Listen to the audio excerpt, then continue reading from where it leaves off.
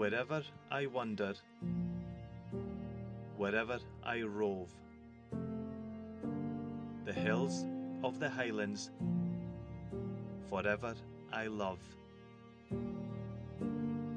Farewell to the mountains, high covered with snow. Farewell to the straths and green valleys below.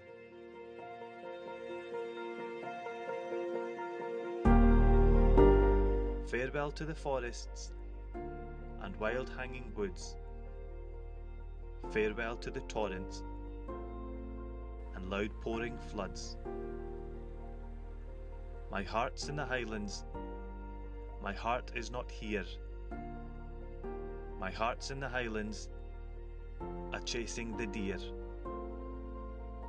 Chasing the wild deer and following the roe. My heart's in the Highlands, wherever I go.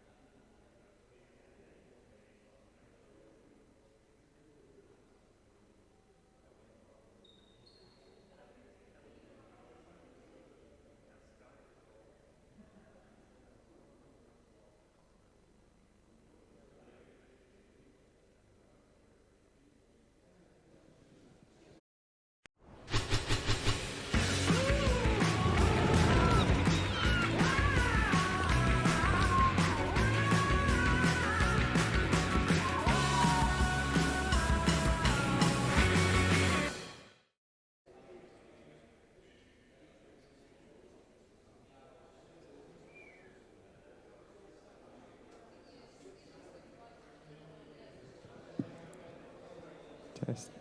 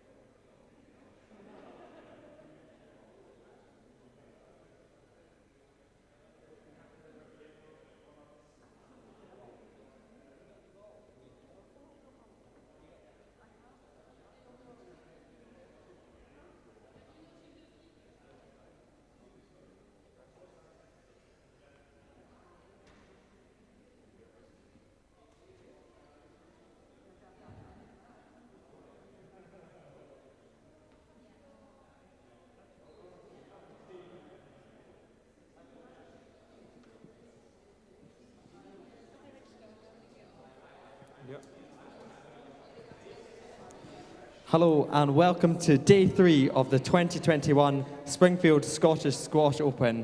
It's quarter-final day today and the competition is really hotting up here at Inverness Tennis and Squash Club. If this is your first time at the squash, or if you're a die-hard fan, prepare to be inspired by some of the world's most talented and up-and-coming professional players. So without further ado, let's get straight to it. We're starting with the women's quarter-final. Up first from France and seeded 4th for this year's Springfield Squash Open, please welcome Marie-Stéphane.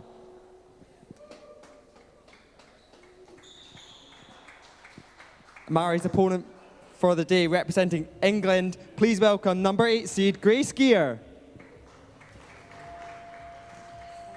The players will now begin their 5 before play begins. Your referee for the match is Maureen Maitland.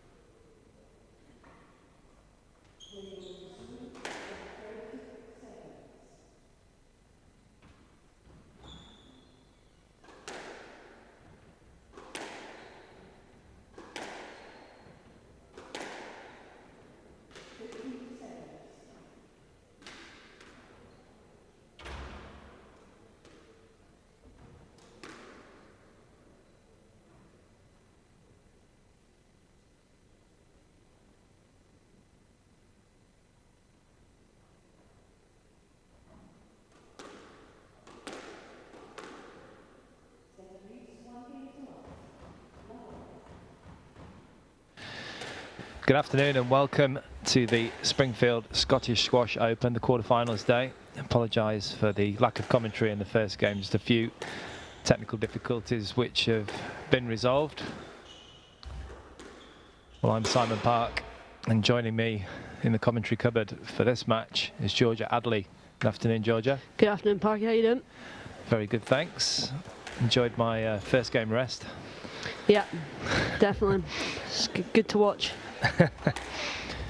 Just enjoying some of the many yogurts that are available here at Inverness Club. I tell you what, it's a dream, isn't it? It is. Come off court, have some Graham's skier yogurt, protein yogurt, got the works. I'm in heaven. So as you can see, Marie Stephan taking the first game, and she took that 11-7. France v England here. It looked like quite a fast-paced first game. Have they played before?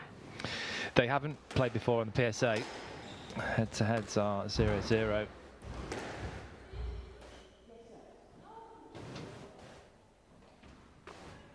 Similar age, these two. Stephan slightly older at 25, Grace Gear 23. Marie Stephan, interestingly, won her first ever PSA event at the first time of asking. First tournament she ever played. Wow. In Montreal in 2015. Was she a qualifier? I'm not actually sure. I would have thought she would be. She would have been if that was the first ever event. It's pretty impressive. Pretty impressive, isn't it? She studied in the States, did she? I think she was somewhere in the States. Okay, yeah, that's happening a lot these days, isn't it? Yeah, definitely. It's pretty popular. It's quite popular with certain countries, actually. Quite a lot of the French girls go over, and the English girls as well. And quite a few Egyptians as well. Yeah. Studied in the States.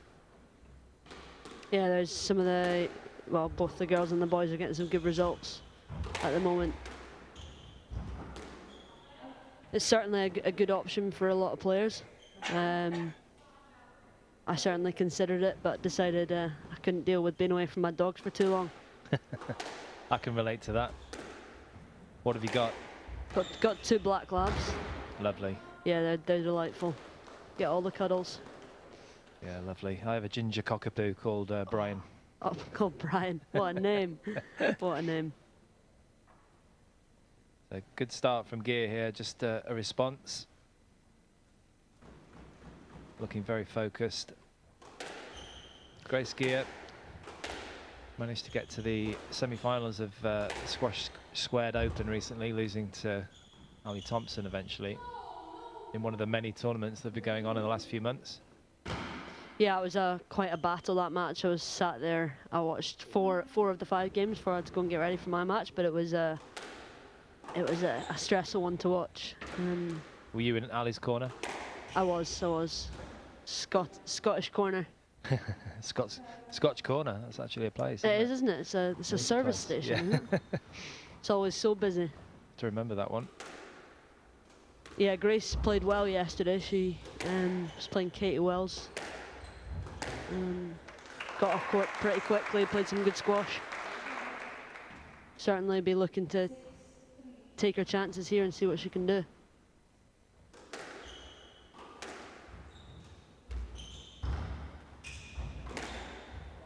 It's a lovely shot. Start straightening up from the front of the court. It's a really good option there when you're under pressure in the front. If you can get round the ball and hit it straight. And she's just done it back to her.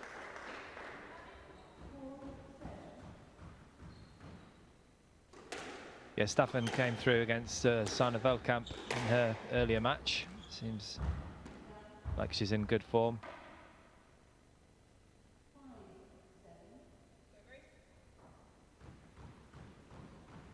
Grace was up 7-3 here, and wonder if she can hold off this kind of surge from Marie Stephan.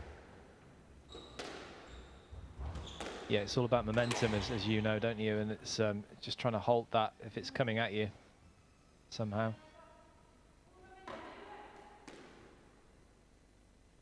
What do you think there? Do you think that's an all-out?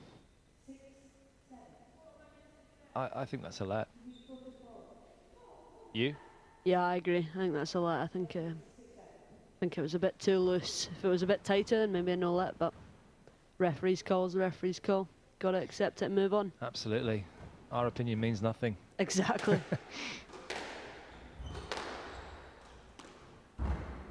That's a great shot from Grace Gear. I don't think that was good, do you? I think that was a double. Very, very dodgy. Let's have a look here. Look closely. One. It's difficult to tell from that replay.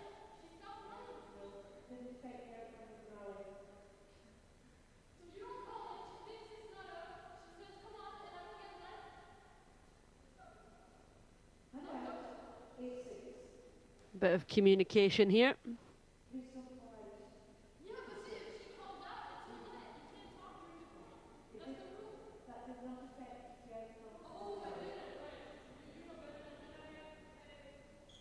She's not happy there.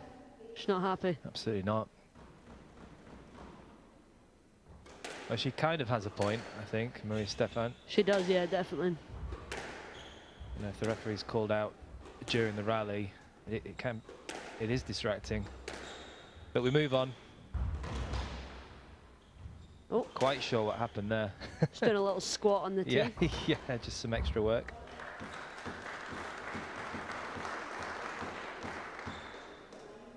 She is looking very focused today, Grace. She clearly really wants this. Obviously, both players looking for a semi-final in this event. Yeah, it's a big opportunity.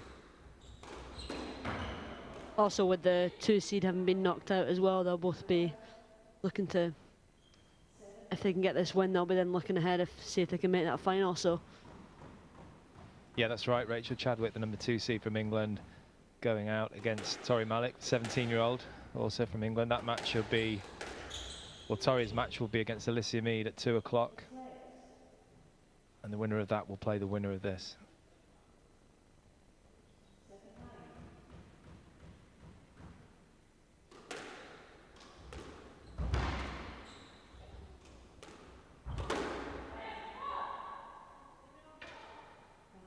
little bit lucky there, Grace, maybe, or drop shot kind of clipped the side wall, but it was short enough and she did well.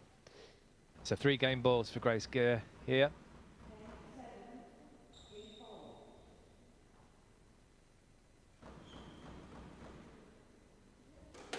As you say, looking a lot more focused, Gear, in the second game. Absolutely crucial to equalise here. Yeah, going 2 games down is never nice. It's possible, we saw that last night, but it is tricky.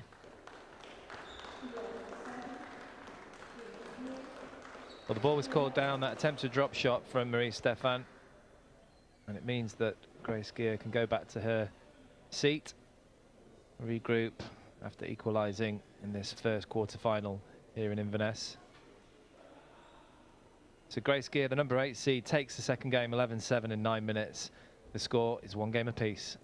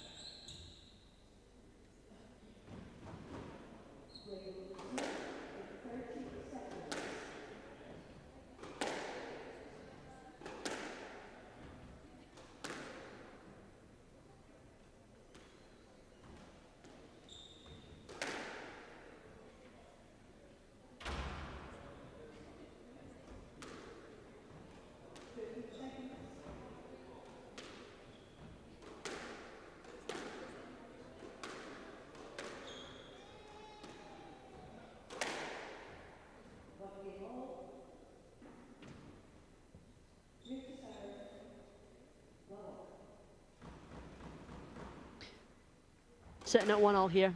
We didn't do predictions because of our technical difficulties. I feel like now is the time. You go first. I think I'm going to go with 3-2 to Grace. I'm going to go 3-1 Grace Gear.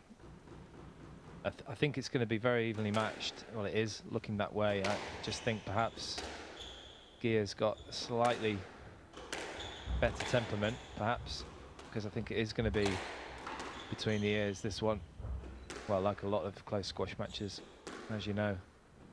Yeah, I used to, when I was younger, coaches always used to tell me, oh, it's 90% mental squash. And I was like, it can't be. But I now understand what they mean. Yeah, I think once you've worked out that you're a good player and you've got lots of attributes, and so is your opponent, then how are we going to split the two of you? Then it's mental strength. Yeah, and how you can execute your game plan, and that Absolutely. actually comes down mentally more than anything. It's a concentration game.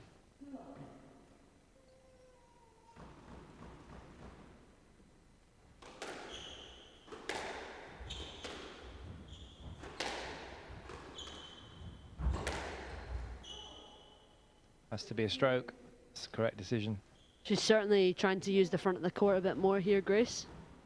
She's putting in those boasts and drops a lot more, which is maybe a tactic. I don't know who was speaking to her in between games, but they may have said that to her. I would imagine it's Alicia Mead, perhaps. Yeah, I saw her and Georgina Kennedy sitting in the front row watching, so. Yeah, there's still there's a good English contingent up here as well as Scottish, of course. It's good to see lots of different nationalities in both events. A couple of Czech players and an Indian player. Suarez, obviously from Portugal. It's great to see. Yeah, definitely. I think a lot of us have been playing events which are domestic only. Yeah. So it's certainly nice to play some different people.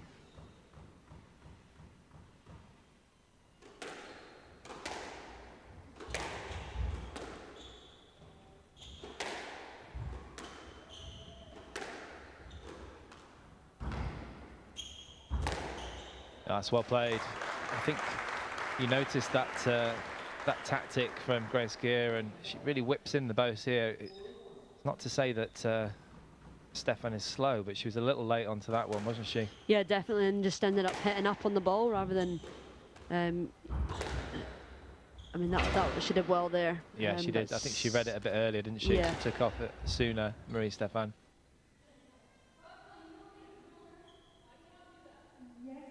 I think that's correct. I think that's a good decision. Because that is fairly parallel and the ball is slightly behind her. She can't really do much else with... Yeah, definitely. I don't feel like she could have got a cross court out of that. Yeah, exactly. And that ball was behind her.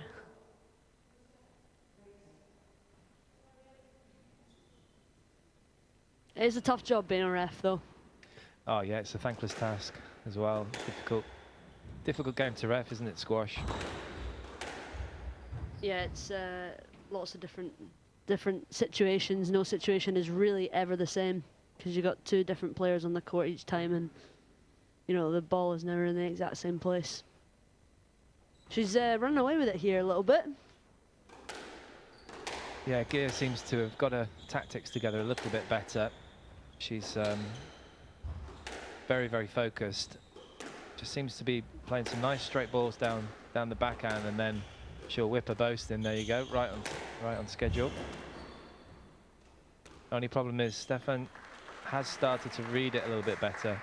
Yeah, she's got to be careful, hasn't she? She's got to really make sure she's extending the court before she's going in, because otherwise she's stood on the tee and it's pretty easy to get there.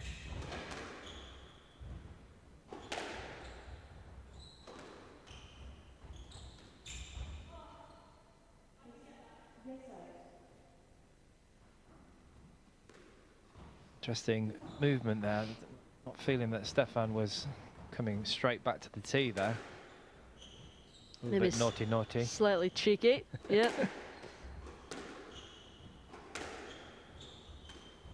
That is a lovely shot. Great shot on the half volley. That takes quite a lot of skill. She made it look easy there, Grace Gear.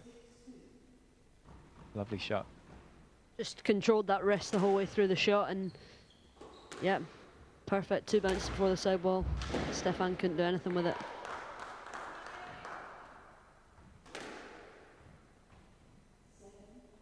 (7-2) now. Scoreboard is thinking differently, but that's what the referee says, so. Just trying to catch up a little bit. Oh, wowzers. Full stretch and perfect touch there from Grace Gear. That's got to be on shot of the day today. Stefan not interested in saying good shot.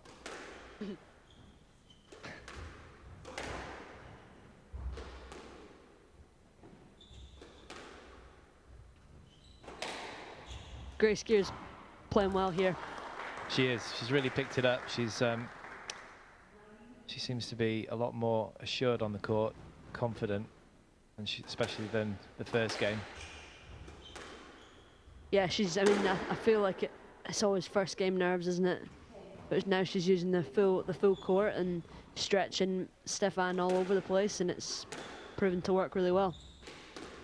Well, like you said, it's a big opportunity, isn't it, in this tournament with Rachel Chadwick going out, and that bottom half of the draw has opened up a little bit. There's a good chance of making the final on Sunday, but of course, as you all know, you've got to sort of stay in the present, haven't you? It's sometimes quite hard to do. Yeah, one match at a time. One match at a time.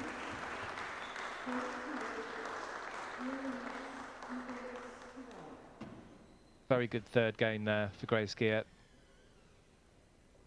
Got her tactics absolutely spot on, and it really rattled her French opponent, Marie Stephan. So Grace Gear from England, the number 8 seed, takes the third game 11-3 in 7 minutes. She leads by 2-1.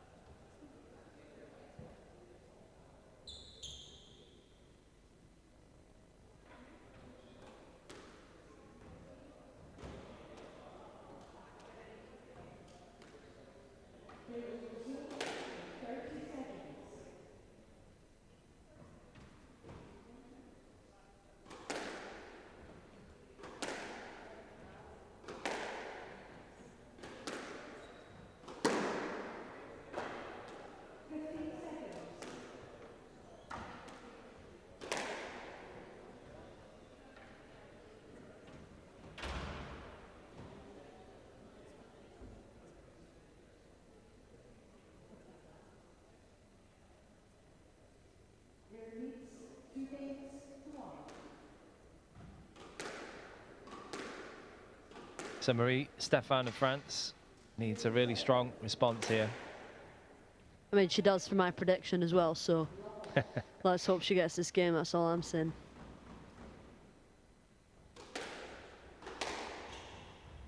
And for my prediction, we need Grace Gear to carry on with this momentum.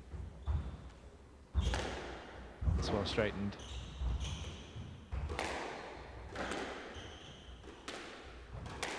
Neither player quite finding the targets yet. That was very, very fortunate. Yeah, just missing, like, hitting in those service boxes. Just need to try and get that ball behind them to get them right into the back corner. They use the front of the court really well, but not the full length, really.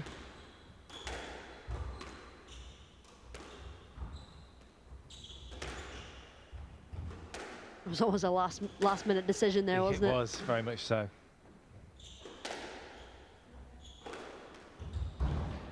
It's a great both. From that position, she was very, very deep in that back right. Good width, actually, from Grace Gear, but it's a fantastic shot. Whipping in the boast. Yeah, we've seen a lot of that. All these, Poor serve though, wasn't it? Fantastic shot from Gear, but I mean, what a serve straight onto the racket. What a gift. Yeah, definitely. Talk about that a lot. How important that serve is.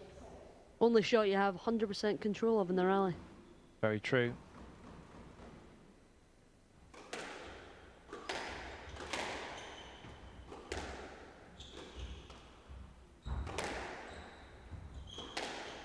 They're both hitting straight really well from the front of the court today. So They are. That's great touch from Gear from half court. Look at the balance here on this backhand drop shot. Keeps the back foot still.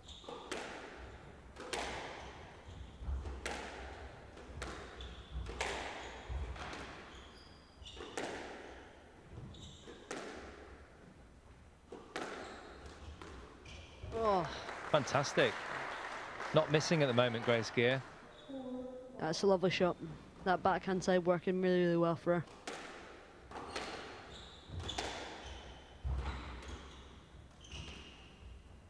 Mary Stefan has got to change something here. Well, it sounds really obvious, but she's got to pick up on the precision aspect of her game. It's just there's a few nothing shots like that one occurring. That wasn't far away. Not far at all, just clipping the tin. That's the thing, that ball was just that little bit further back, and maybe Grace forcing it slightly.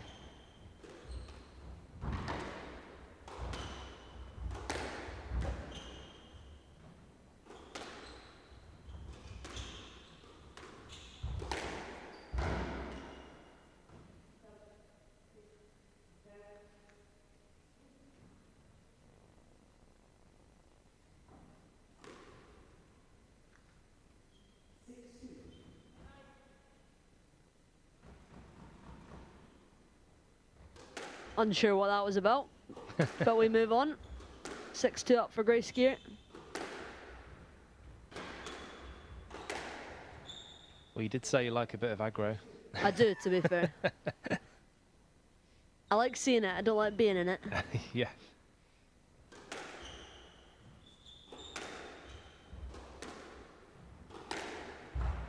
That's a great shot. Great control there from Marie Stefan. Nicely balanced and not trying to hit the ball too hard. She's using the strings to help it land short.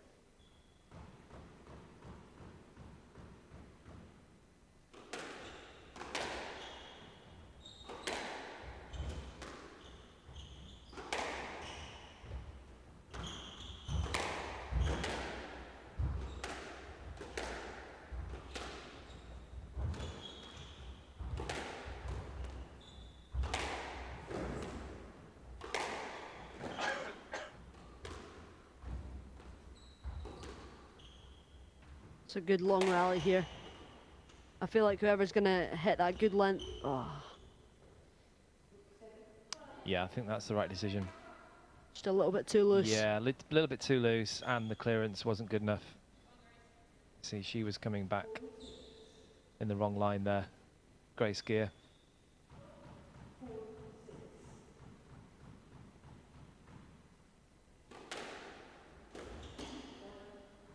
Oh, it's a bit careless, isn't it? She really got to make sure those kind of errors don't occur. It's almost seeing the finish line. Yeah, again, we were just talking about the mental side. You've got to be so tough, so stingy. Again, just too loose from Stefan. A strange shot, wasn't it? Yeah, I don't know what was going on. Maybe just not quite taking the space that she needed and meant that she clipped that side wall.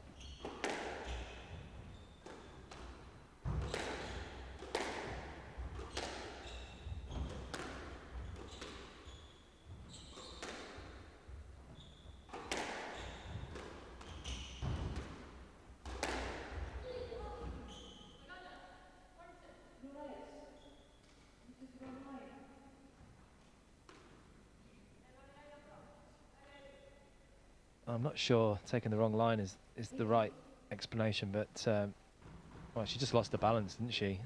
Yeah, and Completely. it was a pretty good shot. It was. Good lift from Stefan just to get herself back into the rally. Reversing the pressure slightly. Oh, She's taking it in so well from the back of the court. Grace Gear, yeah, she particularly on that backhand side. The tough rally.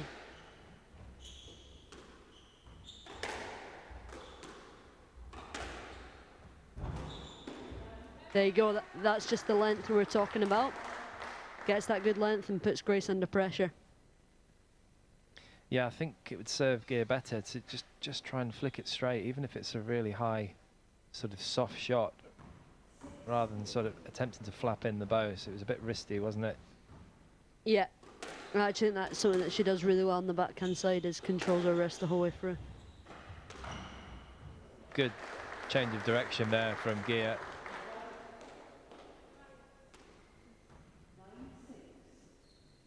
Two points away now. Yeah, she's just got to stay calm, Grace Gear. Keep her focus.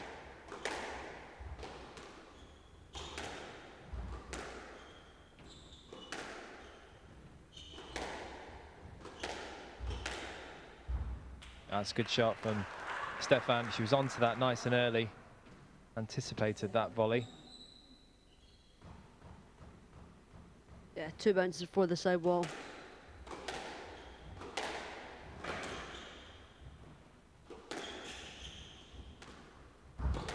She's done that a lot, hasn't she? Yeah, it's that backhand. She's, especially from three-quarter court, she's very confident, Grace Gear. She's had a lot of success there, taking the ball short. 8-9 now. Maybe a bit cheap from Grace. Yeah, scoreboard's a bit behind again. It is 9-all.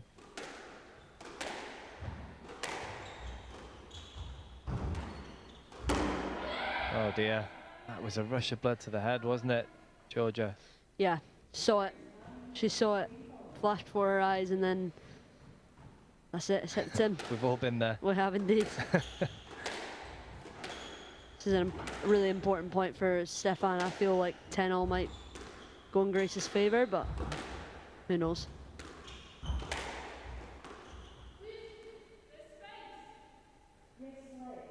Oh, there's possibly a let-off, a relief.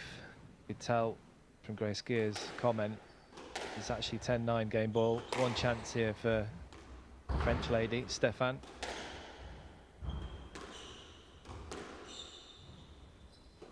Grace Gear desperately trying to take this into a tie break. Oh, that's so important. We tell break. Definitely. Oh, It's always the case, I think. When it goes to 10-all, yeah. straight to the towels, both players. Just quick regroup. Yeah.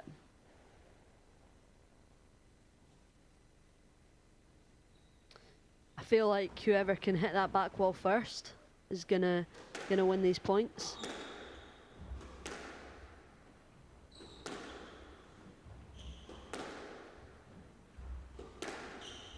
And both of them quite happy to rally a little bit slower down that backhand wall.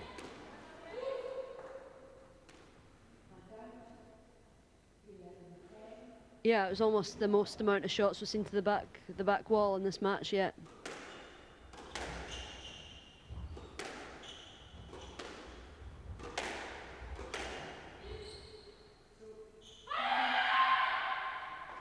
She's a happy girl. Wowzers. Well, that was a huge game for Marie Stephan. And it was shown in that French roar at the end there. She's taken it to a decider. The French lady against Grace Gear. Just kind of lost her way a little bit there, Grace Gear. A couple of unforced errors.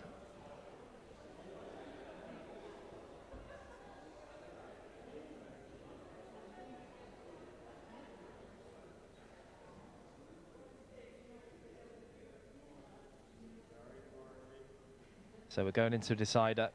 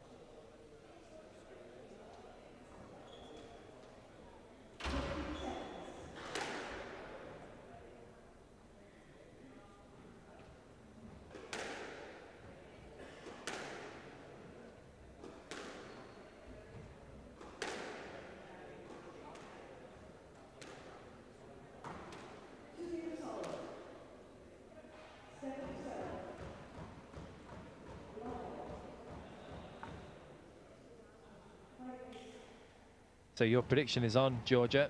It sure is. Grace Gear in 5. Of course, it could go either way in this decider. That was a huge game for Marie Stephan. Definitely a confidence boost for her. It's always nice, you know.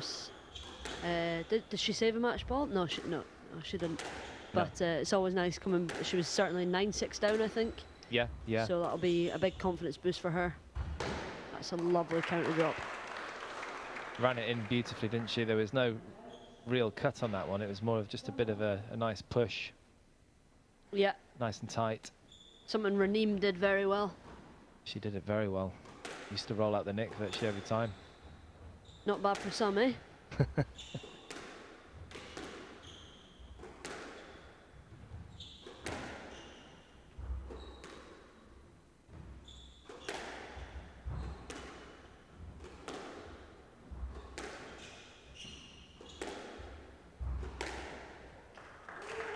It's a good shot. That ball bouncing twice very quickly there.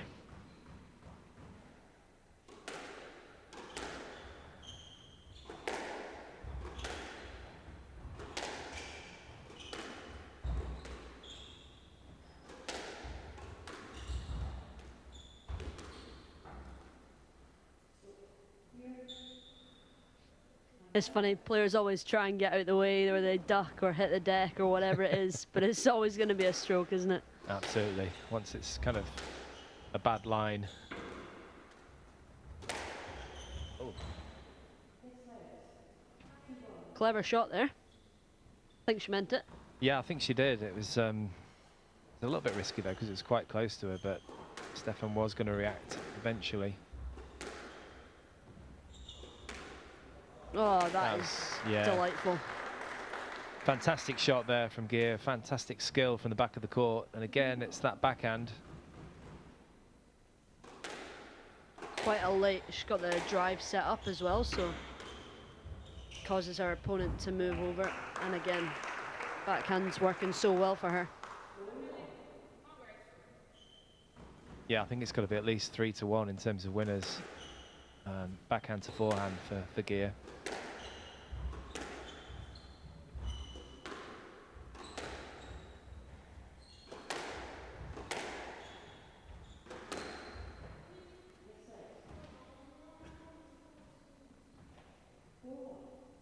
Not happy with that one. I think it was just a let, to be honest. Yeah, I agree with you.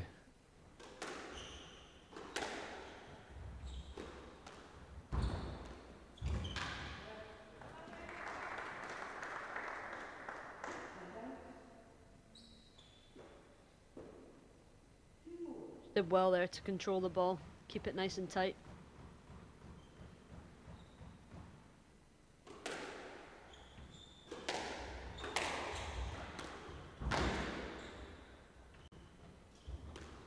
Oh, Again, the strings just singing there, Georgia. yeah. Backhand side. I mean, if I was playing Grace Gear, I'd be hitting everything down the forehand. Yeah. I think I Not- would be too. Not that she's bad there, but she's just so good on the backhand.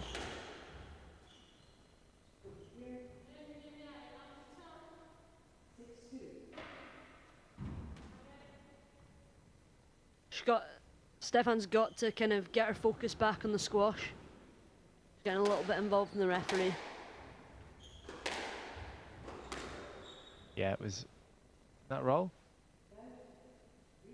And just a complete lucky shot from Stefan there. That was strange.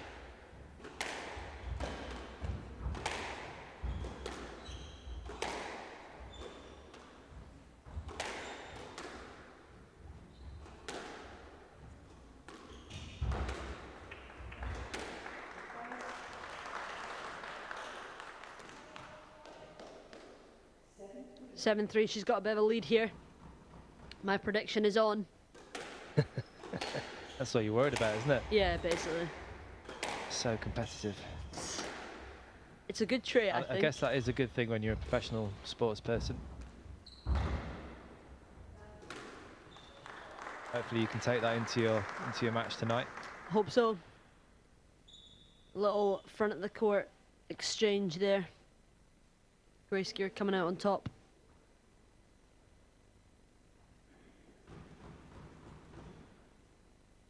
This is where Gear's got to be really careful not to make the same mistake she did in the fourth game. And really just batten down the hatches here. She's got a fantastic lead in this fifth. It's a great rally from Grace Gear. She gets the stroke. Putting a lot of work into her opponent.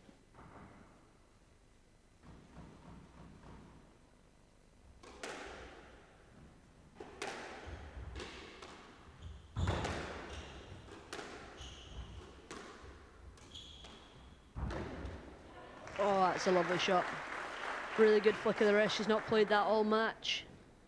Well, it's one of the few times she's actually been able to retrieve the backhand short attacks from Grace Gear. And she did it with aplomb there.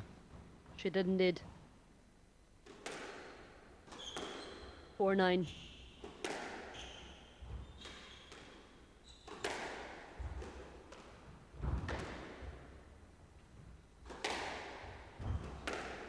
That boast is almost working even better now towards the end of the match. Right on There cue. it is again.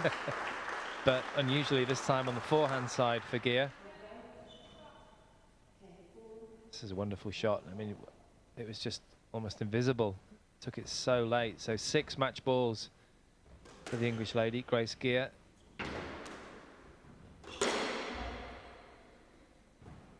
Well, I would say 1 saved, but it was kind of given away, wasn't it? It was, yeah. A little bit of a gift there.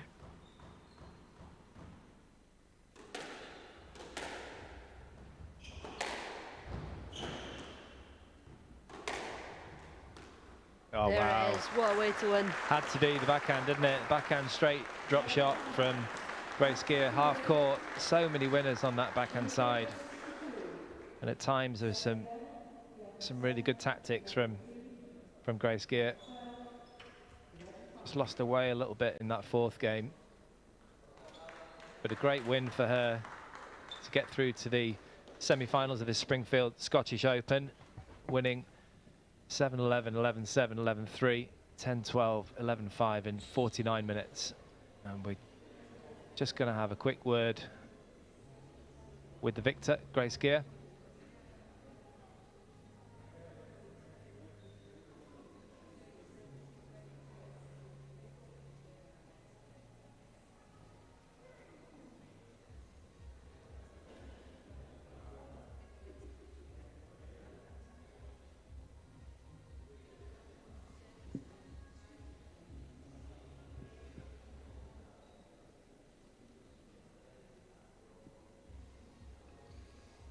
Right, I'm here with Grace Gear, winner of the first quarter-final of the day.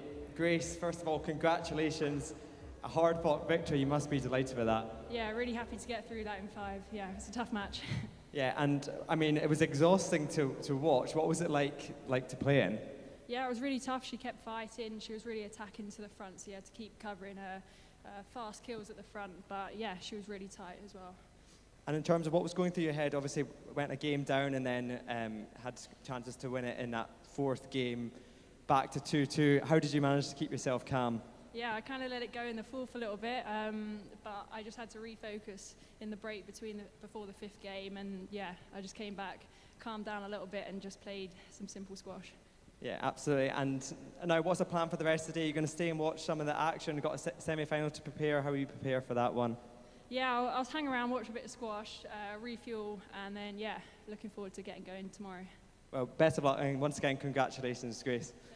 Our attention now turns to the men's competition, where up next we've got Jacob Solnicki, who will take on Amir Evans. That one's due to start in just under 5 minutes' time.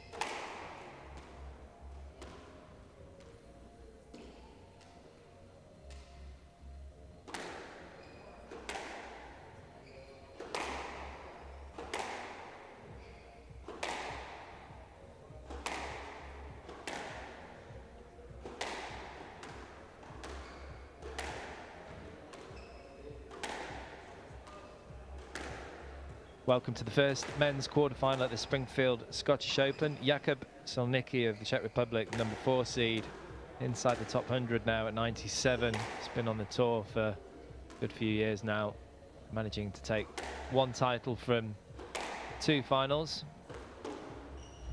26 years of age, born in Opava in Czech Republic. Picked up one of the Czech Pro Series events back in May. Emyr Evans from Wales, number 5 seed, very, very close in rank, is 96 in the world, just ahead of Solnicki, 24 years of age, and he's been on the tour for 6 years, not managed to take a title yet. It's been in 5 finals, so we'll be looking to change that up as soon as possible. This week could be the week. In good form, both these players in good form. The head-to-heads on PSA doesn't exist, and they're actually played each other, these two. So it's all new. Perhaps they will have played in 1 or 2 leagues, but certainly not in PSA. Well, I'm Simon Park, and joining me again for this first men's quarterfinal is Alistair Prott, local lad. Good afternoon, Alistair. Afternoon, yeah. Good to be back again in the commentary box. You enjoying being back in your hometown? Yeah, it's been great. Mixed change from the student life in Edinburgh. Come back up, a few home-cooked meals, see the family and friends, and yeah, it's been really nice. Bit of washing. Of course, of course. And some commentary as well, which has been very good to do with you. No, thanks. Yeah, new experience for me, and really enjoying it so far. So yeah, good fun.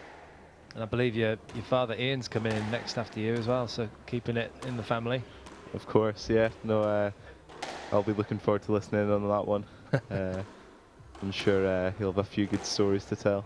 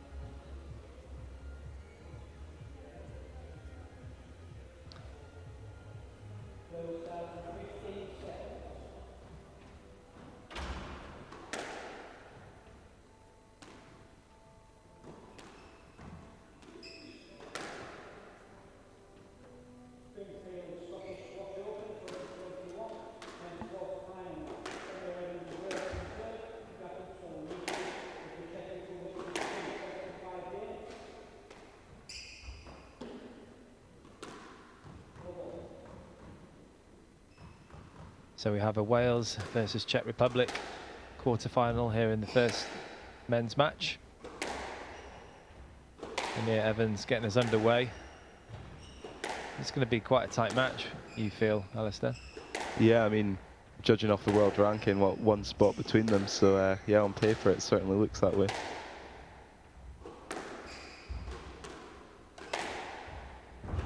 The styles differ a little bit though, wouldn't you say? Is there a good contrast? Yeah, definitely. I think if Jakub hits his targets like he did against me yesterday, I mean, that's going to put him in a good place. But, you know, with Emyr, he's so accurate into the front, and ball placement's really good. So, yeah, it'll be a good matchup. Any predictions, or is it a bit too early for you? Maybe a bit too early.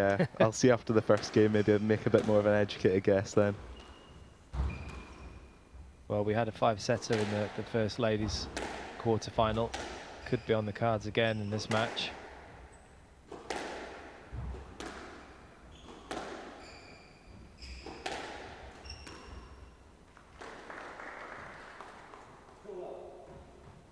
From Rhyl in Wales, Amir Evans, coached by his father Andrew, but also David Evans, who's the Welsh national coach. Oh, what a shot! I mean, Lovely that's pure talent, isn't it? Lovely hands, as you say. To turn and take the pace off the ball like that does require some skill. How did you feel when you were on court with him, knowing that he could do that kind of thing? Did it make you feel a bit edgy? Yeah, I think, I mean, obviously being top 100 in the world, like the quality gap was there to see, but I mean, his length hitting was so good that he was getting those opportunities around the middle, and he can put the ball away when it's there. So, yeah, not nice leaving it in the middle for him.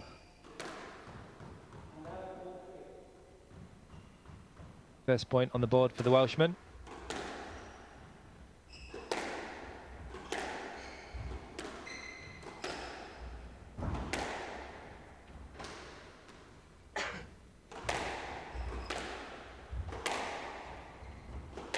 Evans coming through in his first round against another Welshman, an all-Welsh challenge, Elliot Morris Devred.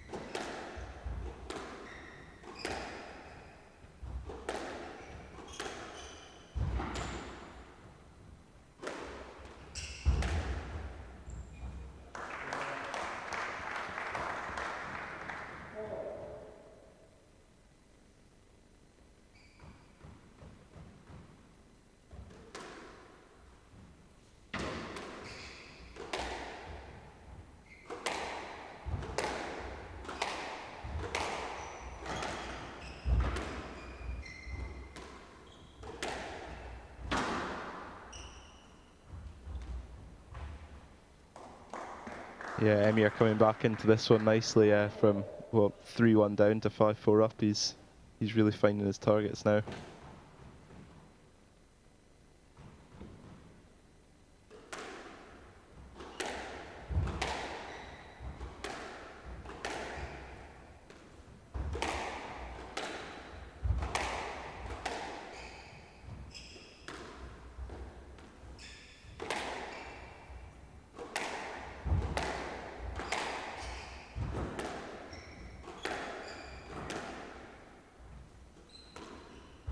Yeah, I think my prediction is it's going to be a long one, this match. Both of the players really evenly matched. I think unless a niggle occurs or complete lapse in concentration, it's going to be extremely close.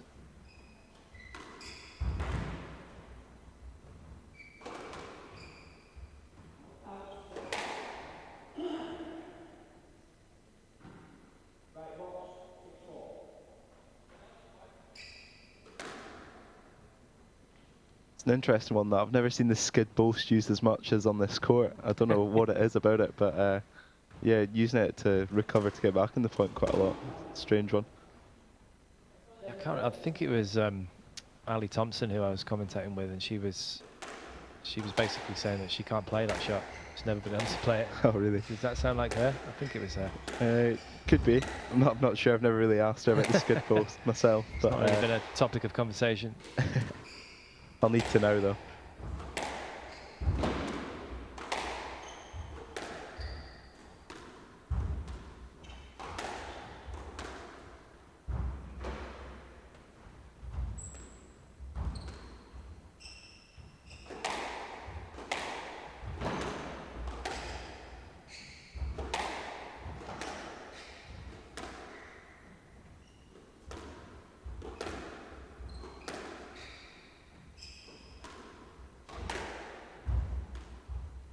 Lovely touch there. Great footwork from Evans.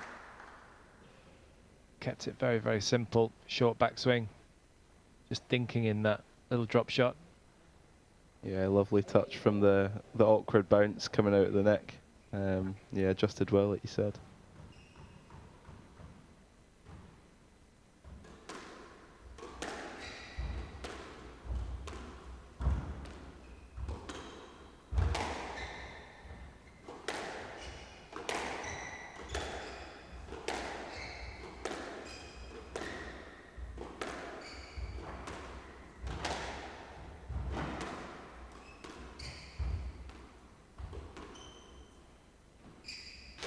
Looked like it stayed in that.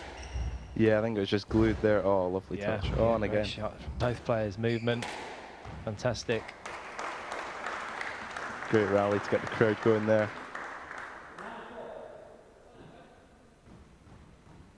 Evans just having a little look at the referee. He was convinced that that ball went out earlier, but he's won the point anyway.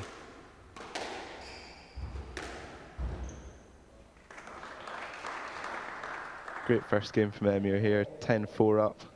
Doing really well. Yeah, 6 game balls for the Welshman. Slightly higher ranked, but actually lower seed in this event. And that's clipping the tin. So Emyr Evans taking the first game.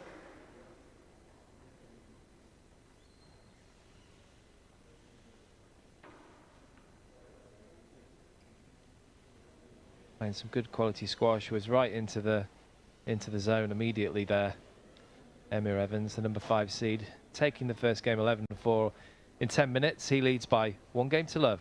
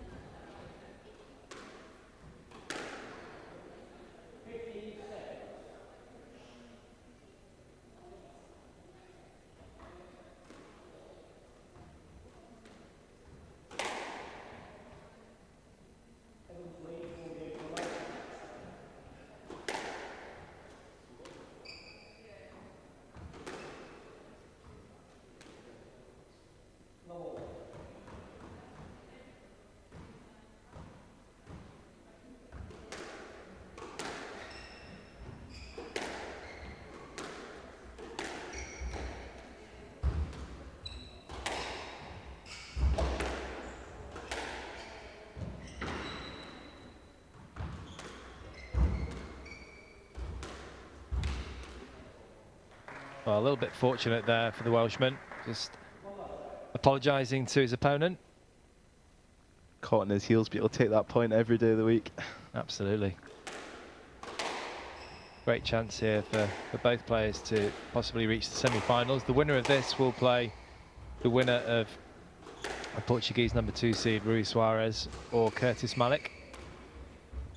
They'll be up at 3 o'clock on this court. Oh, lovely touch. He's got great feel, hasn't he? Yeah, really good. Like counter drops. Like when I was playing him yesterday, that they were hurting. So yeah, don't want to leave him there either. Not really wanting to leave him many places in the court by my commentary, but Emir's doing the job. He is. His tactics are good here, Evans. He's staying very robust in terms of his hitting. Very few unforced errors. He's hitting nice and solid into the target area. Like there, it's positive stuff, isn't it, from Evans? Yeah, really taking the game to him. He's really controlling the middle here and making Jakob really run around him.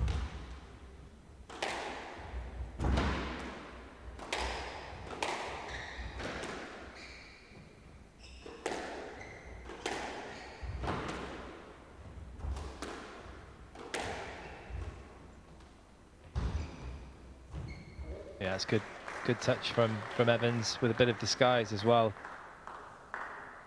Coming in really fast and then decelerating.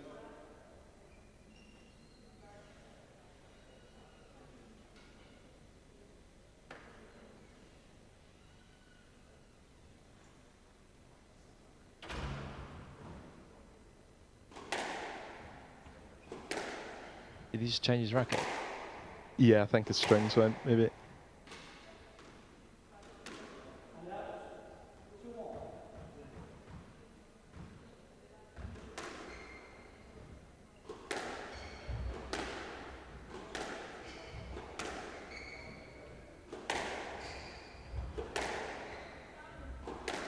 I'm going to put you on the spot here and ask you to answer the question without thinking as quickly as you possibly can. Who's going to win the tournament? I've seen everything. I'm going to go Sebastian. Okay. #1 seed. And the women's? I would have to say Georgina. Yeah. Yeah. Good shout. After watching Sebastian, I watched him playing Andorra at the 5K out there. Yeah, he was really impressive, playing Rory in the final of that one. And what was the score there? Sebastian took him 3-1. Long, hard match, but yeah, Sebastian came out the stronger in the end. Yeah, this is the first time I saw him play yesterday, and I was very impressed. Great mover, so quick on court. So light, isn't he? Wish I could move like that.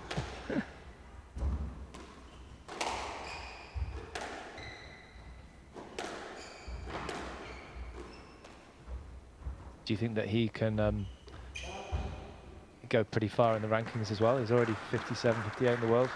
Definitely, I think. I mean, I remember playing junior tournaments when I was still there, so he's obviously still pretty young and starting to get into these platinum events. And yeah, I definitely think he can make his mark on them. A really good player, good mover, like we said, and yeah, no reason why he can't get up the rankings a bit more.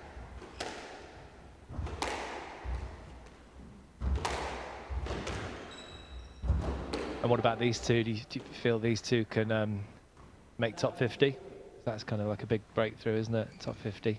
Yeah, definitely. That 50 to 100, 120 mark, everyone's pretty similarly matched. I'd say anyone can beat anyone on their day, and yeah, I mean, it's a goal for everyone in that bracket.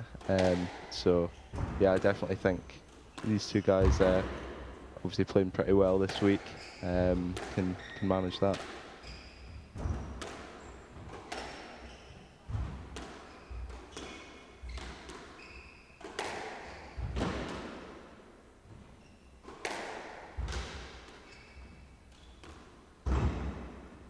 Yeah, good skills. Very, very positive there from Solnicki.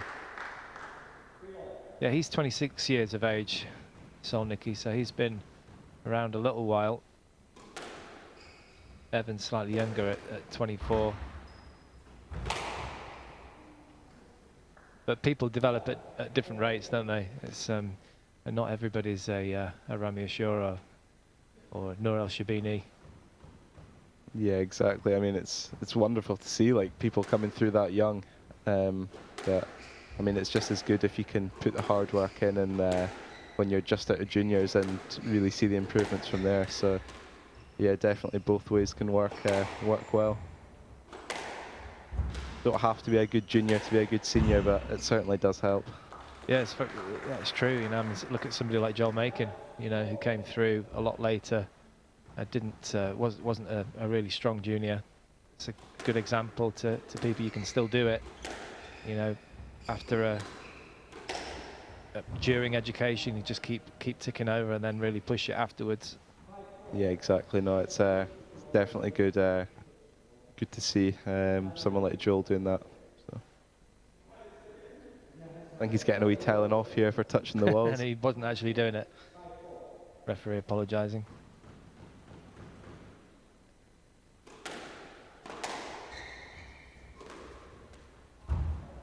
Great shot from there. I mean, it had to go in the nick, didn't it? Otherwise, Evans was all over it. It's got little touches of genius, this player.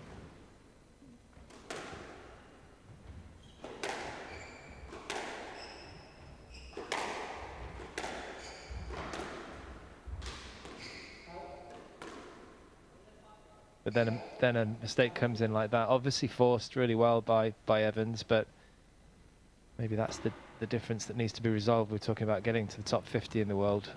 Those kind of mistakes just can't happen, at least not too often.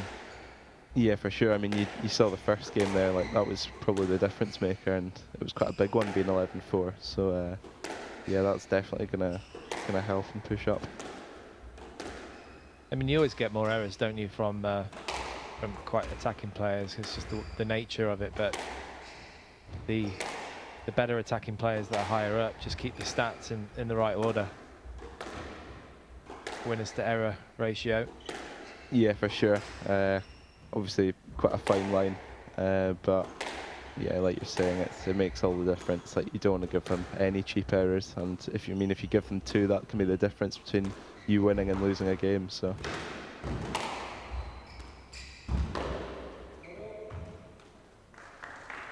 Well played with the top spin from Jakob there. Just clinging to the wall at the right point.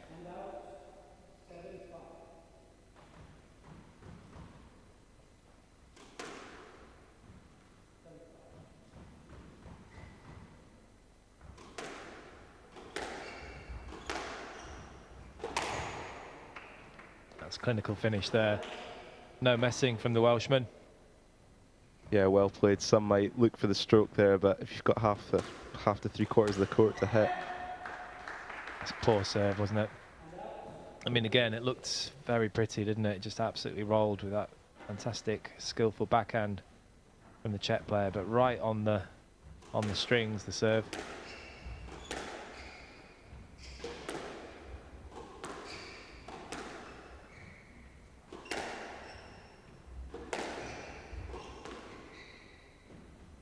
Oh, I'm not sure about that. That might have been out, that one.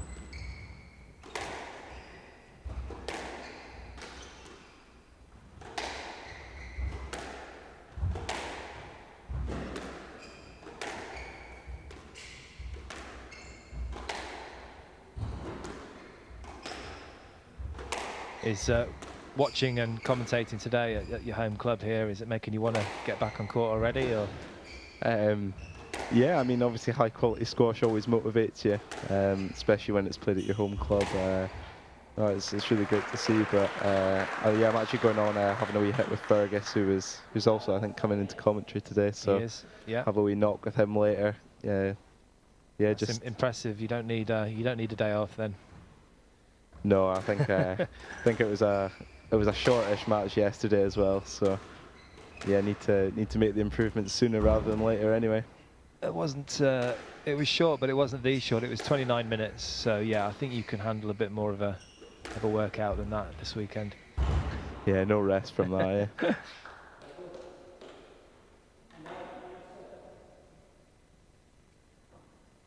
Good time to get a 2-point cushion at 9-7.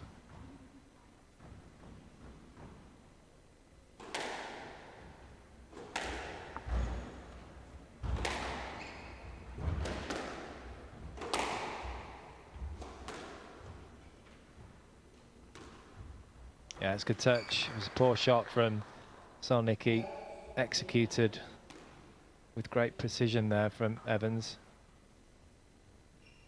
The Welshman just hanging in there. It's been a rise in level from the Czech player. Just managed to manufacture a few more opportunities in this second.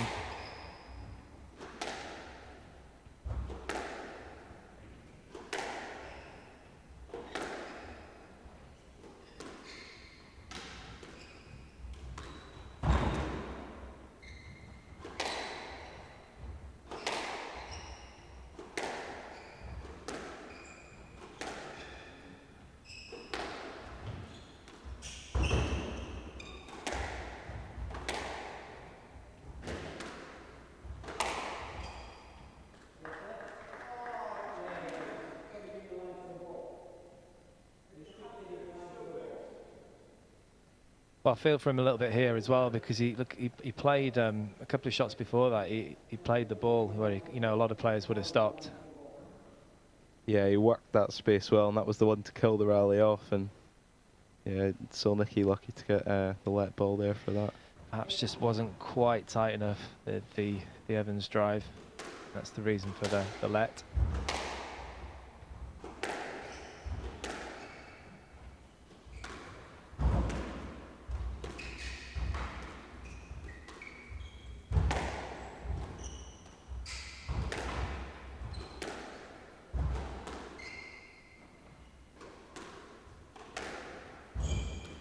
Good movement. Well played, Evans. That shot means that he equalises. Gets the parity at 9-all in the second game.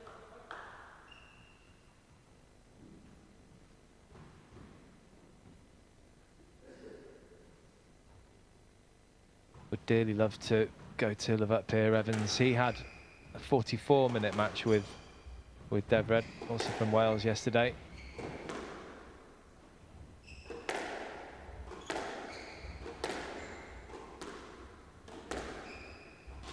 Certainly should feel pretty good after 44 minutes, and that's a loose ball from the Czech,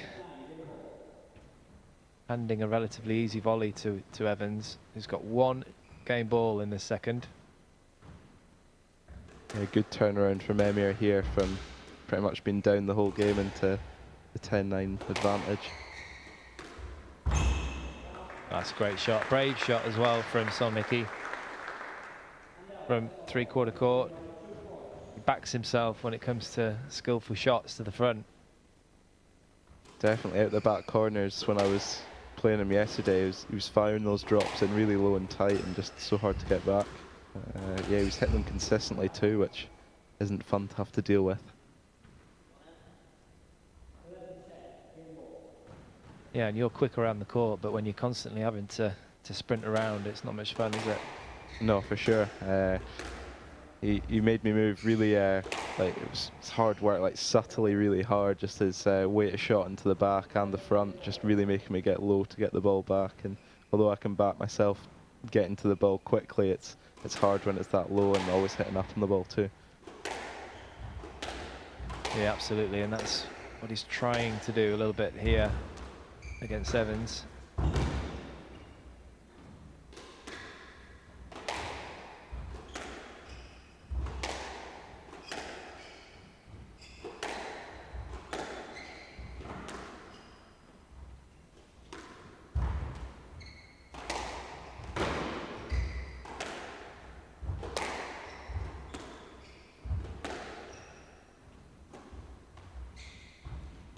Bit high, that boast, wasn't it, from Solnicki? Got away with it.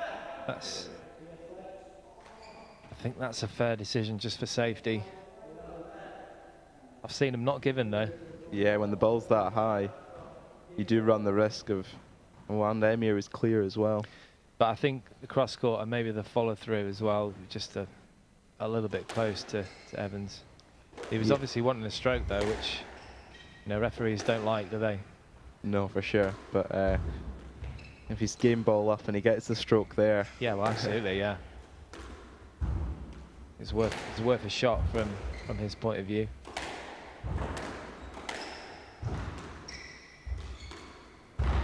Oh my gosh, that was Lovely. unbelievable quick fire stuff there from both players, but Solnicki was pretty much in charge, and he marches off the court, delighted that he could secure that second game.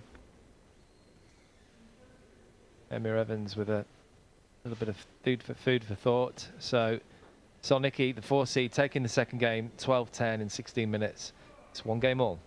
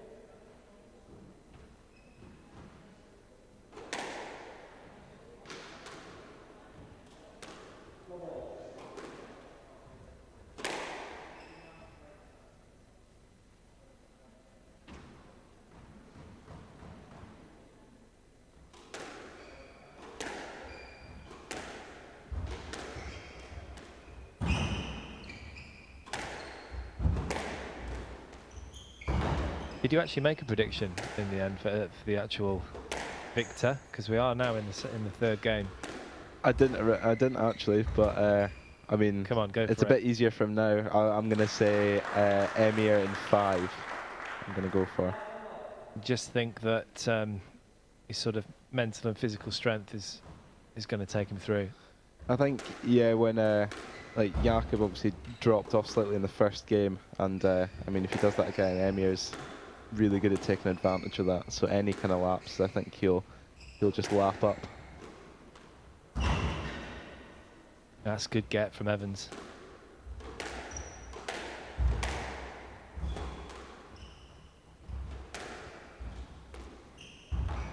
Some solid stuff from the Welshman here, just keeping it really simple and solid, not giving Solnicki any angles.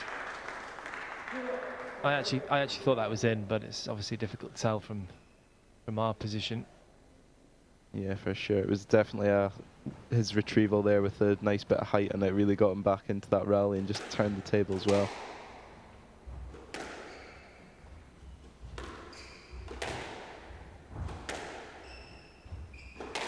That's exactly how you want to start the game at 2-love up.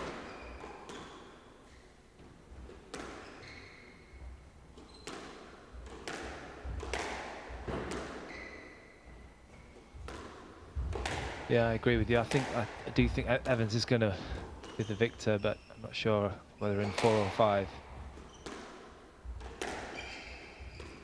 Did you make a prediction at the start? No, I didn't. We were a bit sceptical. Tight match, 4 seed v5, we weren't sure. 96 and 97 in the world. Can't get much closer than that, can you? And the two of them had never played before in PSA.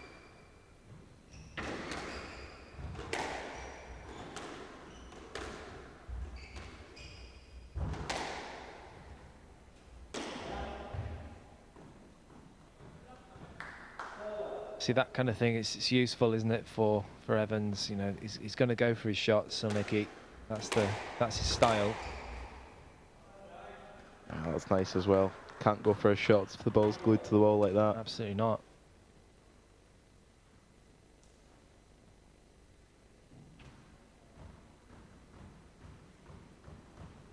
He's doing a great job here, Evans, of nullifying the skills of Solnicki.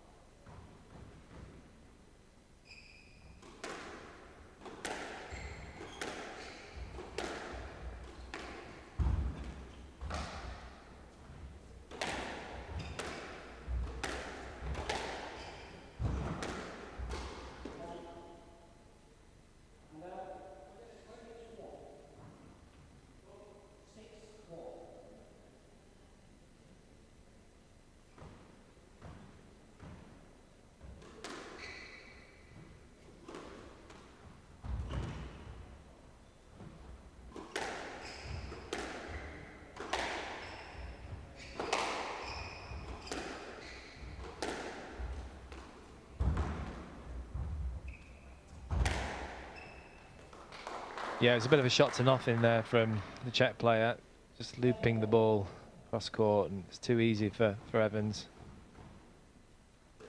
Great lead here for the Welshman, and yeah, that's just mental, isn't it? Just a lack of focus from Solnicki. That's the lapse that Emir was just going to take advantage of. At 8-1 in this game, he's done that very well.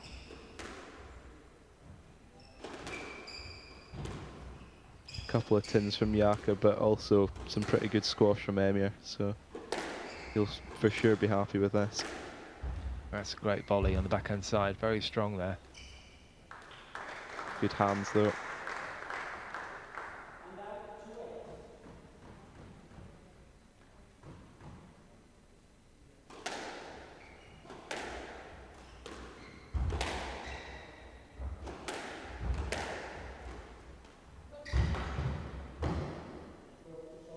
Yeah, it has to be.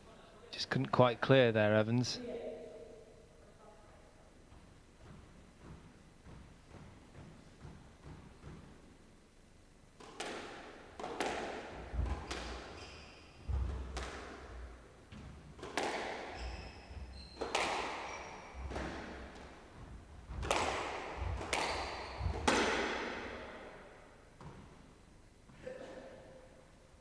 He's got to be careful here, Evans, just to keep his focus. That was just a bit of a snatch there.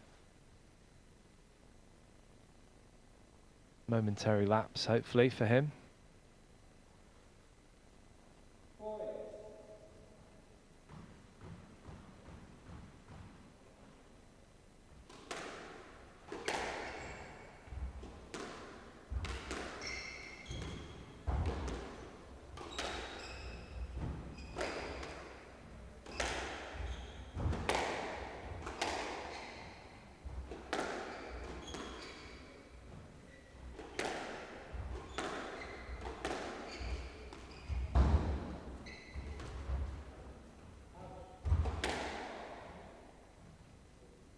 You sure about that one? I'm not sure. I thought, I mean, it looked like it was going out. I'm not sure if it did end up out, but I thought I'd better check with you because your eyes are a lot younger than mine.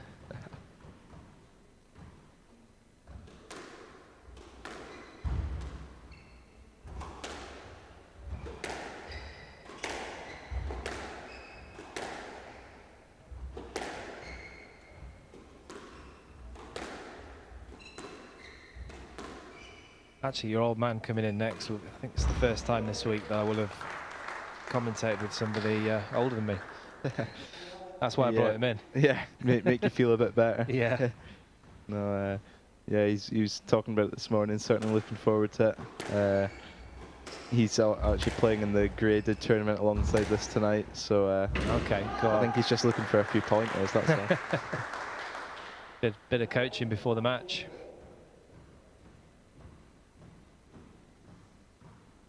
So 5 game balls here for Evans to take in the lead. Crucial points here.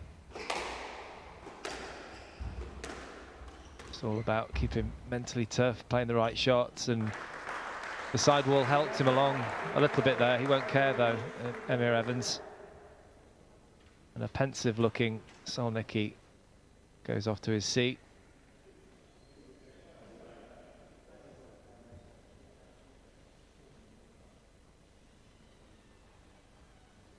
Peter Creed, who unfortunately had to retire in this event, still around, so he will be helping his fellow Welshman. It's working so far as Evans wins the third game 11-5 in 9 minutes. He leads by 2 games to 1.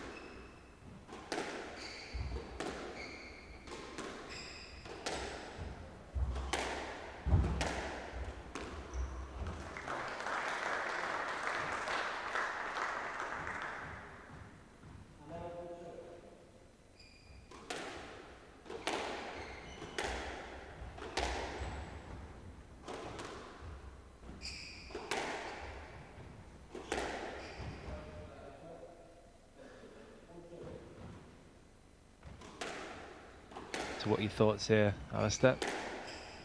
Yeah, Emyr obviously played pretty well in that third game. But we'll see if it can continue in this one. If it can, I think he can maybe take this in 4. Oh, you've changed your mind. You don't think it's going to be 5 now? Yeah, I know, I'm pretty indecisive, so just go with the flow of the game. Well, the errors are creeping in a little bit too much for Solnicki.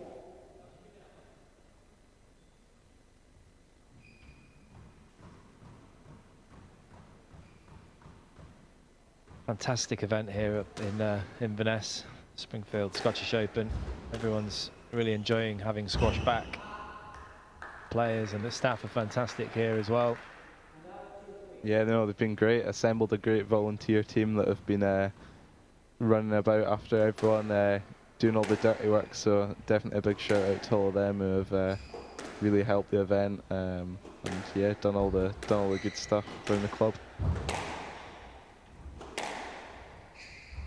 Yeah, it's absolutely amazing, and I think tonight there's going to be some big crowds as well, because we've got 2 Scottish girls, Alison Thompson and Georgia Adelaide, playing.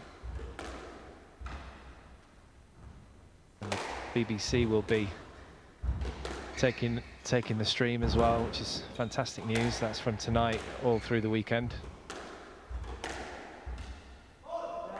Good pressure from Evans.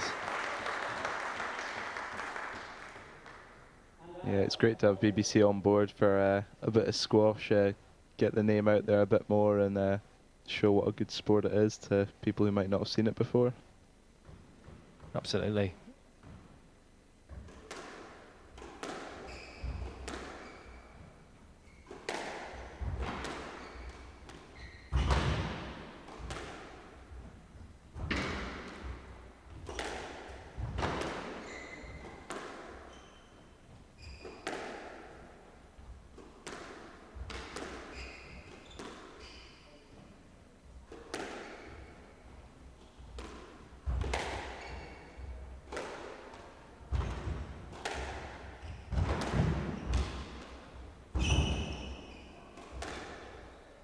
Some severe movement here from both players.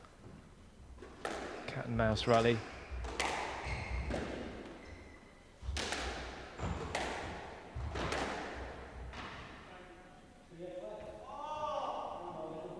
Good length from Emir there. I'm not sure how he was going to get that. You'd have given a no-let there? Yeah, well, from first look, I would have said that. Yeah, I think you're right. Initially, I thought there might have been a contact, but there wasn't any at all, was there? Forced him to go around the front and yeah, go into the back corner, but died off really nicely that length.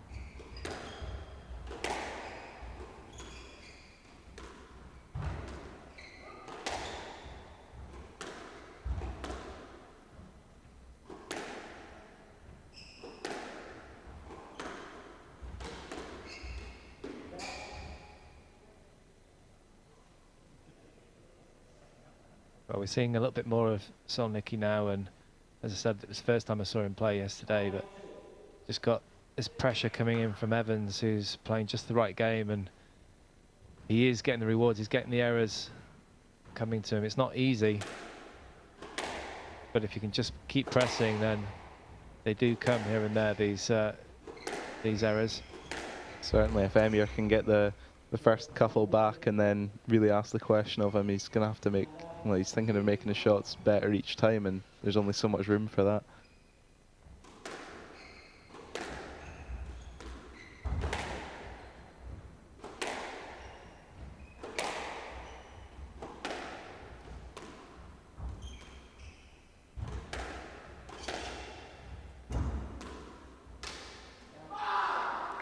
That's a great squeeze there from Evans, and he knew it.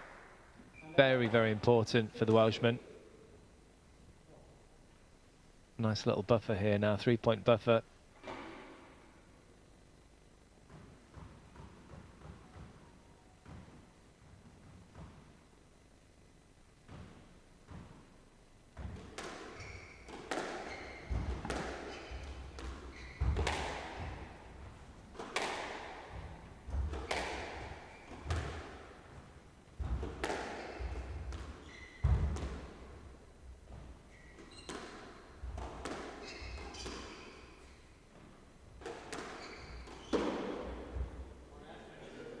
Again, the error comes in.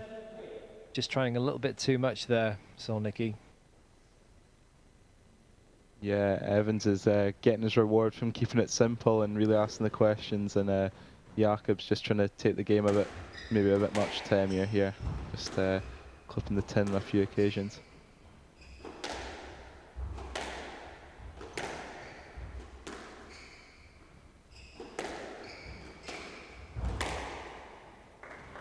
That's a fantastic shot. He really pounced onto that one, Amir Evans. Good hunting for the volley there. He really did. Very, very solid.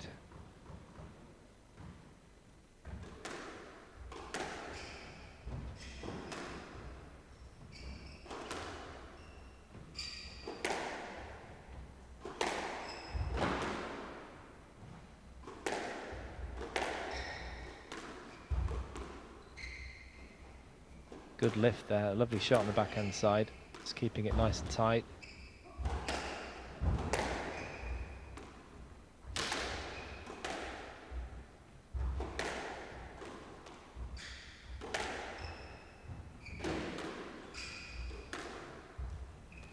Oh, another one out the neck from Solnicki there. He's liking that cross-court drop today.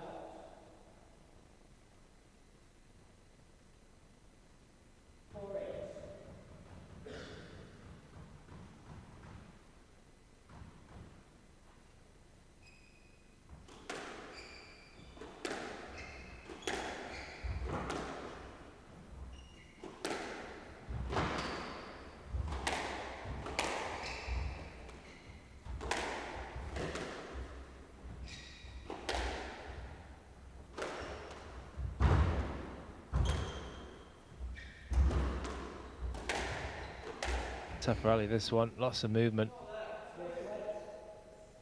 Well, there was contact in that situation. Do you think, Let?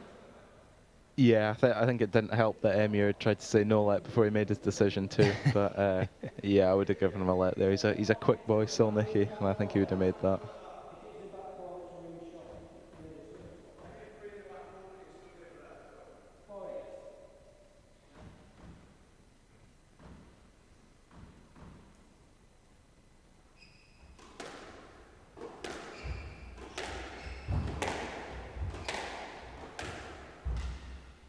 I don't think you were allowed to be coached from behind the court. Just a bit of coaching from the referee there. Good squeeze that from Evans. Just 2 points away now from the semi-finals.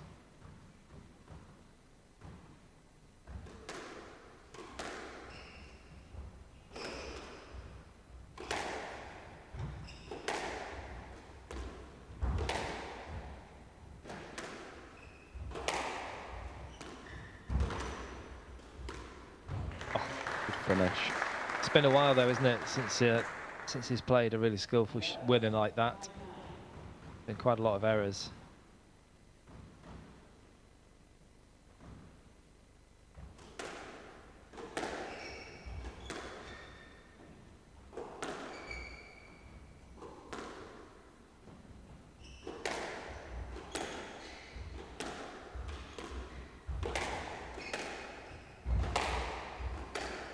I think Emir's just biding his time here and hoping that another error will come.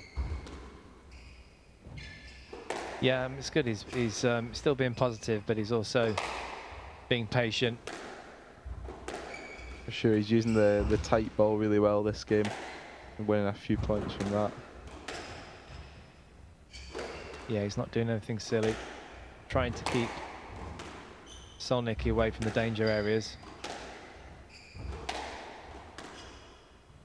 Even there, Solnicki could volley, but he was on the stretch. And there's a fist pump from Evans.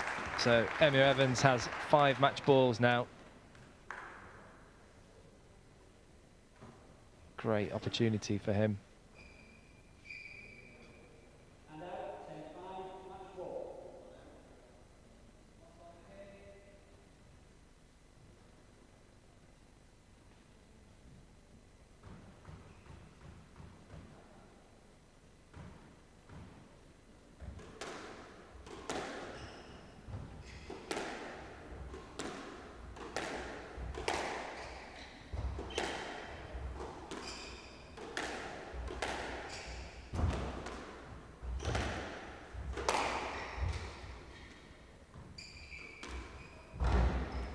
Good hold, what a great get as well.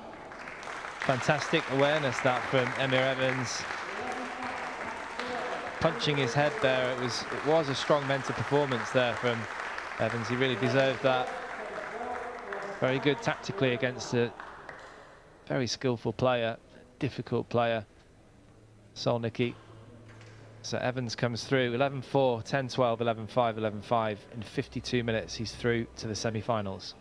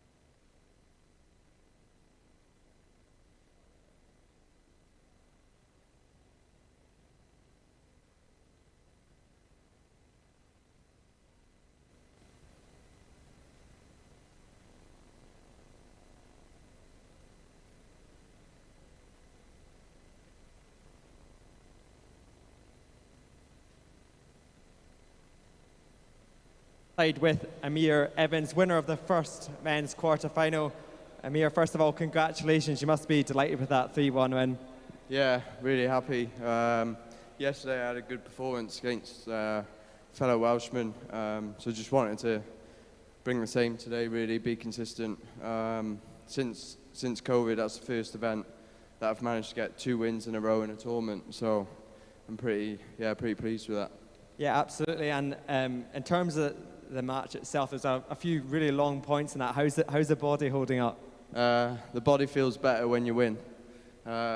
So, yeah, it's feeling all right. Obviously, it was a hard match, but felt like I finished strong and was on top of the most of the rallies, so I didn't have to do as much work. But yeah. Yeah, absolutely. And as you said, through to the semi-final, 2 wins in a row. Are you going to stick around, watch some of the squash, or how are you going to prepare for that one tomorrow? Yeah, I'll stick around. I think I'm commentating one of the matches at 6 with Parkies, so it'll be the first time commentating, so that'll be good. So yeah, I'll stick around, watch a bit of squash and chill out, really. Cool. Well, thanks so much for talking with us. Best of luck, and we'll see you tomorrow. Our attention now turns back to the women's side of things, where it's an all-English encounter. Alicia Mead taking on Tori Marrick. That's due to start in just under 5 minutes' time.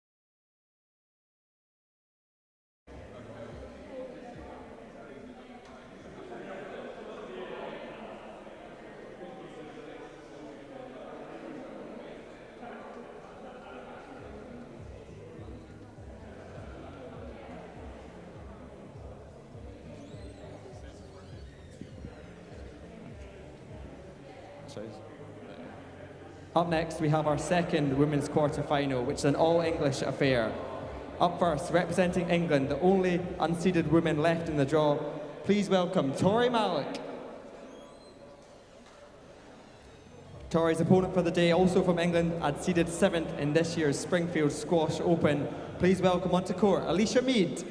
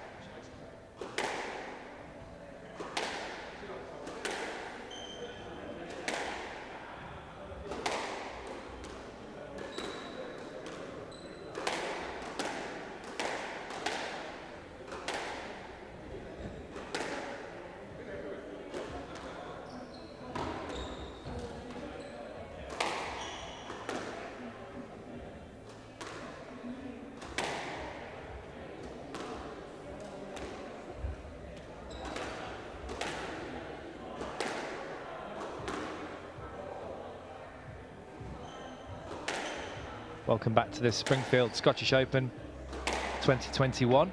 Alicia Mead, the number 7 seed, world number 88, 25 years of age, been on tour now for 6 years, amassing 1 title from 2 finals. Pretty experienced now with 72 matches on the PSA. It's an all-England affair, this one. She's up against the 17-year-old Tori Malik.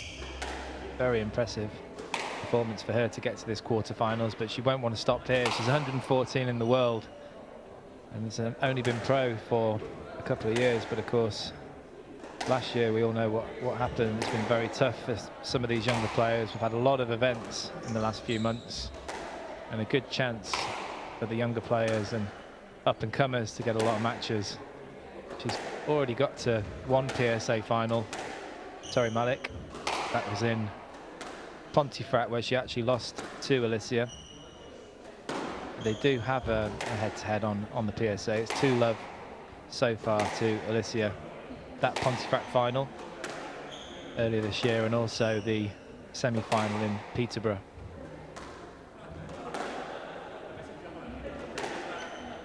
Well, I'm Simon Clark, and joining me for this match is the father of Alistair Prott, very proud father, Ian Prott. Good afternoon, Ian. Afternoon, Simon. Pleasure to be here. Pleasure to have you. Thanks for doing this. No problem. You're a long-time member at this fantastic club. Yeah, it's get the calculator out. I've been a member for about 37 years and counting. So a lot's happened over the years, but still the kind of heart and soul of the club has remained the same, which is great, you know. And it is a great heart and soul. This is the 3rd time I've been to the club. Twice as a player in the years gone by, and now as a commentator, and I've always enjoyed the experience. Yeah, been a lot busier this time, but yeah, a lot more traffic, which is always good to see. I must say that the court's looking fantastic. Yeah, it really is. The members have worked their socks off to get it up to this standard, sanding the floor twice and cleaning the walls. So yeah, it's coming across really well, I think. And a bit of history, the court was actually opened by the one and only Mr. Jonah Barrington. Oh, fantastic. He gets around that guy. Yeah. Yeah.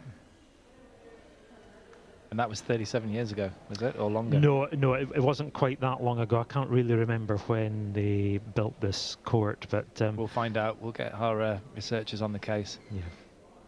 But a great kind of show court.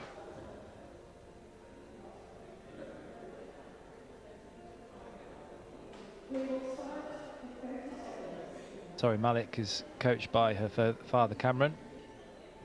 She was up here, of course, with two of her brothers, Curtis and Perry.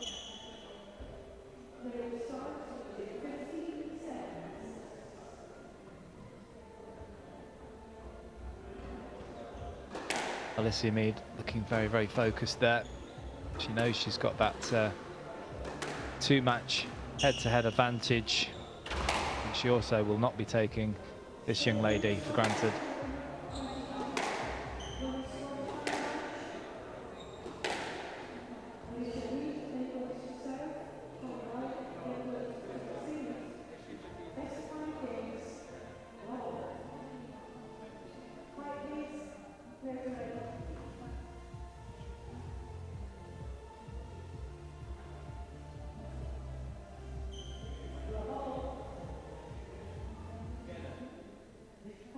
Still quite a bit of music there, just need to be sorted out so both players can get on with this. Alicia Mead starting us off in this match. She is 88 in the world currently, and she's actually, I mean, everyone seems young to me, probably the same for you, but yes, even younger. She's 8 years older than Tori Malik. Alicia Mead, 25. Great lob serve, that. Yeah, Tori will utilise the kind of high ceiling in court one here.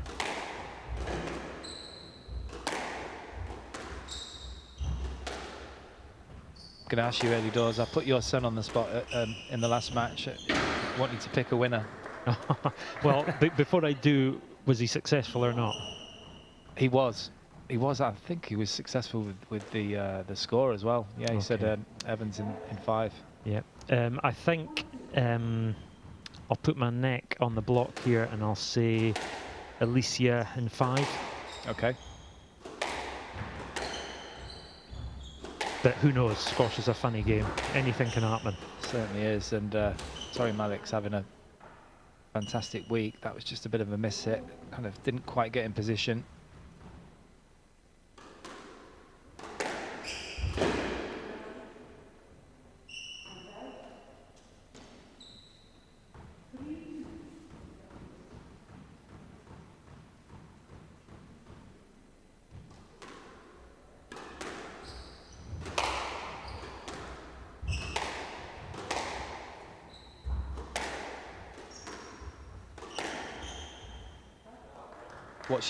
What's your reasoning? Do you just feel that Mead, just that extra experience? And I think so, Simon. But you know, Tori's showing a lot of composure so far in the tournament, and she's certainly playing. Oh, wow!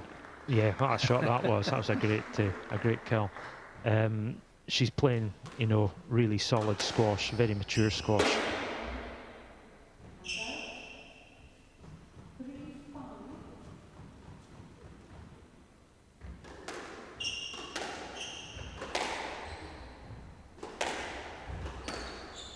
Yeah, she's certainly started to make a few of the high-ranked girls a little bit nervous. Tori Malik, they know that she's only going one way in the rankings.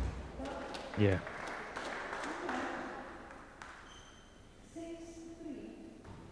And generates a lot of power when she's hitting the ball as well. She really does. Yeah. I don't think I ever hit the backhand that hard.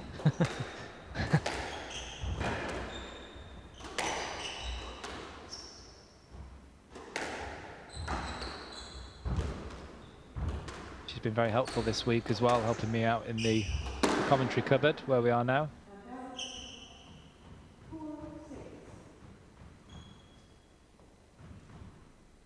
I think she's enjoyed it. Well, she said she has. Not all the players are that way inclined. No. It's one thing playing it, it's another thing talking about it and let alone commentating on it. Yeah, absolutely. And you know, quite a few of the players obviously still involved, and you want to set out your day, you know, perfectly to try and win that squash match. Yeah.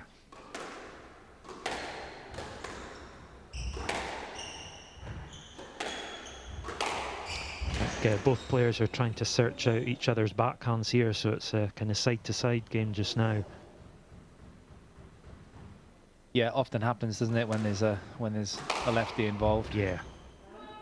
Right on cue. A severe cross court into the backhand of Mead.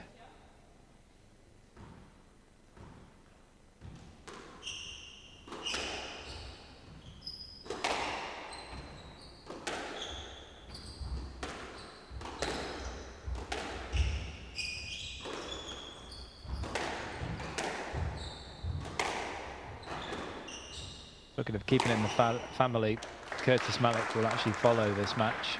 Tori's brother. Against the number 2 seed, Rui Soares from Portugal.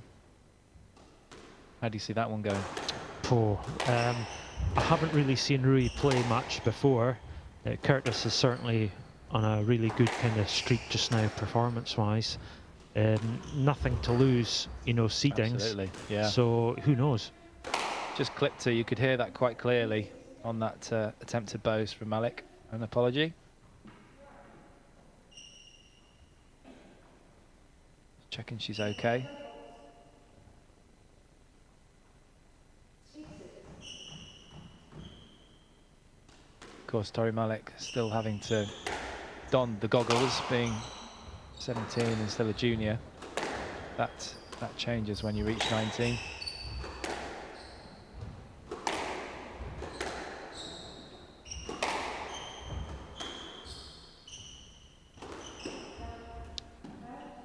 Just didn't quite get under that one, did she? I know she's tall, isn't she, yeah. Malik? I think those sort of positions you have to get right down and dig the ball out. Yeah.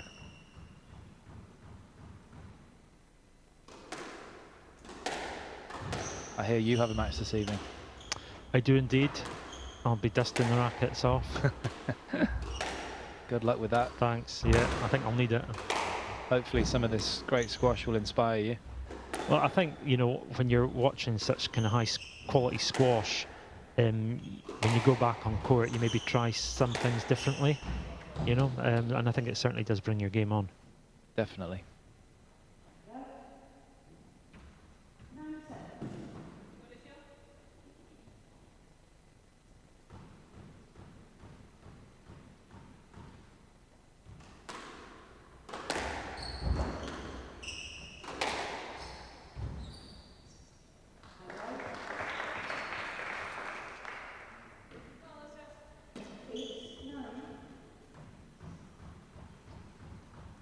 Nip and tuck here between these two. Yeah, at the business end of the game now. Yeah, that looked out as soon as it left the strings, actually. Yeah. It's not always that clear from our end, but that's a great kill. I mean, the serve was a little bit poor. I always gang up on the server when it's a bit of a loose one, but it was a great return. Yeah. So 1 game ball for Malik, and she's taking it. First time of asking that incredible power on the backhand and accuracy. I mean, for any age, but for somebody as young as her at 17 years of age. Yeah. Tori Malik coming through in that first game. Yeah. Showing no fear. Absolutely not. She is completely fearless, Tori Malik, as she takes the first game. 11-9 in 8 minutes. She leads by 1 game to love.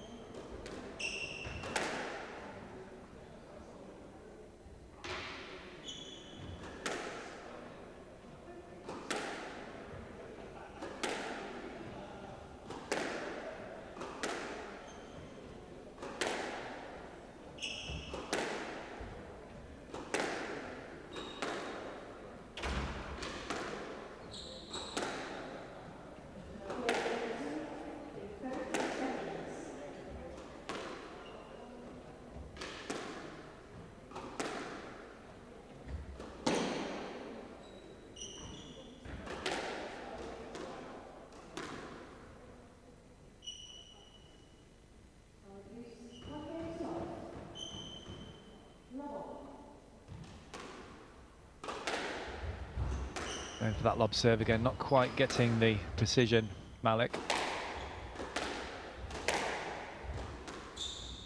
Mead has got to be careful here to keep it off the volley of Malik and out of the major hitting areas if she can. That's a good shot from her, stretching out her opponent. And again, very good play from Mead. Yeah, good working both there, just creating that opportunity to go in for the kill there.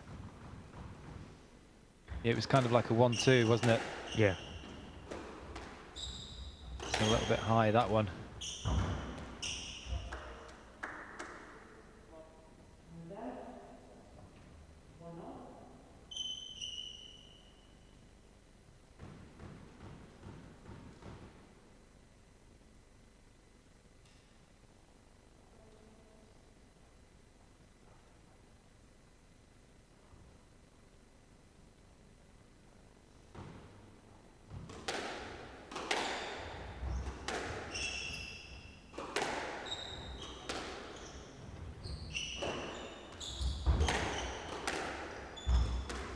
Not quite getting the line there, Mead, but she got away with it, didn't she? Yeah. Just clipped the sidewall, and then Malik actually played a loose shot.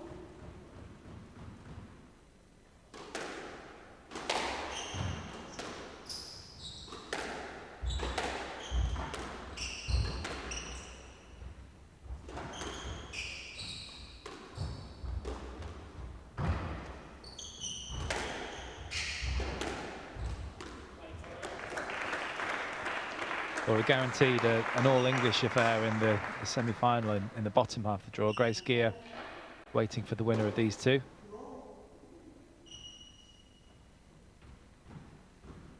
Grace Gear coming through in a really tough battle against Marie Stéphane of France. Good line. Yeah. Really good hitting there from Malik. Yeah, made the space and executed the shot perfectly.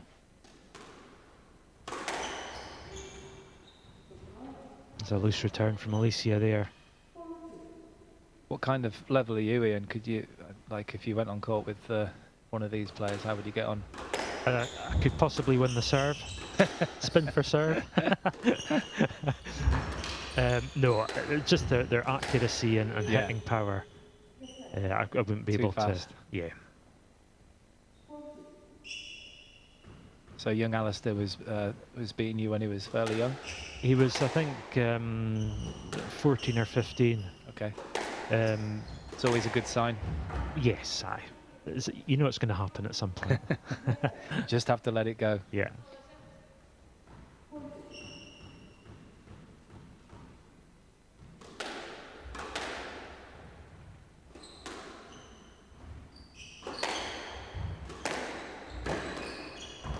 That's a lovely shot from Alicia. Yeah. It wasn't too bad initially from Malik, but really well countered. Yeah. Very solid technically, Alicia Mead.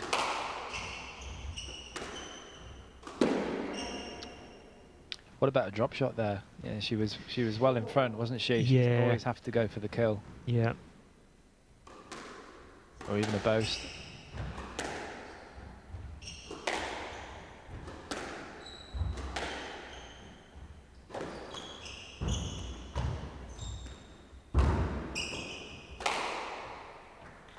Another good drop shot there. Again, Mead being really proactive here. You can see how hungry she is to take the ball early. If it's not a volley, it's a half volley. Yeah. Stepping into the ball a bit more, really hunting it down.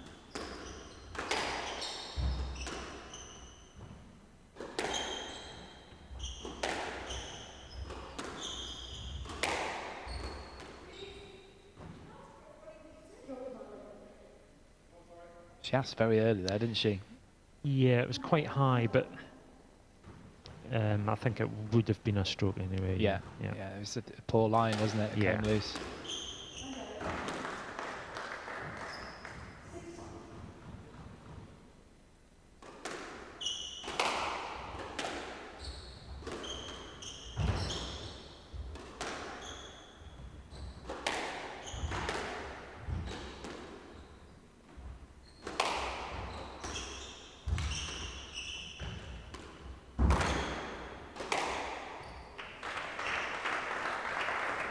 Yeah, another working shot there from Alicia, creating that opening, and then just hitting the line.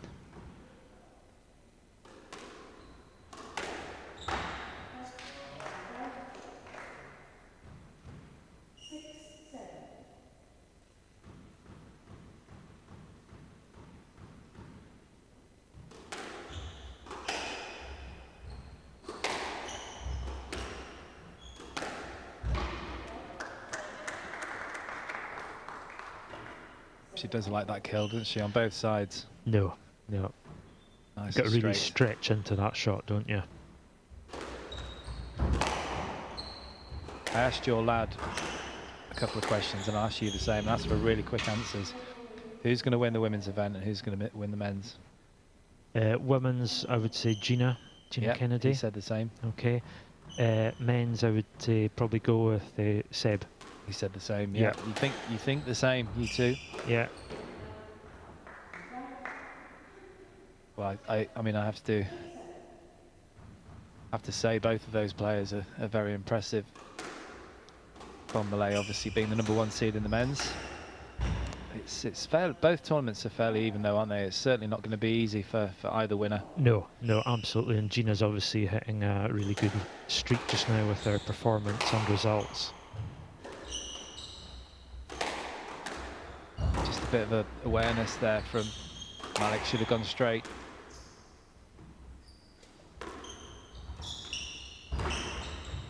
In trouble now. Whoa, ouch.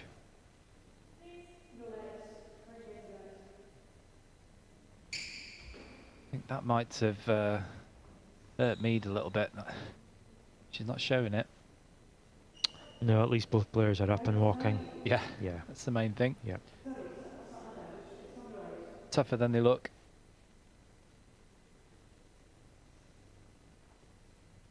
There's a really good pick up from Tori there. Ouch.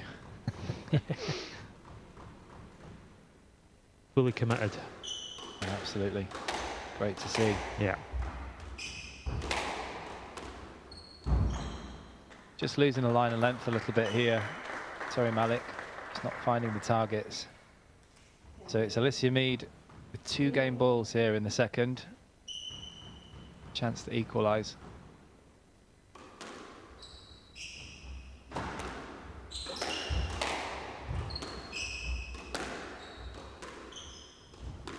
Oh, that's a wonderful shot. Fantastic That overhead. is, yeah, it's world class from high up on the backhand side.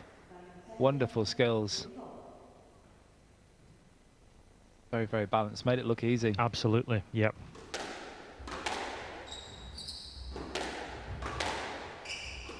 Big point. Oh, just as I say that. Yeah, it was a huge point, and it'd be a great relief for Alicia Mead to see that go into the tin at the end of the second game from an opponent's racket. She's going to have to think about this one, Tori Malik. My brother just went to give her a few words of advice. So Alicia Mead, #7 seed, taking the second game, 11-9 in 9 minutes. The score is 1 game all.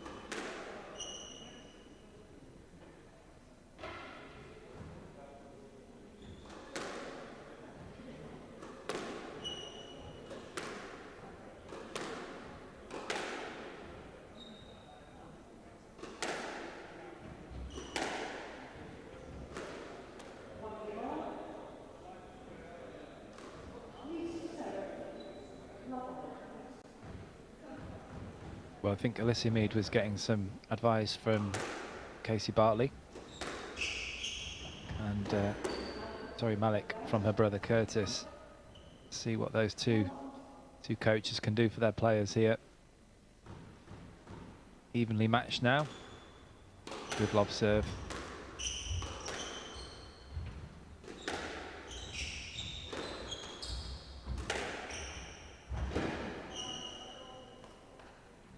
Very busy player, isn't she, Alicia Mead? Very fast footwork.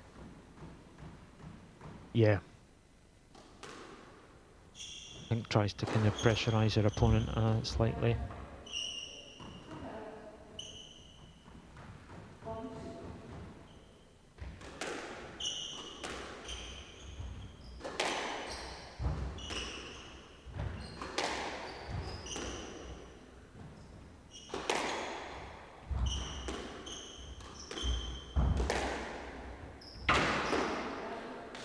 It's a good length there from Tori, just finding that back corner.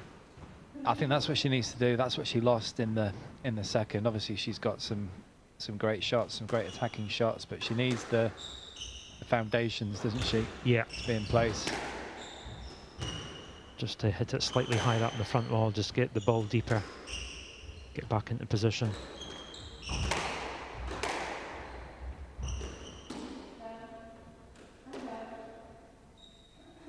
It's funny, isn't it, the way that Malik moves? She never seems rushed. Even there, when she had to do the diagonal, it was just a bit of a jog. Yeah. Now, obviously, she's got a long stride. Yeah, creates her space very well and holds her form. Just a bit fortunate there, Malik. It wasn't wide enough. It was onto the volley. Mead not able to execute.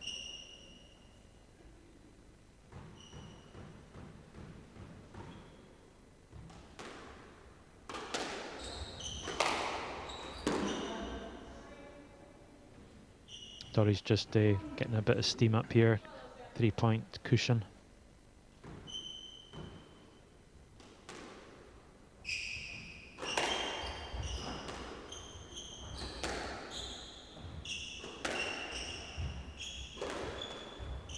Yeah, it's definitely a big improvement in terms of the length hitting from Malik. I'm sure that's what Curtis has communicated to his little sister. It's definitely working. Well, probably not so little sister. No.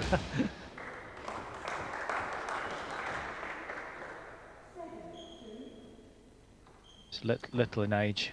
Yeah. Well, it's a little bit scrappy, but she'll take it.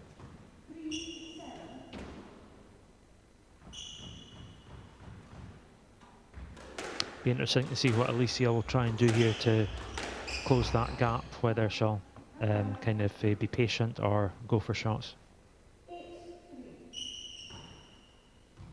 That's right, and what she can't afford to do is make unforced errors and leave the ball short like that. Yeah. Against somebody with the confidence of Malik, the fearlessness of youth. Yeah.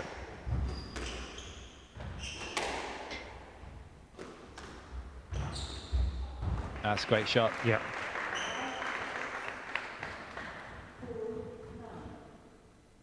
She was ready to spring out of that one as well, Alicia.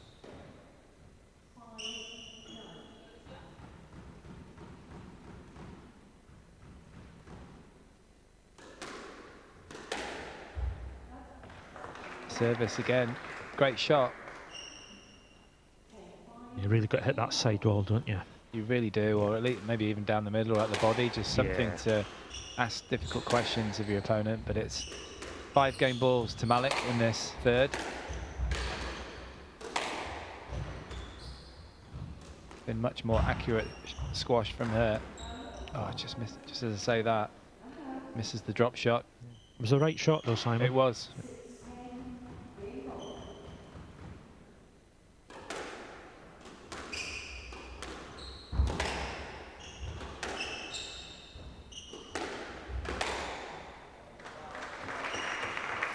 Well played, nice early hitting from Mead.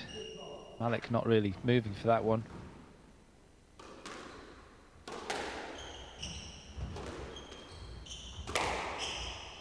Oh, that's a great shot.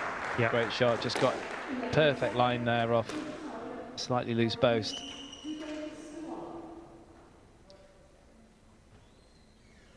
Malik marching off the court to get some counsel with her brother. Alicia Mead with Case Bartley, as I said. So 11-7, Malik takes that third game in 6 minutes. She leads by 2-1.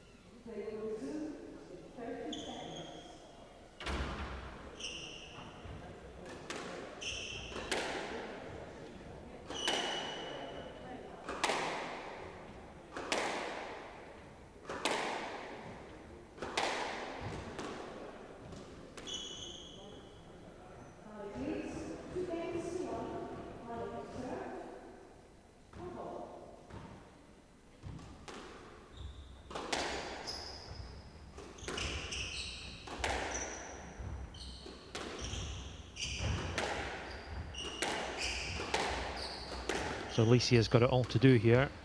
2 games to go if she's wanting to pull through this. So Tori just needs to keep her composure, find her lines, and yeah, put the pressure on Alicia. Yeah, more of the same from the last game, really, for Malik. The length was spot on. Mead, as you can see, is going to try and get out there and hurry her opponent, take the ball early. An interesting clash of styles, isn't it, really? Yeah.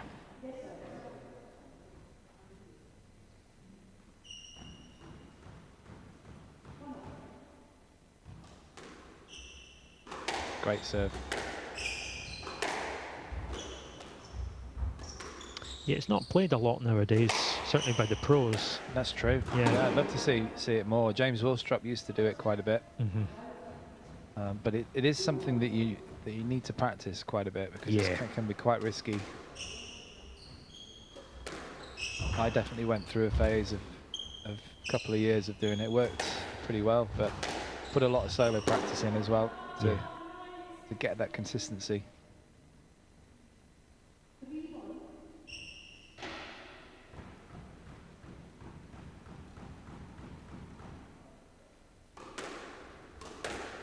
Good start from me, just what she wanted, just what she needed.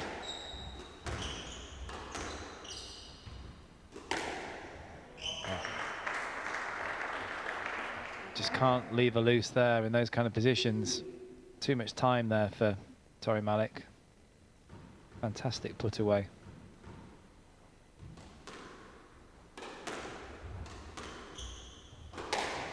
The volley lob you don't see often as well. That's it's a good shot.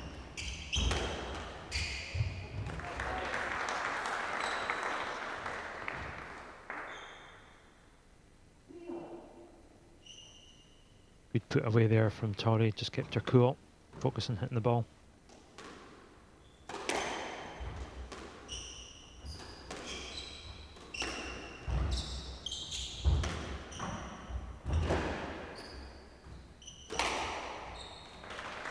Yeah, she was trying to slightly guess there, edging more towards the right-hand side. Mead didn't work out for her. Good awareness from Malik.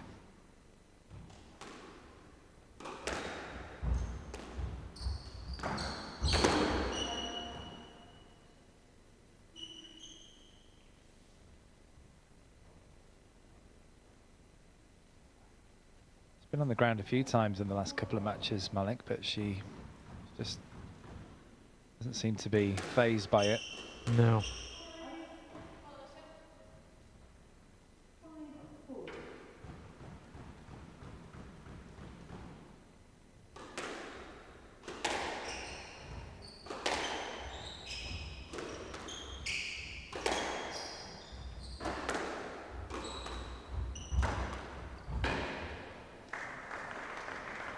Great shot. Took it nice and early, didn't she? She got it there, read this, anticipated, and took the drop well out in front of herself. Nice soft hand there, just pushed the ball in.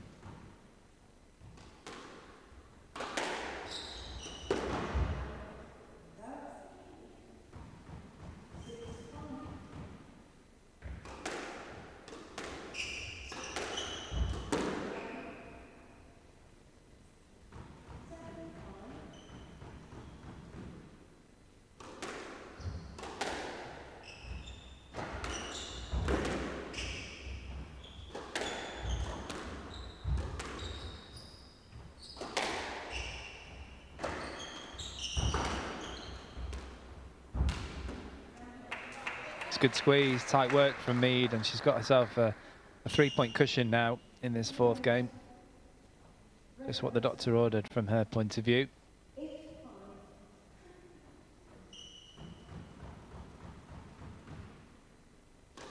What I'm impressed with, though, with Malik is she never seems overly worried on there. No, no, You no. know, for someone so young, she's keeping pretty calm, whatever the situation. Yeah, very confident in her abilities.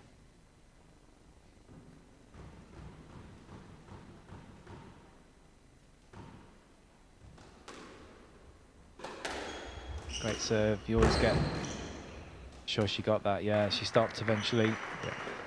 But that serve from a right-hander, from the left to right, you doing it with the forehand, it's almost like a straight lob, isn't it? It just drops down the side wall. She did perfectly. Just managing a mini comeback here.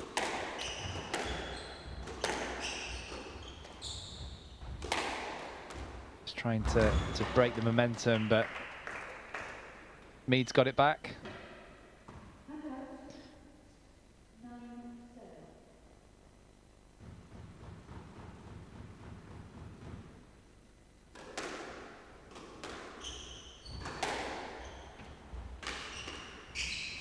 As I said earlier, Tori Malik has not managed to get a win yet over Mead. It's a little bit of contact there. Well, quite a lot of contact actually, but sure everyone's okay. I mean, we're encouraged, aren't we, as players to play the ball. Yeah, no one likes to see pushing, do they? No, certainly not. Continuous play as much as possible. Oh, she's in trouble there. That's your Mead. Yeah, nicely done.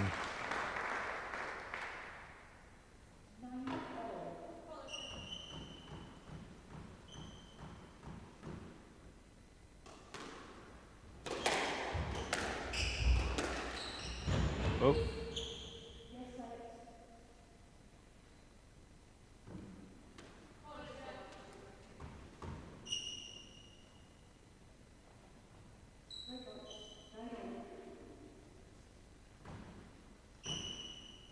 Big point coming up here. Yeah, I'm getting quite tense here, Ian.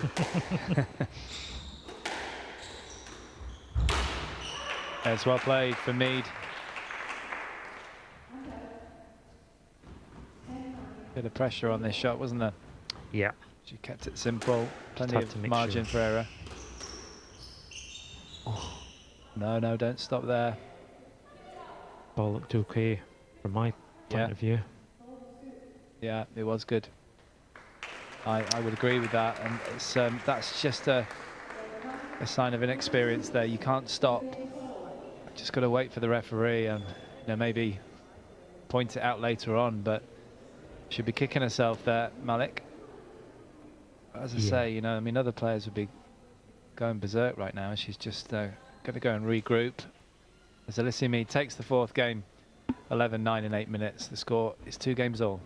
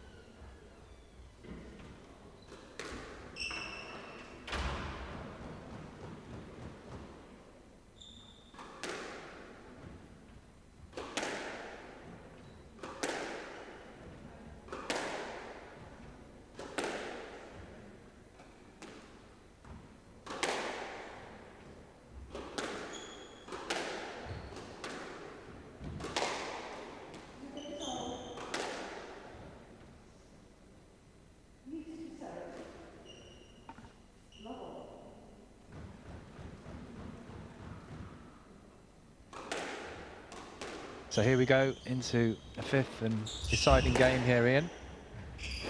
And just having a little chat off mic there. It's very difficult to pick a winner here now, isn't it? Yeah, it's whoever kind of gets a good solid start here and doesn't make any unforced errors. That'll be the key. We keep talking about the difference in experience and age, obviously, as well, and maturity. But I think that's the impressive thing about Malik, but that can't afford those, especially early in the 5th.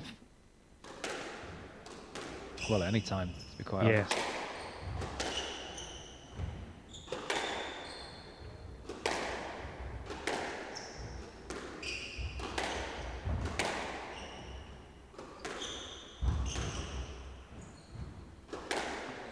I don't think it's going to be a fitness issue between these two, who's fitter. It's just going to be who can hold the nerve on the day. Yeah, find their lines, target zones. And keep the cool.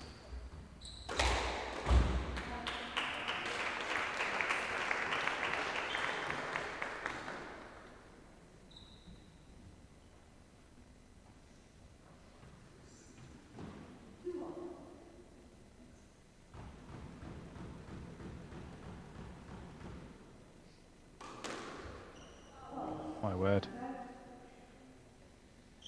Well, I think it's one apiece now after that one at the end of the last game with Malik calling the ball out when it was clearly in. I think we're even Stevens now. Yeah. This out of court serve.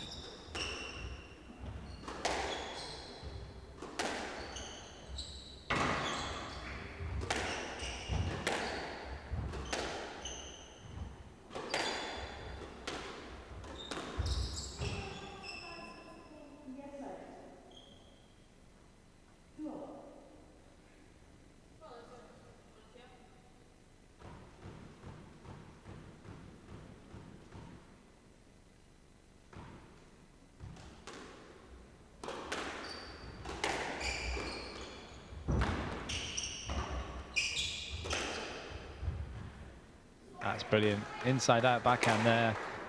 Took a lot of awareness and accuracy to find the corner with the backhand from that position.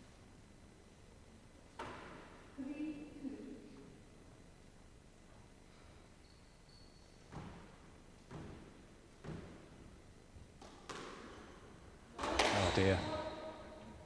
I think that was out of court there, Ian. Yeah. Just got to calm down a wee bit here. Yeah, as I was saying earlier, it does happen. Great shot. Yeah. When you are playing a lot of lob serves, obviously, can happen. You've got to be careful. Yeah, that was a great put away there from Torrey. So much slice on it, wasn't there? Yeah.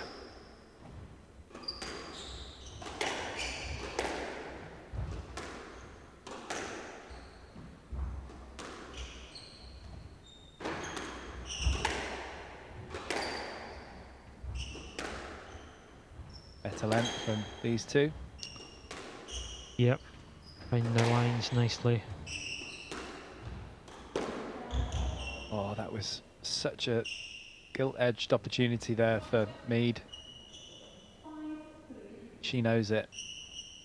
Got to stay calm.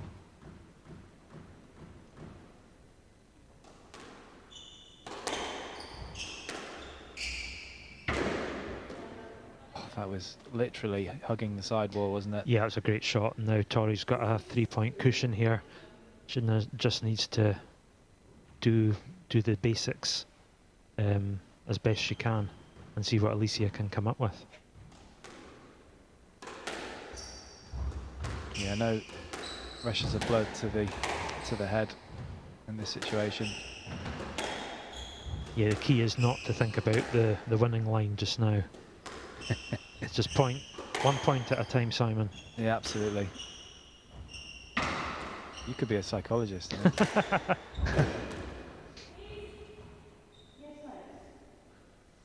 Close, seen him given.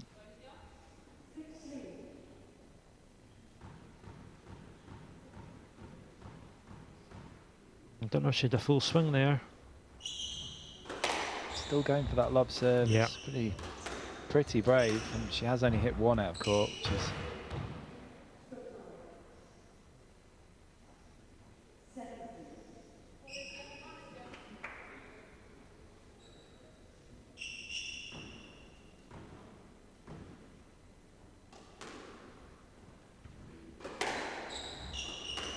Bit of traffic, which I don't think Mead is too happy with, but I just think it's sort of shared interference most of the time. But this, I can tell this is frustrating for Mead because she's just running away from her here. She's not, it kind of looks like she's run out of ideas, at least for a couple of minutes. Of course, a couple of minutes is a long time, isn't it, in one game? Yep. Good pressure from Tori there. You can feel that when Alicia tries to go in short, she's very aware of Tori coming in behind her, and that puts a lot of pressure on you. Oh, what a lob. Fantastic shot. So 7 match balls for a possible place in the semi-finals here for Tori Malik. Another lob serve.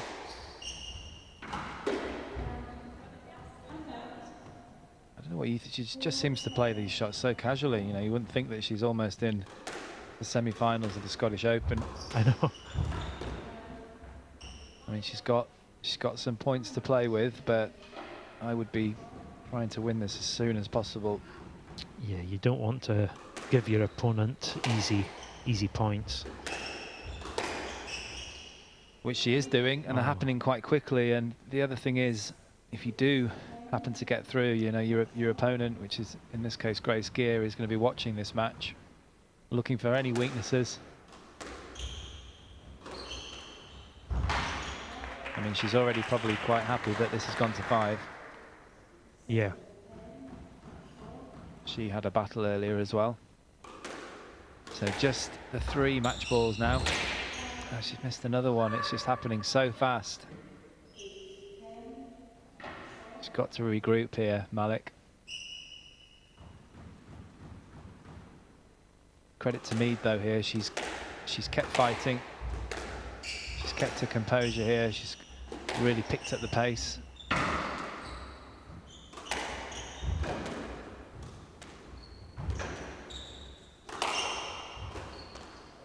Oh wow. And it's just completely mishit that one, Alicia Mead. You can see the joy there for Tori Malik. Alicia Mead not happy there at all. No handshake.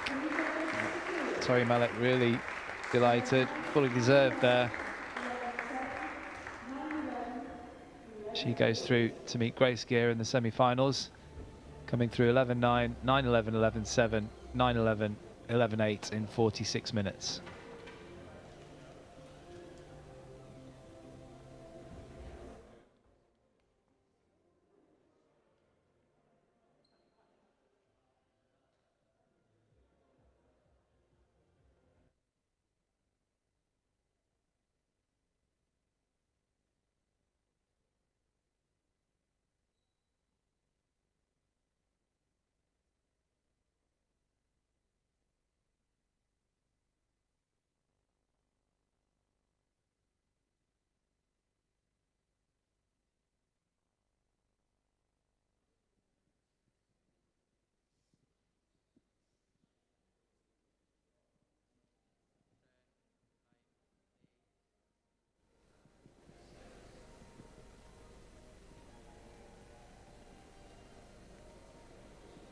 Right, I'm courtside with Tori Malik, winner of that second women's quarterfinal. First of all, Tori, congratulations, a 3-2 hard-fought victory. You must be delighted with that. I'm absolutely over the moon. Still shaking. Yeah, I won't let you get your breath back, but so far, you won't tire of hearing this, but you've beaten the 2nd seed, now beating the 7th seed. You must be absolutely loving this competition. Yeah, training's paying off finally.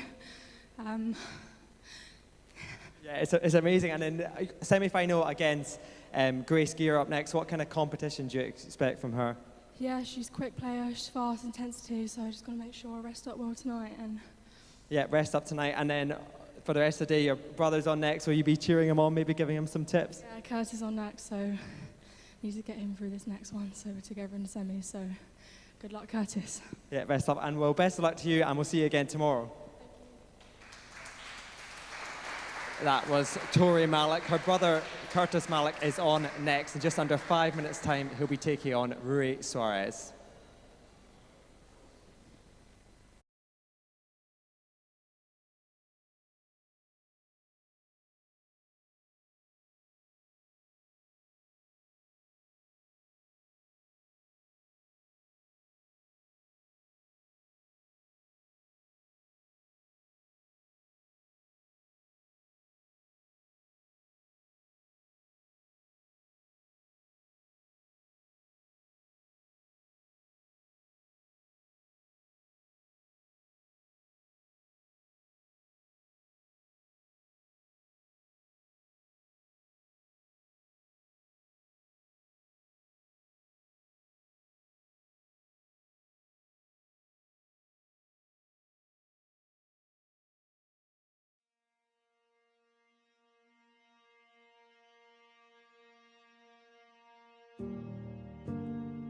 Wherever I wander, wherever I rove, the hills of the Highlands forever I love. Farewell to the mountains, high covered with snow. Farewell to the straths and green valleys below.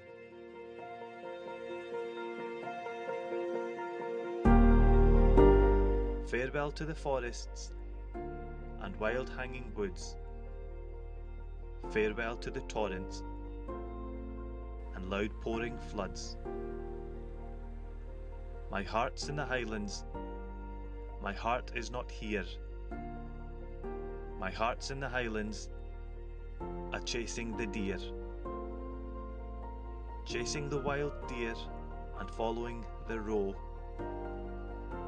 My heart's in the Highlands, wherever I go.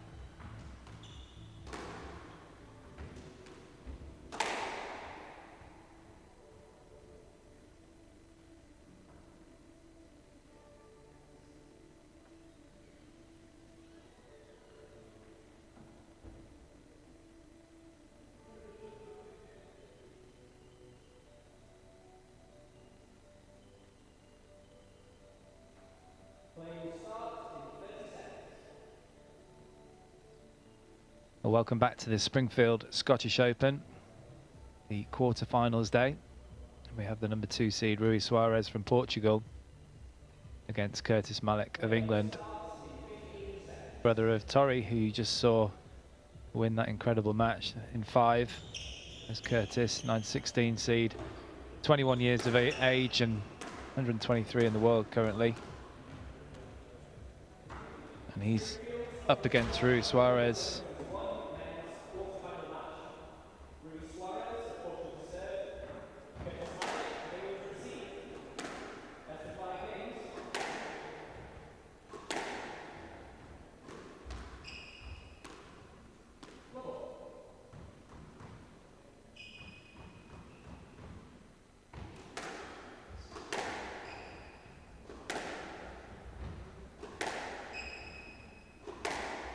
Well, I'm Simon Park, and joining me in the commentary cupboard for this match is Fergus Richards. Good afternoon, Fergus.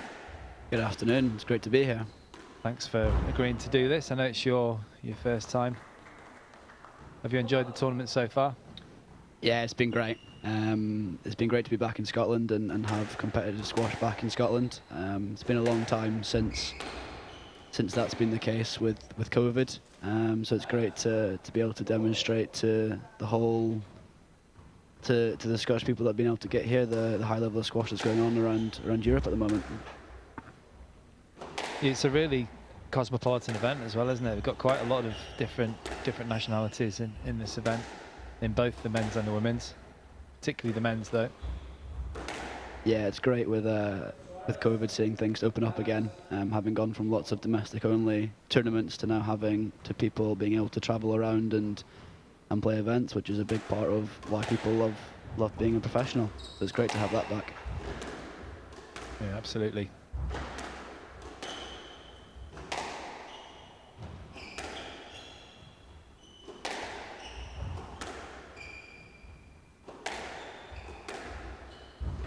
One of the reasons I've got a lot of you young players, young commentators in to help me is because I actually haven't ever seen Curtis Malik play, believe it or not. Seen his name a lot over the years, of course. This is a first for me. Have you played against him? I haven't had the pleasure of playing Curtis. We've been in lots of tournaments recently together, but I've never played him. I've seen him play a few of the fellow Scots. And he's a very solid player, very traditional, and I think it should be a good game. Moves well, as you can see there. So yeah, I think we're in for a good match here. Prediction? I think Soares might just have a little bit too much around the front and be a little bit too clever for him. But I'm going to go 3-1 to the Portuguese.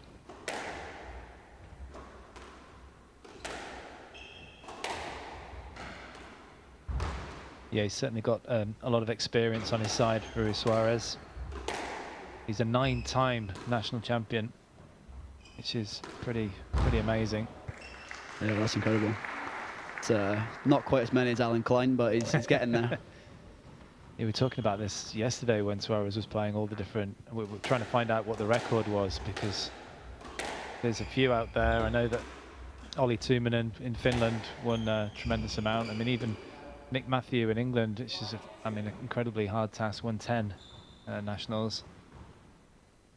I think Willie Hosey, you might not, he's a bit before your time, he's actually even older than me, believe it or not, but he won a lot of Irish titles before Derek Ryan.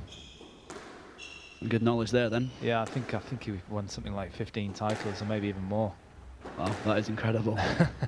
That's I wonder when his first one was and when his last one was. It's quite a large age gap to be bridging there. Yeah, I think it was quite spread out as well. That was another.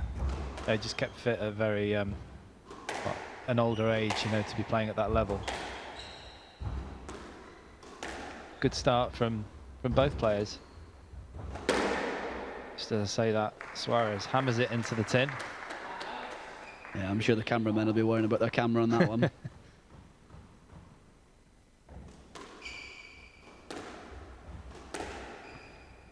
And I gave my prediction, but I never got your prediction. What do you think we're going to get here? Well, as I say, I've not seen Curtis play before, but I've seen all his results, and perhaps I've seen a couple of YouTube clips, but I was going to say they look like they have a few similarities in terms of, you know, nice solid hitting and moving well. Both quite big guys on the squash court.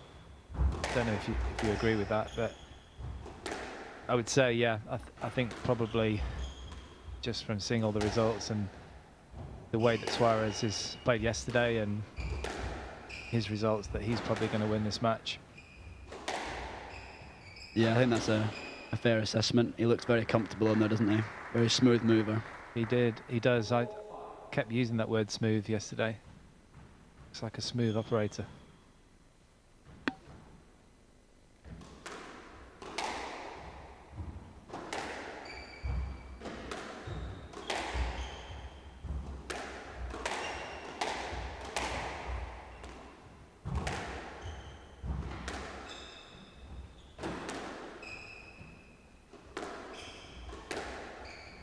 The real battle here going on to see who can get control of this middle area.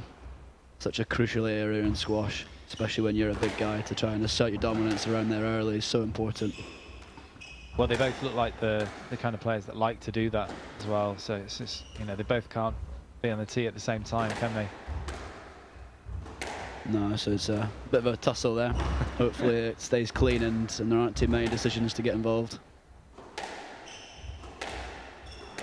That's usually okay at the early stage, isn't it? It's when players start to get a little bit tired. Yeah, the dreaded lazy movements. You haven't had any matches like that, have you? I'm too small to get in the way, so it's okay. I always blame innocence. your opponent. They're always bigger than me, so it must be their fault. Well, these two do have a head-to-head in the PSA. Ruiz Suarez is 2-love up. In fact, he won at the Sumner Malik Memorial Tournament in the quarterfinals, and also in the hit-and-run final.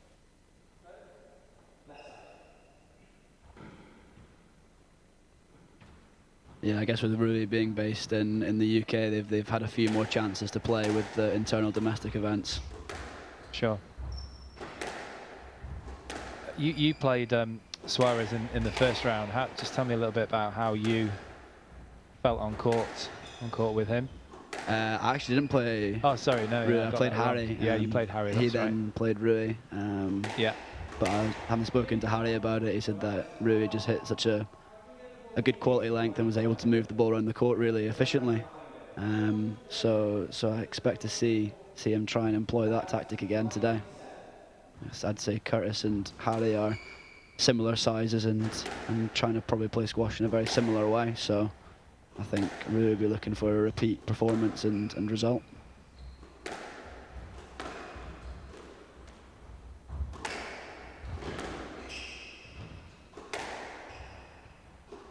If you were coaching Curtis in this match, which would never happen because you wouldn't be coaching an Englishman, what would you say to him?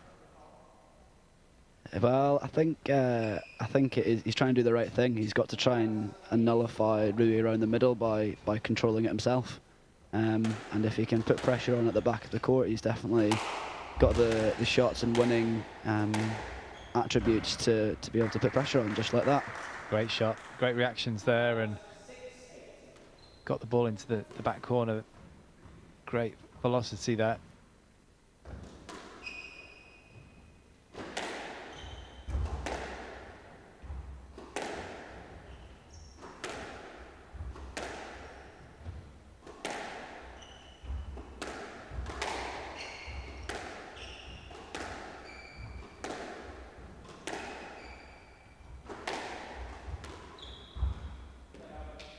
It's good play from Curtis. Just taking the volley at the right time there. Yeah, good build-up work down the backhand to force the loose cross-court. And thinking Rui's probably thinking about trying to straighten those ones in the future to not give him that angle to find the tight line into the front corners.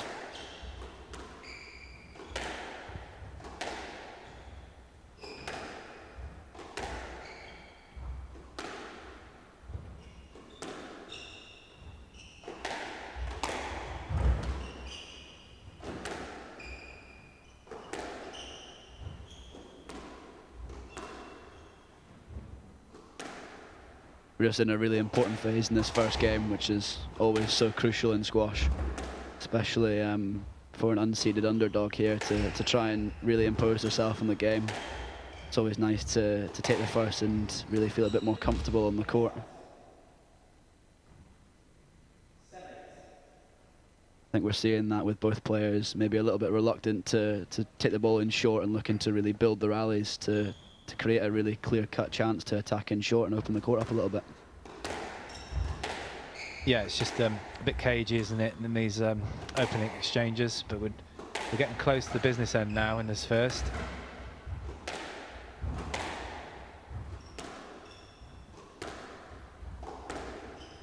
It's just getting that balance, isn't it? You don't want to be too negative, but you've got to be patient. You can't be giving away cheap points. You've also got to be proactive on there. I think that's where the experience of Rui might kick in a little bit. He'll know the right times to really step up and try and be aggressive.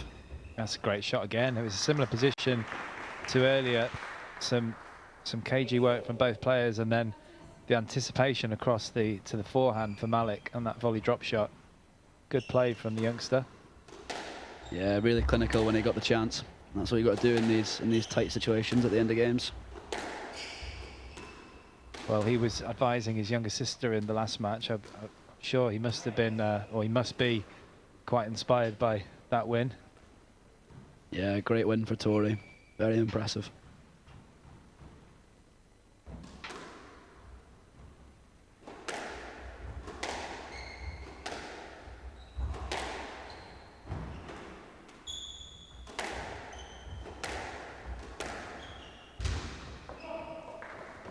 It's really well played.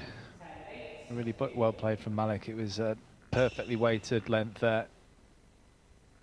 So that gives him 2 game balls in this first against his highest seeded opponent.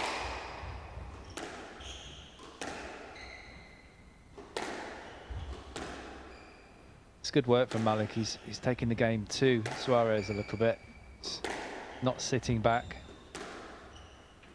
Yeah, and although they're building carefully, there's good intensity to the hitting. It's not just chipping the ball, waiting the other person to do something or make a mistake. It's really positive, looking to create a chance. He only got a little bit fortunate there, which was, well, he fully deserved. He'd been hitting his targets most of the first game and got the error from Suarez. Just squirting out the nick a little bit. So Curtis Malik takes the first game 11-8 in 12 minutes. He leads by 1 game to love.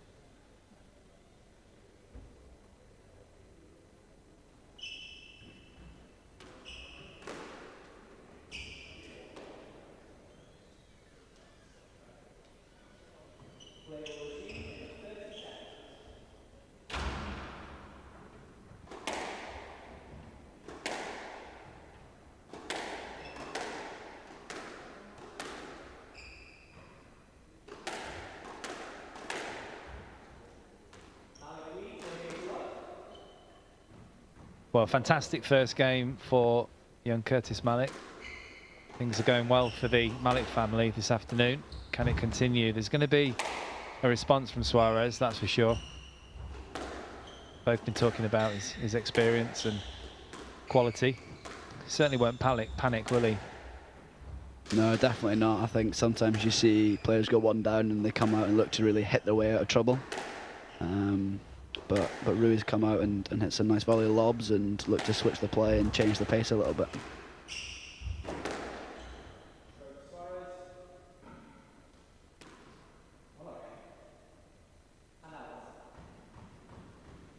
Having watched the first few days now into the quarterfinals day, what would you say the biggest difference that you notice with this level of squash compared to the stuff that you commentate on at the platinum level at the moment?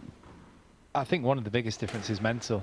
I keep saying between the ears and that kind of thing. I mean, obviously, you know, when you're looking at the top 20 in the world, they've got great skills and ability and fitness and strength and all the rest of it. But there's a lot of very talented players here this week that have got a lot to offer. I was talking quite a lot about Solnicki, you know, the Czech player. He's very talented, but it just he got found out against Evans a little bit. He was pushing him physically, and quite a few errors started to come from his racket, didn't they? Which they weren't doing in the previous round. I mean, it looked $1 million in the previous round. So that's one of the biggest differences, just the ability to keep the ball above the tin. I mean, look at someone like Joel Makin, how he's worked through. He wasn't a great junior, and obviously he's incredibly fit, and that goes hand in hand with the mental side. But it's just, I mean, I've really enjoyed this week so far. There's still a long way to go, but there's been some great squash, some really talented players. But it's sometimes just those cheap points given away or the shot selection. I think that's the difference. Yeah, definitely. I certainly know myself. You come off court and you've lost 11-9 or whatever the score might be, and you look at it and you go, at 3-all, I just clip the tin on a drop or whatever, and so often that isn't what you see. That's the difference. Yeah. At the top level, and it's not maybe blaming execution, but you can also definitely point at the mental side of concentrating on that little detail in what you've been practicing and training. So I think that's definitely a very fair comment. And that's where sports psychology is so important. Just have a little listen to this.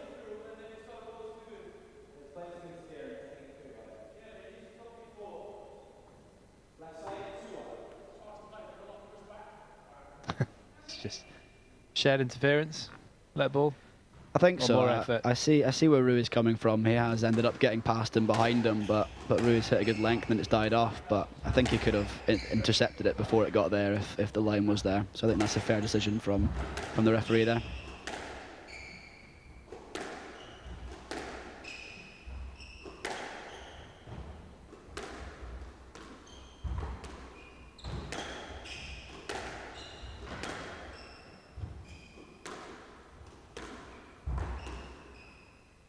Do you work with a sports psychologist, and the Scottish Squash have one? Yeah, I'm very fortunate that that I'm able to work with one. His name's Jeffrey Webster, and he works with a lot of the Scottish athletes. And it's great. It's great to have his input and hopefully unlock a few little bits of extra percentage of performance here and there, and that'll make the difference at the end of games. Yeah, absolutely. It's I mean, some people, I mean, it benefits everyone, but some people are just a little bit naturally calmer in certain situations than others. But I think it benefits just about everybody. Yeah, and I think it's as you say, it's controlling your emotions. Whether your initial emotion is aggression, like someone like Mohamed El Shorbagy, or if you're George Parker, or if you're a bit calmer and you're someone more like an Ali Farag who just looks calm, cool as you like the whole time. It's just trying to harness whichever way it goes and give yourself that best chance of performing in the key pressure moments. Or a Gawad who just looks like he's thinking about pizza later on. Yeah, pizza by the pool, that's what he wants. Same expression throughout the whole, not just the match, but the whole day, the whole week.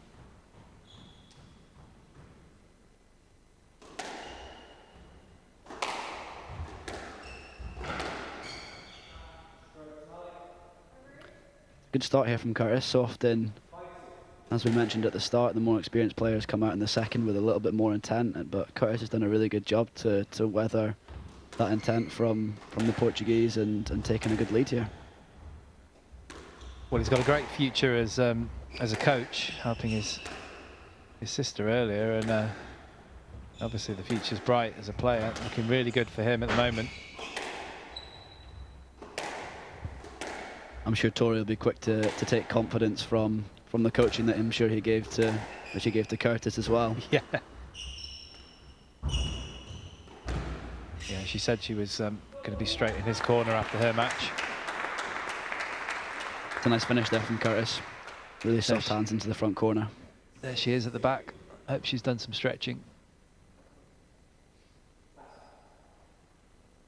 Don't need to stretch at 17, do you? Well, that's a good point. That's a good point. Never feel sore. Can't remember. Yeah, sadly I'm getting to that point too. It's 32 years ago for me. I wouldn't have guessed. Thank you. You're so nice.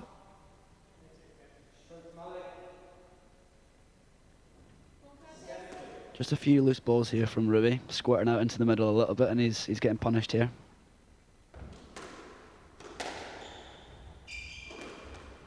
That's a great shot. Still managing to work his higher seeded opponent around the court.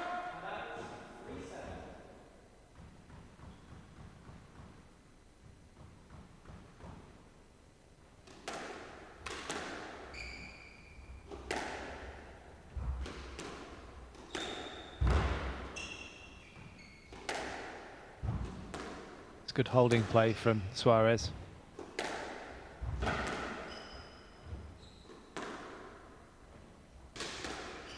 Yeah, a subtle hold makes such a difference. When you're thinking about trying to get work into people, you often think about hitting with greater intensity and taking the ball early. But if you can do that along with just a little hold, doesn't have to be massive or anything extravagant, it makes such a difference to a person's movement. Yeah, absolutely. Oh, he's quick. Oh, I don't know. Is that a let? I thought he went for the man a little bit there. You know, the ball was to the right. There's a line to the right here. Don't know what you think. It's a pretty tight shot there from Curtis, and I think unfortunately both players look like they've come off a little bit worse from that contact. There's a lot of momentum going into that ball. Yeah, there's maybe a little line to the right. I think he's going to get there, so I don't think it's a no let, but yeah, I just think a stroke's a little harsh.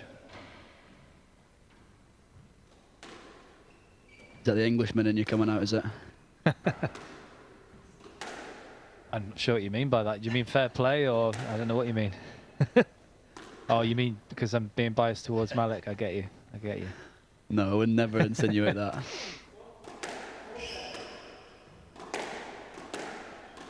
What I think it has done is just brought Rui back into the match, though, this game a little bit. So we'll see what happens here, how Curtis has recovered from that little knock and break and play.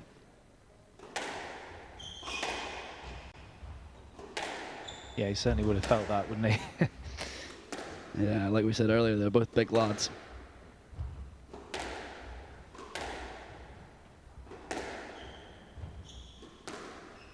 Well, I've just had a message from Tori Malik. Obviously, she's listening, and she said she has stretched, so not to worry.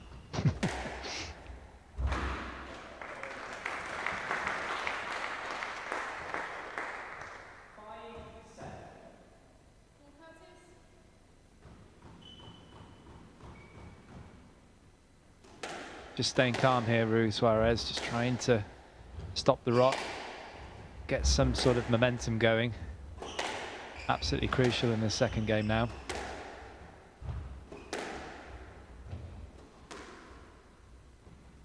We have seen one return this week, well there may have been more on court 3, but from a 2-love deficit, Nick Wall and Rory Stewart last night. I don't know, you'll know, has there been any more on court 3? Not that I've been aware of. I think there's been a few 5-setters, but I don't think anything from a 2-love deficit.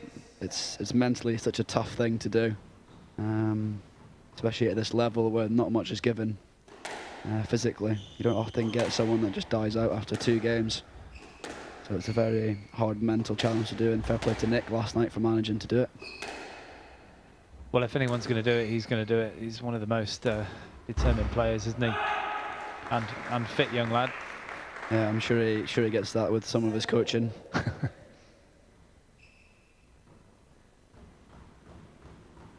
Yeah, Nick Matthew was pretty determined, wasn't he?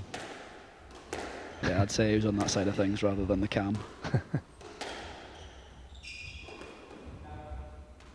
It's a good comeback here from Rui. He was 7-2, 7-3 down, and he's done well to fire himself up with a couple of shouts and get himself back into this game.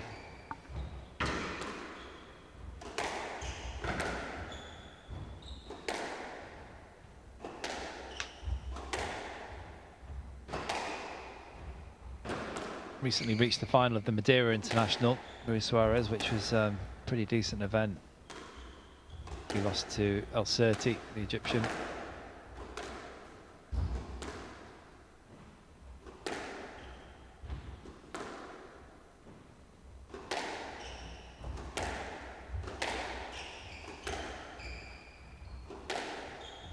And Suarez is the one just being a fraction more aggressive in his hitting at the moment.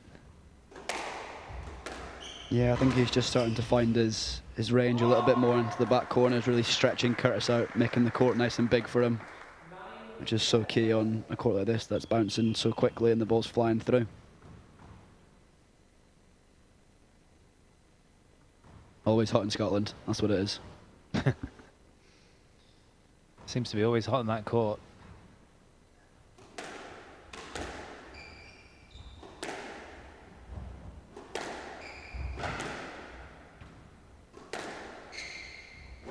Apologies to the viewers if you can hear that noise. I think someone's cutting the grass right by our door.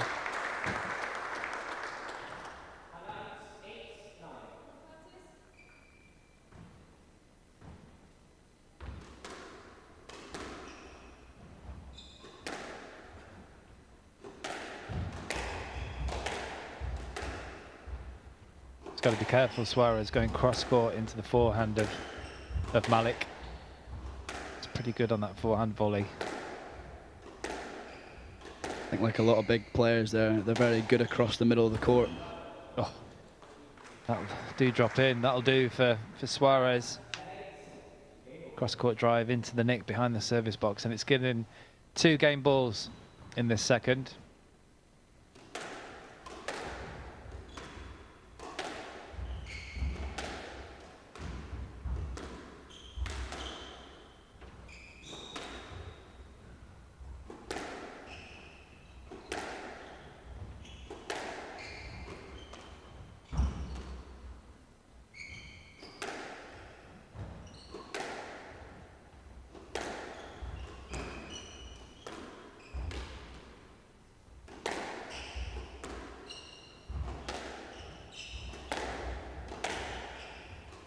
Long rally this one, some good quality from both.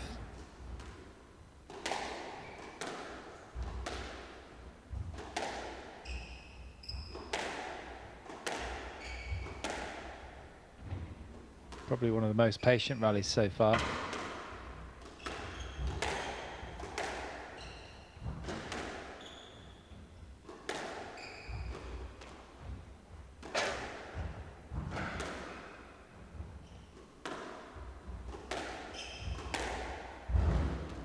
That's a great get, because he's unlucky. The first kill from Curtis Malik was pretty impressive, but what a get from Rui Suarez. Really fought hard in that second game, and he had to against his younger opponent who's playing remarkably well. You see, going to get some advice reciprocated by his younger sister. But it's Rui Suarez, the number 2 seed, who takes the second game 11-8 in 15 minutes. The score is 1 game apiece.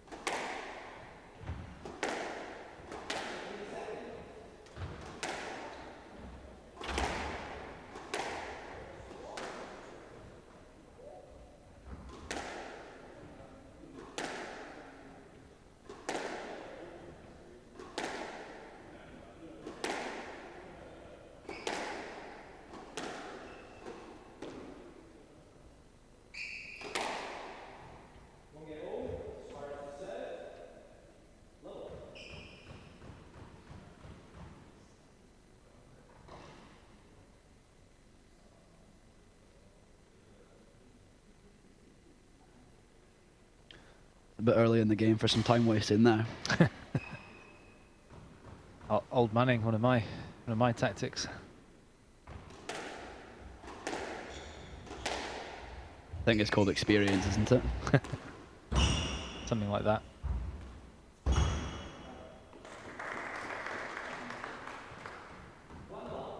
I feel Curtis has got to really make a good start here, just to keep belief strong, really find his back corner, stretch the court out like he did so well at the start of the second game.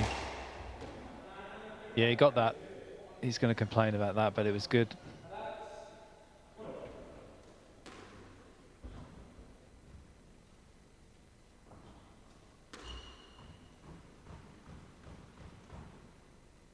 Is this one of your first commentary gigs at a Challenger event? I think it is the first, but I have commentated in other events, like the college finals in the States a couple of years ago. Might have been about 3 years ago. That was really good, actually. That was something different. And I've done team events, you know, European teams, world teams and things. But yeah, this is the first Challenger event. It's been great fun to see all. I mean, I know a few players, but there's quite a lot that I didn't know, and you know, enjoyed looking them up and speaking to a few of them and getting them in the commentary cupboard. It's been great. I think it's great for the Challenger series for players to experience this. I'm sure many people are hoping to continue through the journey up the rankings and get to the Platinum events where this is the norm. So it's a great first taste and some experience to know what happens in those scenarios and feel more comfortable. And I think it's a real credit to Scottish Squash for being able to get the sponsors to do it and sorting it out, and yourself for coming along. So yeah, it's absolutely, it's been great, and I think as you players improve, hopefully the tournament will improve in terms of, you know, sponsorship. And I mean, Springfield have been absolutely fantastic, but I think the plan is to build it bigger, to make it bigger and bigger, and perhaps it will be a glass court event eventually.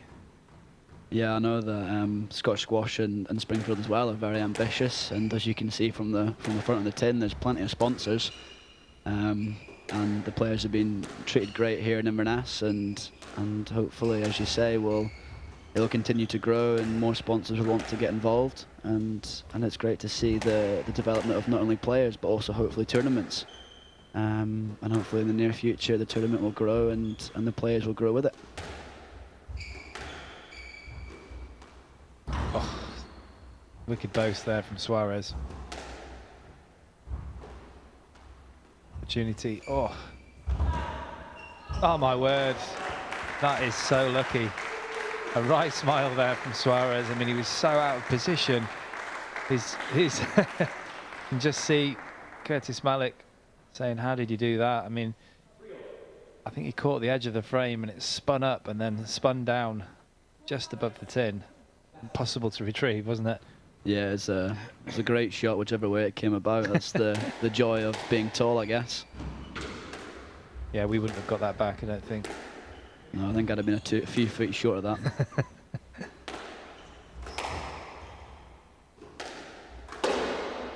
You make up for it with quick foot speed.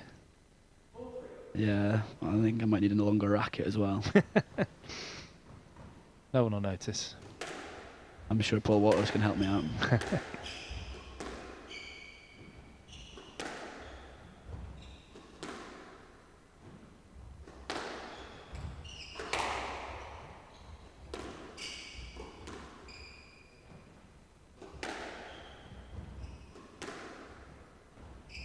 Back into the patient play down this backhand wall, as you often see with right-handers at just sort of middle points of matches. Both players just trying to settle down a little bit. Yeah, quite often after a bit of a hectic rally with that slightly fortuitous winner, you see both players just trying to settle back into what they know, which is line and length, often down that left-hand wall, as you say. Oh, that's a nice shot.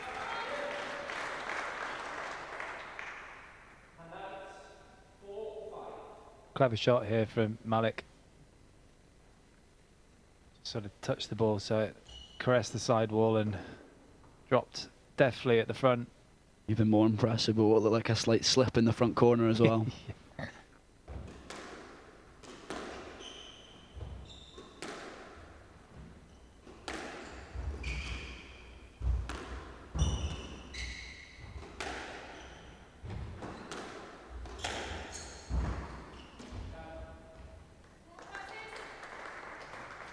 Nice whip there from Rui on the volley. Really getting that ball fading away from Curtis the whole way, making a really tough movement into the low right-hand side wall. Yeah, that's a good decision. Don't know what you think, but I think, yeah, room to play. Good decision. Yeah, I think so. I think that might be a little bit of experience there, just not going through and playing it and looking to maybe get the slightly cheaper point out of it. And I think the referee's done well and wise to it. Nothing too rash with the no let or anything like that, but just trying to get both players to play the ball and hopefully see some good squash.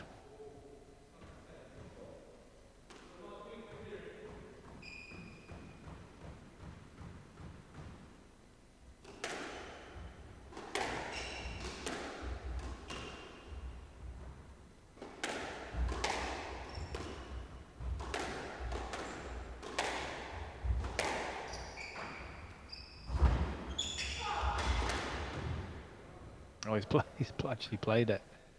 Took him out, then played it. And that's one each in terms of into the back and a little bit of back pain.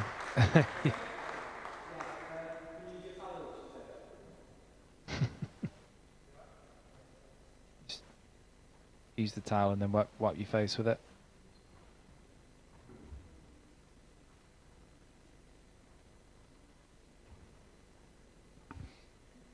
What do you think about the towels at the front? Obviously, with no touching the walls at the moment, it makes great sense. But do you think when in the years to come, when COVID's maybe less of a big issue and players kind of go back into the habit of wiping their hands on the wall, do you think the towel will stay? Do you think the towel will go? I think the towel's a great asset. I think you should have a little box for them though in this tournament. That's one difference between this and the bigger events. Just get a little basket each at the front of the court. But I definitely think it should stay, yeah, because I mean, you talk about wiping the hands on the wall, but there's some players just sweat so much, don't they? It's just never ending. So I think the towel situation will stay. Yeah, I think it is a good initiative and a clever one. As you say, I think with the box it looks just a little bit more tidier around the front of the court. But I think it is a good initiative, and hopefully, as long as it's monitored with how regular players are using it and it doesn't become a untie and retie the shoelace kind of situation. Well, absolutely. I mean, there's always, you see it in tennis, don't you? And you know, there's always players that are gonna bend the rules as much as they possibly can. But I think for the most part, it's been a good asset, good change. Great length there from Curtis, really snapping through that ball around the midcourt.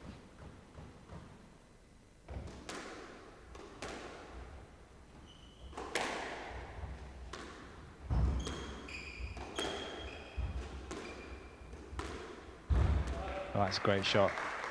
Great control on that backhand volley. Lovely technique. Nice and balanced.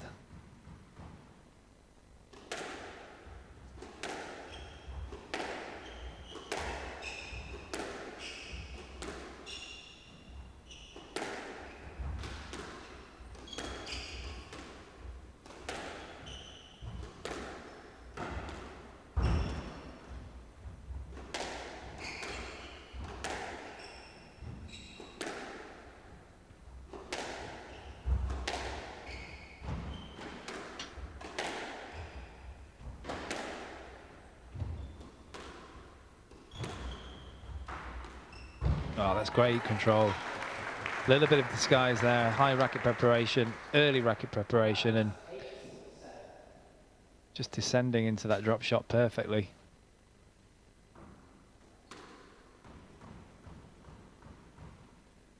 And we're back locked in at 8-7 again. And we've been here every game.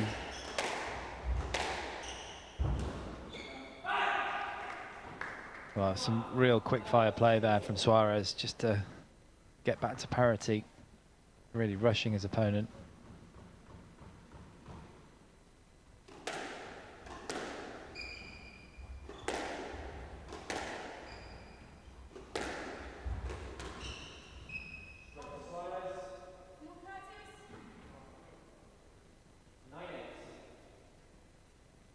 Curtis is not quite clearing the ball enough there to allow the Portuguese man to play.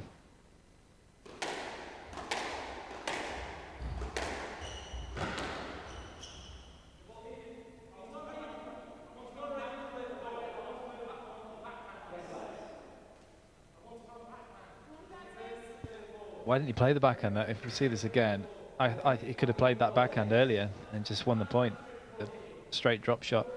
I think it's a good decision. I think there's probably a safety element there on him turning and hitting that, but he's definitely not ready to play that ball anywhere near. He's just maybe not quite moved his feet quickly enough. Whether that's fatigue or just a bit of decision making, he's just not quite made the decision quick enough.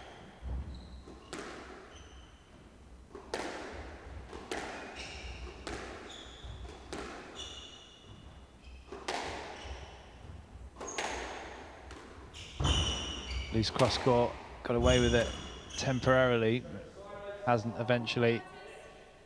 Just put himself under pressure there, and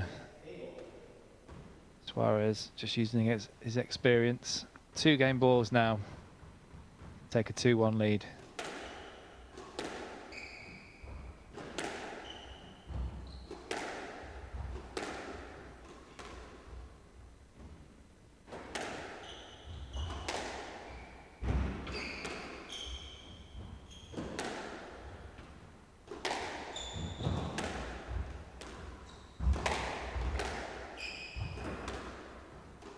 Putting some work into his younger opponent here, and that was a fantastic drive to the back of the court. Great precision there from the Portuguese number 1, number 2 seed here. Suarez first off the court, delighted with that game. So he takes the third, 11-8 in 13 minutes, and leads by 2-1.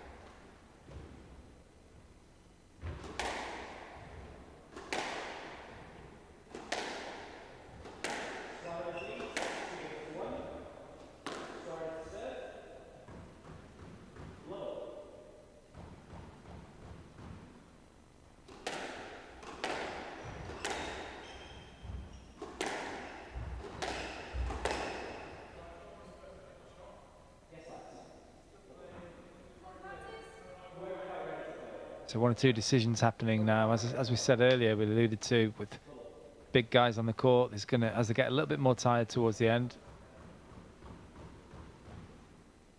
I do think these two are pretty fair players, though. They do want to try and play squash, don't they? Get on with things.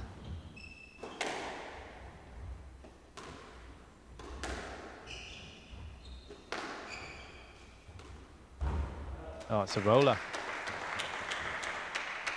Great hands there from Malik. Yeah, great finish, wasn't it? Slightly off balance position. Managed to maintain his strength and just really guided it in there. That's pretty impressive too. Good bit of disguise there. The old head fake coming out, can't beat it. It's never the head fake that beats you, though. I don't understand. Looks good though. Yeah.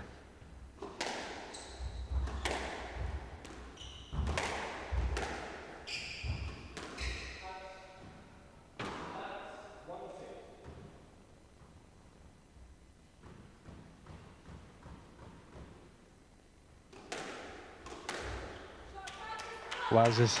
I mean, look at that. That's just, I mean, that's class, isn't it? We'll talk about the serve, but I'm going to talk about the return because that was pretty special.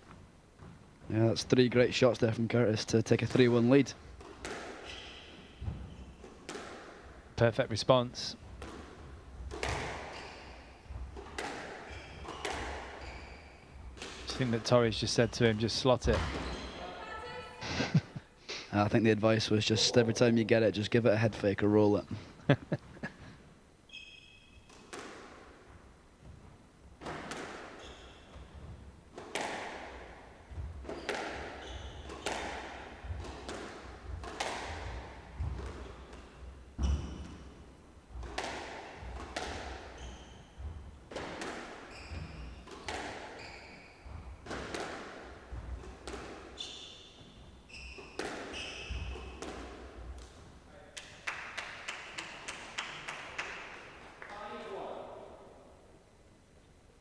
Another tight shot there from Curtis to stretch him out to a 4-point lead. It's a great start in this 4th game. So of course we saw Emma Evans come through in the other half of this bottom half. The winner of this match will get to play against him in the semi-finals tomorrow at 3 o'clock. I'm sure it'll be keen for Curtis to win this game to prolong it. Yeah, absolutely. His match with Solnicki was 52 minutes, so he'll be, it's a reasonable length, but he'll be fairly fresh. Fit boy.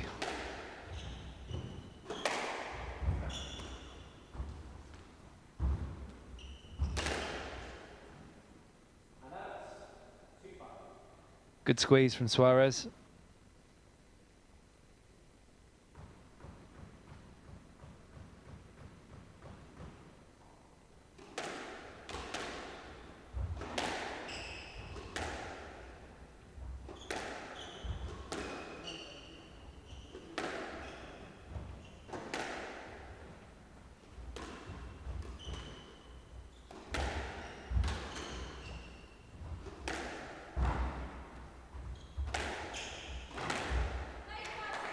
That's good use of the wrist there from Malik.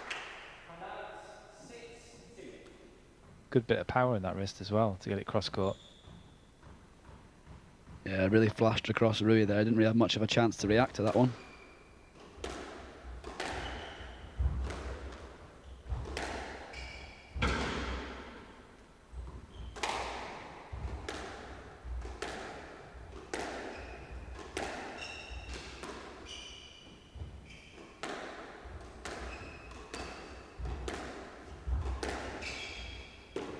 That's good pressure again from Malik.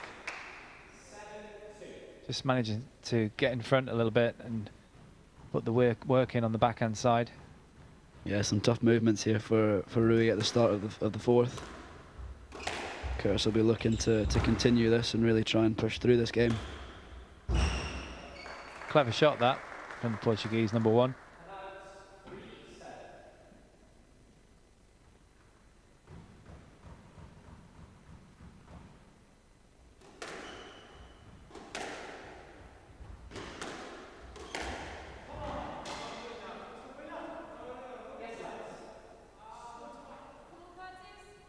It was a decent shot, wasn't it? What are your thoughts on this one?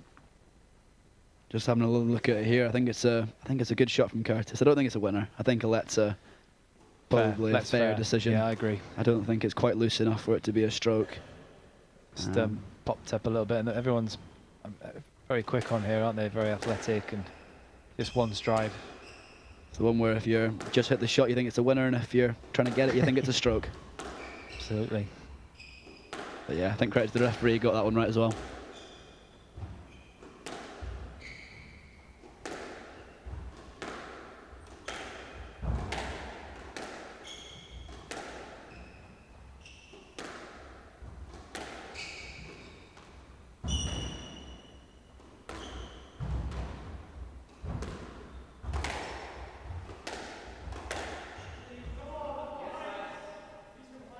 That is soft. That is a little bit soft. I don't know what you think, Fergus, but he could have gone round the back of Malik there.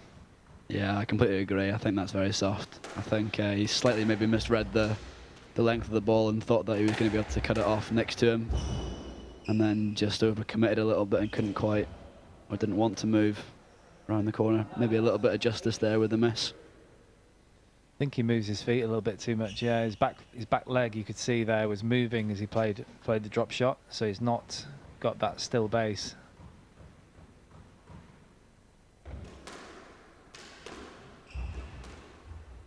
It's a good lift.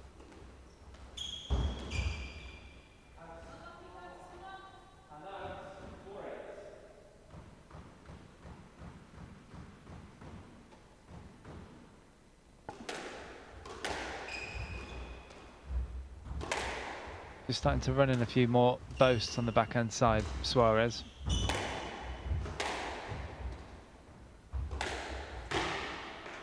It's a good hold. Hold and flick. Not an easy shot to play on the backhand side, that one, with accuracy. Yeah, very easy to spray it straight into the side wall and give away strokes and put yourself under real pressure. So, very well executed there.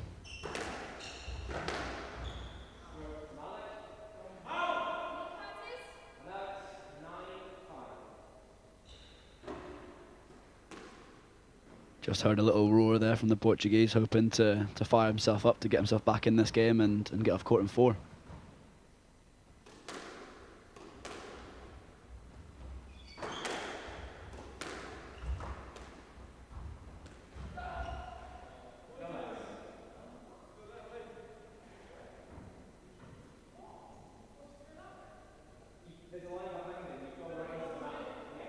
I think there's a line to the right a little bit, the referee should say. I do agree with the decision, though.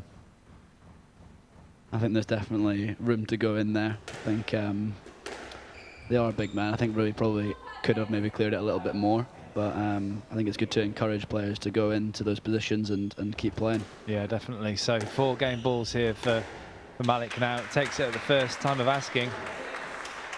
Fantastic straight backhand kill there from Malik. And we're going all the way to the decider. Huge opportunity here for both players. So Curtis Malik of England takes the 4th game, 11-6 in 10 minutes. It's 2 games all.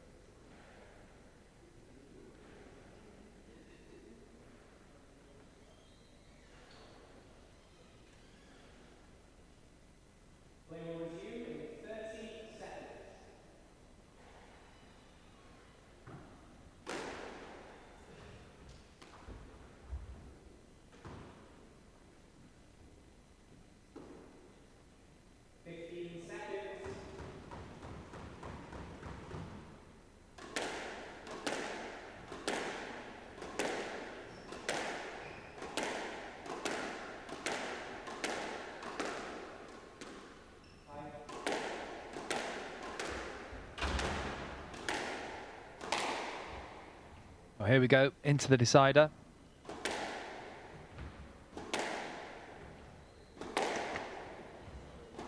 Who can hold their nerve the best in this 5th game here?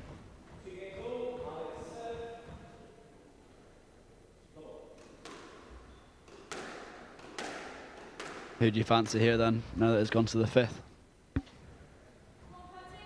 Well, again, it's a difficult one for me because this is the first time I've ever seen Malik play, and I don't know everything that he does in different situations. But I've been impressed with him, the way that he's been resilient. So you know, I can. He's definitely got the ability to win here, Malik. But he's got a very difficult, experienced opponent.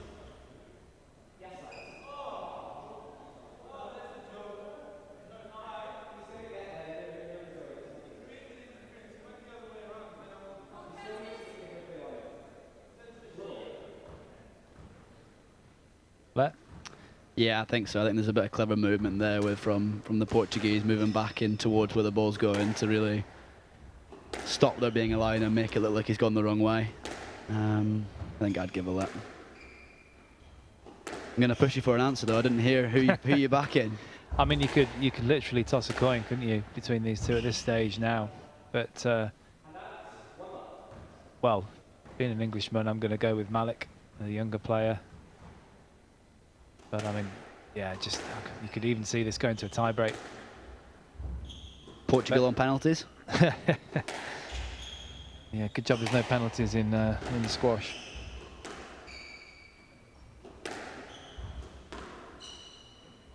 But I mean, you were asking earlier about the difference between this tournament and the higher level, and in this 5th, what a shot that was. I mean, it's going to be so mental. It's who can be tough mentally, especially early doors. At the moment, it's looking like Suarez.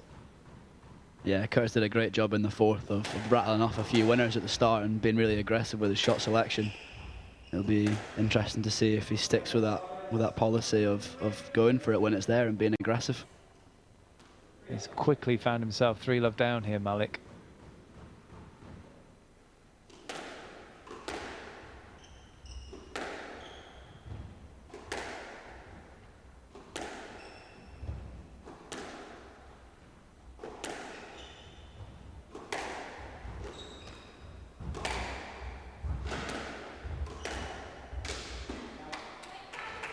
That backhand kill on the volley, straight one on the volley and off the bounce for Malik is really impressive.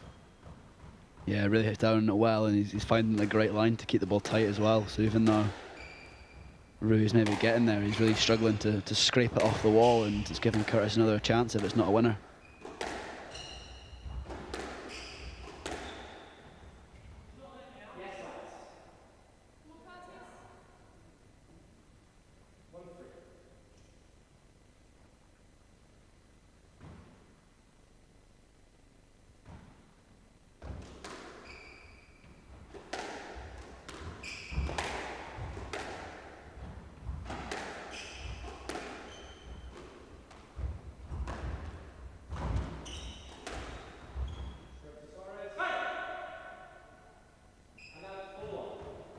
Looking to push the pace there, he just got himself in a bit of trouble there.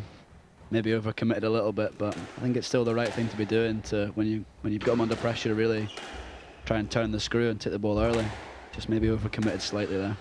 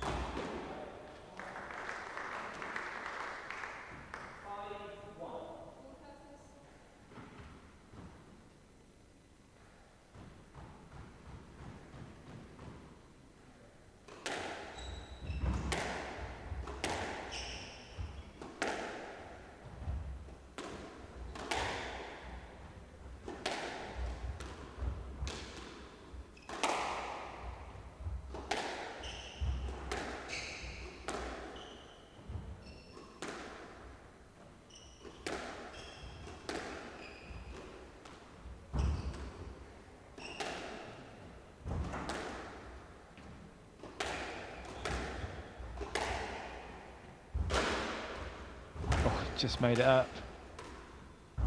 There's stretching going on from both players.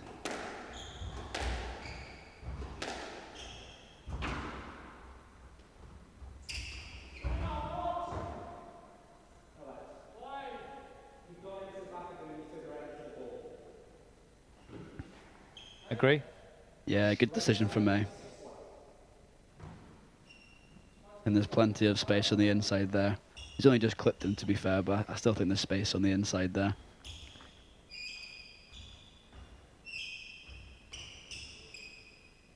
Do you agree as well? Yeah, I do. Yeah, it's definitely quite wide, quite close to the side wall, and I felt like Suarez was away from the ball.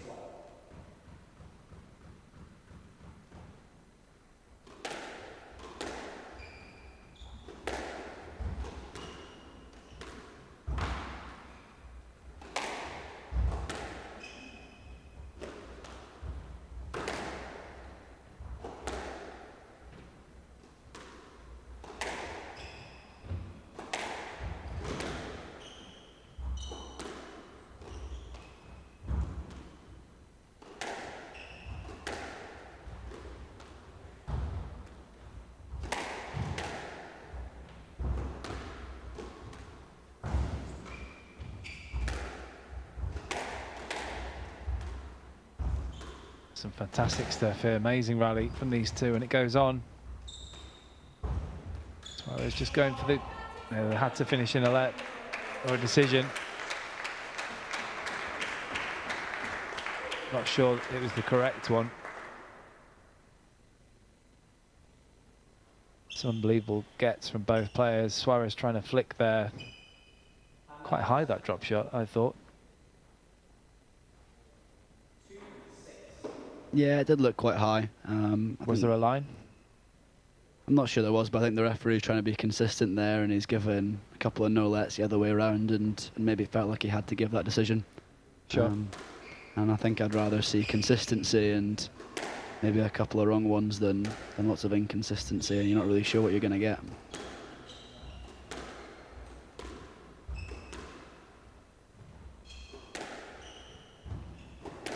But some fantastic retrieval from both players at the start of this game. Really, really having to dig deep here to keep going and keep picking these balls up.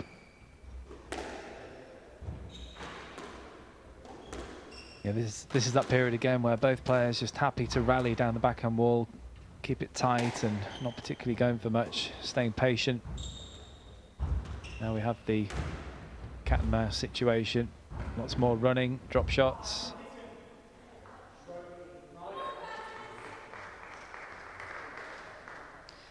Desperately needed that point, didn't he, Malik? Stage in the scoring.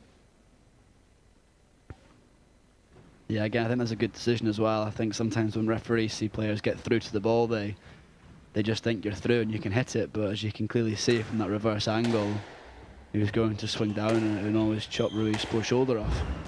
Yeah, definitely.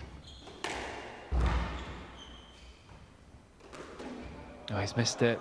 Missed it, had too long to think about it. You see that so often. Great pickup from Curtis, just making him hit that one extra ball, and that's where it pays off.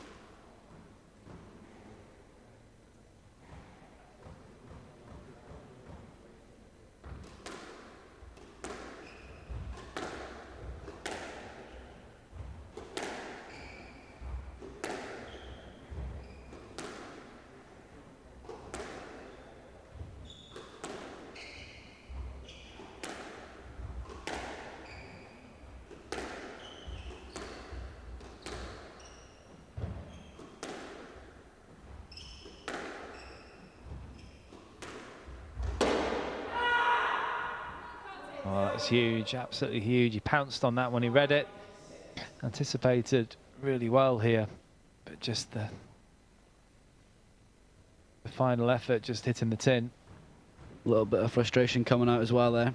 He was 6-1 up, and Curtis has done really well to fight back to 5-6 and shown some real great resilience. Well, it's so frustrating, isn't it, when you've put in a few good rallies and you finish up with shots like that. You can feel your opponent gradually creeping up on you. Yeah, and there's nothing like your opponent missing a slot ball for a bit of confidence.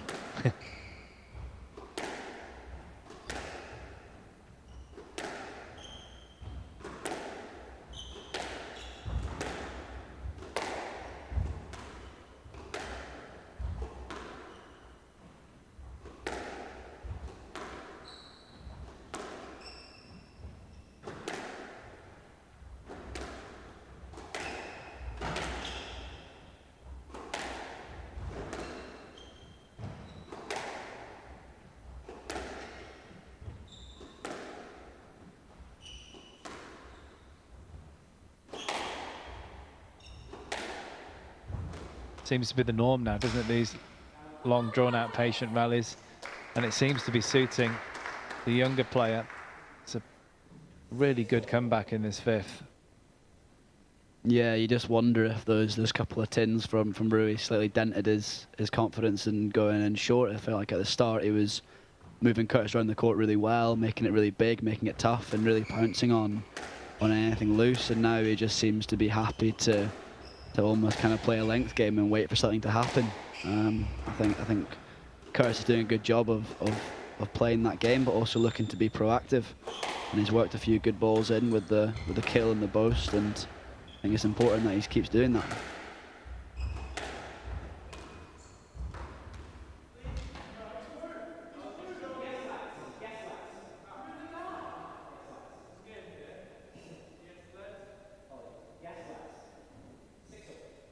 Well, it was tight, wasn't it, this? And I felt like there was minimal contact. Yeah, I think it's an interesting one. It's a tough one for a referee.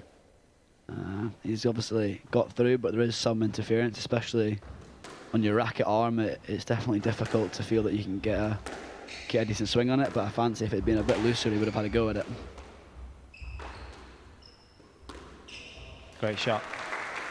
Just poking that one in from high up on the forehand side. Needed that, Suarez. Yeah, I completely agree. That'll do his confidence a world of good.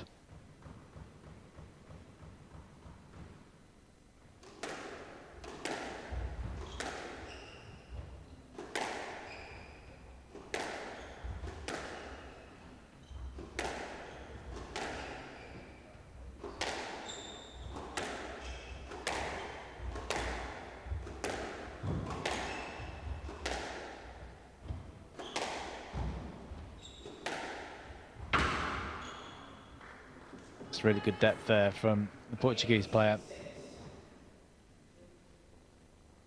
Just doing a good job at the moment in the last couple of rallies of making the court really big, really exposing the back corners and the front corners.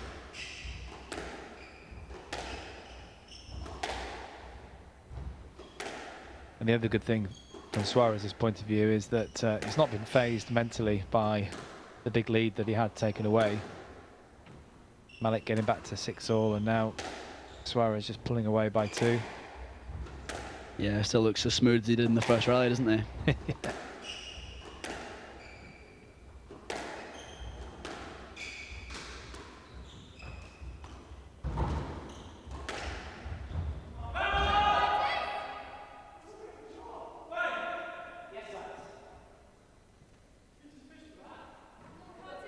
I'd like to see that again before I made my comment. It's difficult from there, isn't it? Because you don't get the perception of the depth. It's a difficult one because the ball's always running towards Malik. He kind of moved the wrong way, didn't he? I mean, I know he jumped, and but it was a pretty good shot, wasn't it? He just couldn't quite clear enough, but he's got away with it.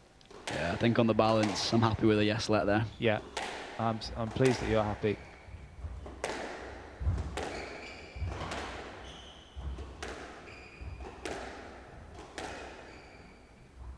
Nice little bit of gamesmanship as well from both of them, celebrating the stroke and the no-let that was about to come their way.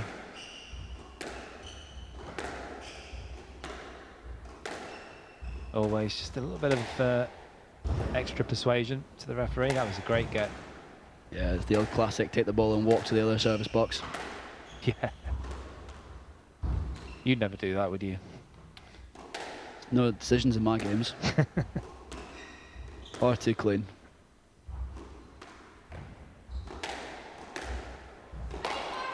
great shot. He was on it.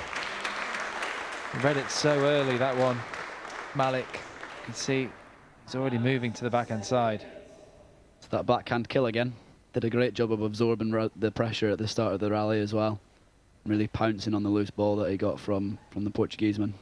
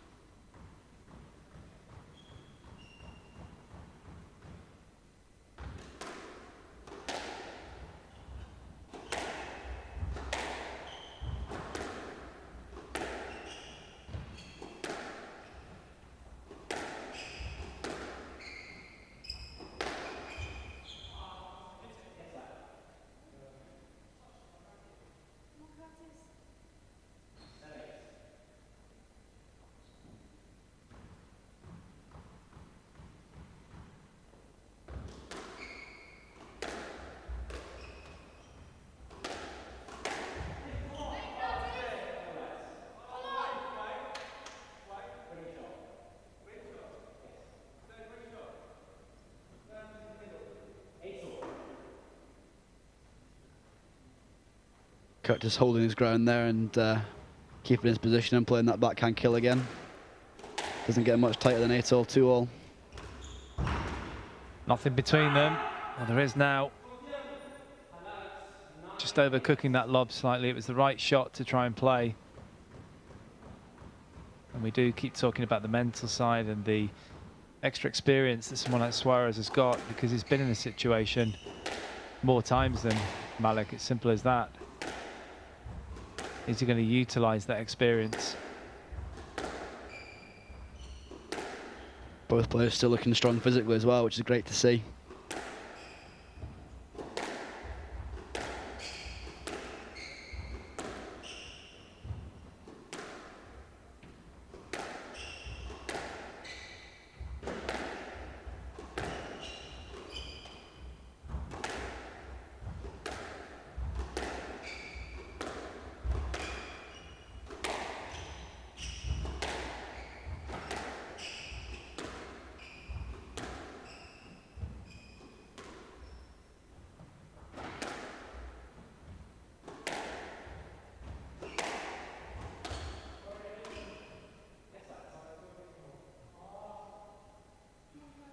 Getting very tense in this cupboard, Fergus.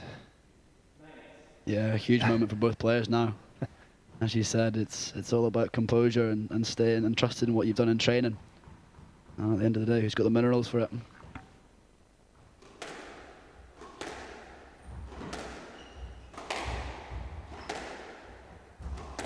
"27-year-old versus 21-year-old. Will it be youth or experience that prevails here? It's 1 point in it.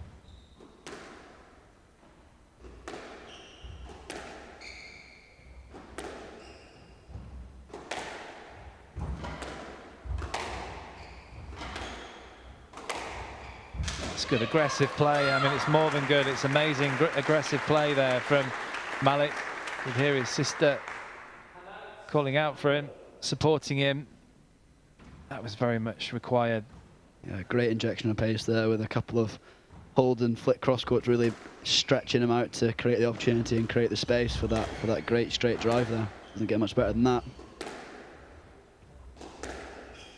Yeah, he's been pretty brave here, Malik. He's got to keep that going without giving anything silly away, because I don't feel that Suarez will do that.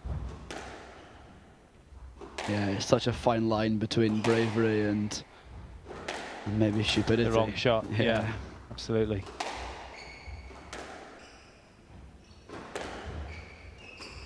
Oh, two reverse angles.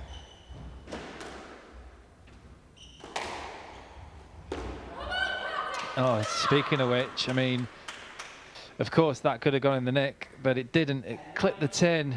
Suarez will be kicking himself, but there's only one match ball potentially for Malik here. Yeah, it's not often you see the two reverse angles back to back at 9-all in the fifth, but that's what we got there. I was quite surprised by that. Two leisure centres, neither of them any good. It was Malik that came through. Match ball for him and a chance to go through to the semi-finals. Oh, what a shot. That was absolutely amazing. Talk about being brave. What a straight kill that was. Absolutely rolled out of the net. That was incredible in that position. Didn't waste any time. Didn't have to go into a tie break. Wonderful stuff there from Malik. Rui Suarez played his part. Fantastic game to watch. That was really enjoyable.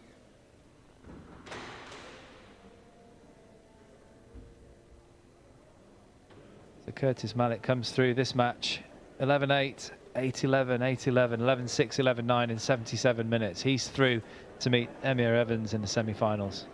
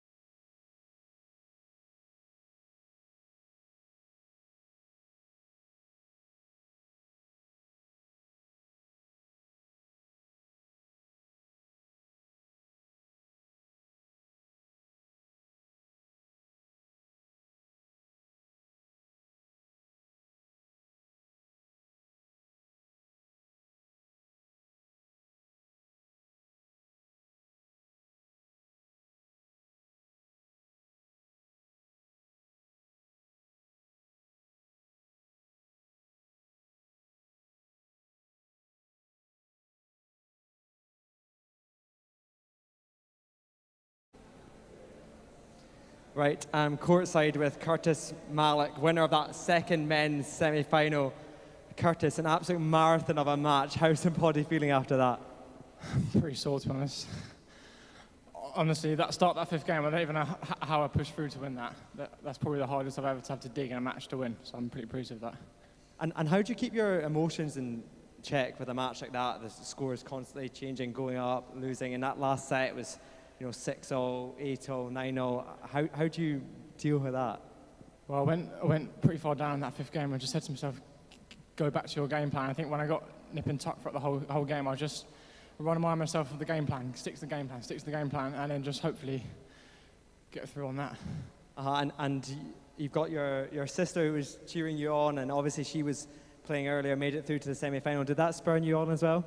That may have goosebumps before the start of my match, and I was like, if Tori can do it, I can do it as well. Yeah, absolutely. So both in the semi-finals tomorrow, you got a semi-final against Emyr Evans. What kind of game do you expect from him? It's going to be another physical battle, played around June, big 3-2 again, so yeah, it should be a really good match. Well, best of luck for that one. Thanks for talking to us, and good luck for tomorrow. That brings us to the end of the first session of games today. 2 semi-finals confirmed. Grace Gear will play Tori Mark tomorrow in the women's event, and Emyr Evans will take on Curtis Malik as well. We'll have a short break, but we'll be back at 5 p.m. to bring you the 4 remaining quarterfinals.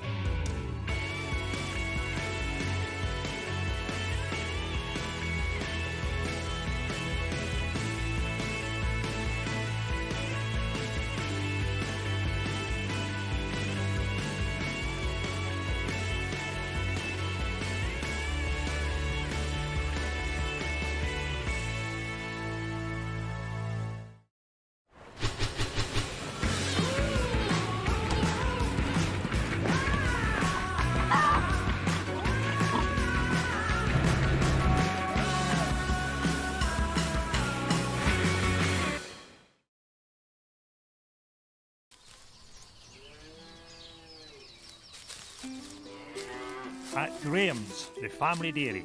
We are stepping up our home deliveries. Get fresh, creamy milk in glass bottles. Butter, cream and yogurt in time for breakfast.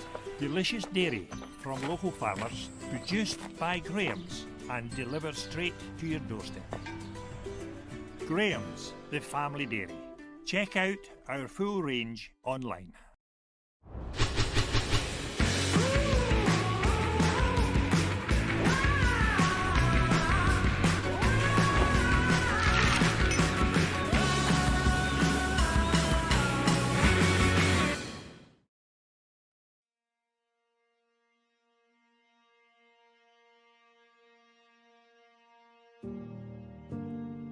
Wherever I wander,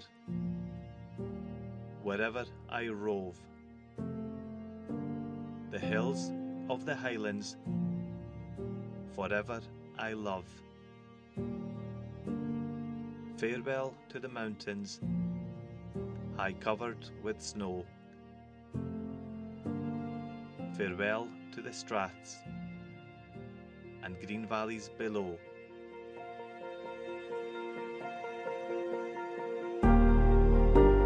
Farewell to the forests and wild hanging woods. Farewell to the torrents and loud pouring floods. My heart's in the Highlands, my heart is not here. My heart's in the Highlands, a-chasing the deer. Chasing the wild deer and following the roe. My heart's in the Highlands, wherever I go.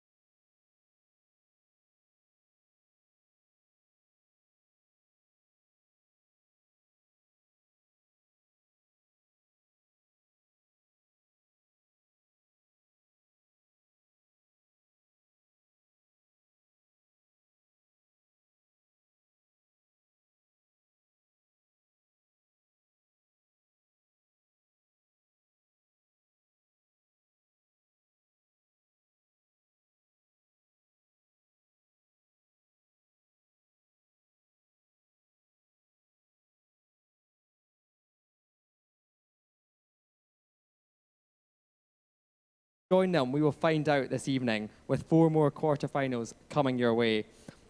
In our first match, it's time to welcome the players. Up first, representing the home nation, please welcome number 5 seed, Scotland's Alison Thompson.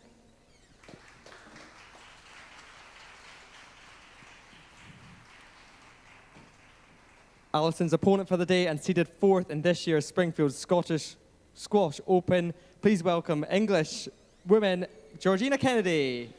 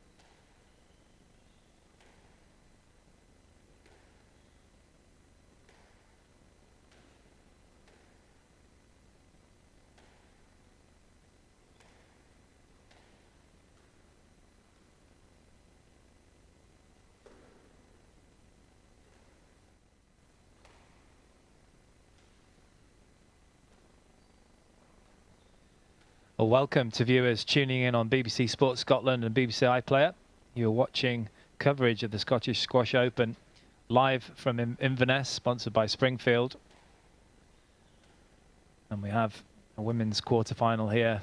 England v Scotland. Alison Thompson in your picture there from Scotland, the number 5 seed, against Georgina Kennedy of England, the number 4 seed.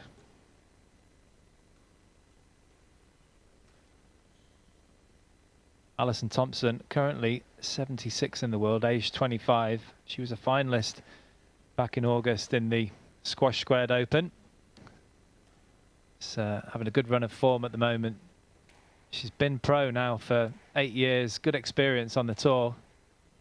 Had 3 finals, not managed to convert one yet. She'll be hoping to change that this week.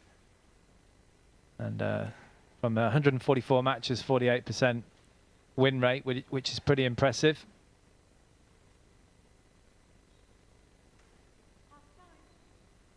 Georgina Kennedy has been very impressive recently. She's given some top players a real scare. 58 in the world at the moment, but she's probably playing a little bit higher than that level. 24 years of age. She's been pro since 2012, but she has in that time been studying at Harvard. Now, of course, a graduate. 6 PSA titles already from 8 finals, and a great win rate of 73.4%. Coached by Ben Ford.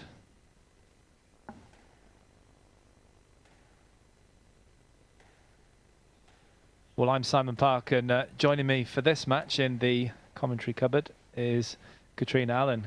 Good evening, Katrina. Evening, Parky. I believe this is your first time in the commentary cupboard. It is indeed, yeah. An exciting one, though. Yeah, it's going to be a great match. Obviously, well, we've got England-Scotland in the commentary box as well as on the court. What are your feelings on this match? Yeah, could be a very exciting match. These two have but played. Who's going to win? Getting straight in there. Yeah. I'm gonna back my my fellow Scot. Of course. 3-2 battle. Another 3-2 today. We've had a couple this afternoon. Treated to some fantastic squash. Hopefully we'll get some more this evening.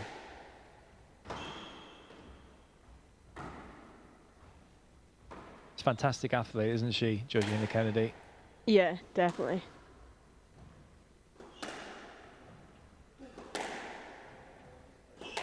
Really causing some big problems to some of the much higher ranked players. She beat Case Bartley earlier on in this event, also from England. Alison Thompson coming through against Rana Ismail in 4 from Egypt. Bit tricky at the beginning, wasn't it? But she managed to sort out her tactics. Yeah, I think she got off to a bit of a slow start, but once she got into it, there wasn't much stopping her.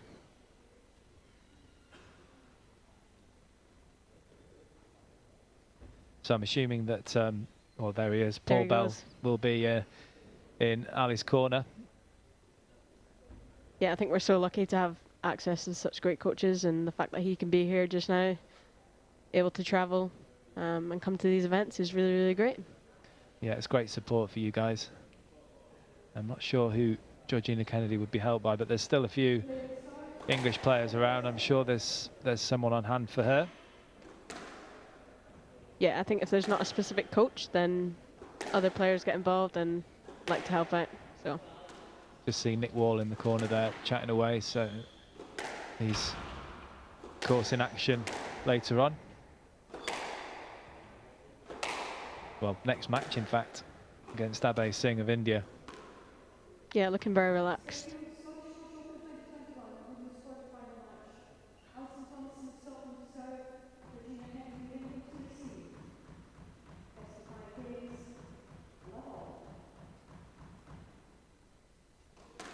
So off we go, first of the evening session. Scotland-England battle.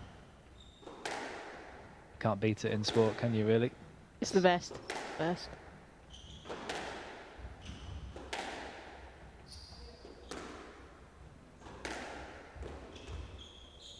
So what do you think? I mean, think that Ali's going to win.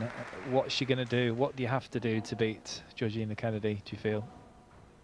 So I think the expectation that she, obviously, like you said, is a fantastic athlete, obviously very fit, great speed around the court as well. So the expectation that you're going to have to go and win the rally multiple times, not being scared to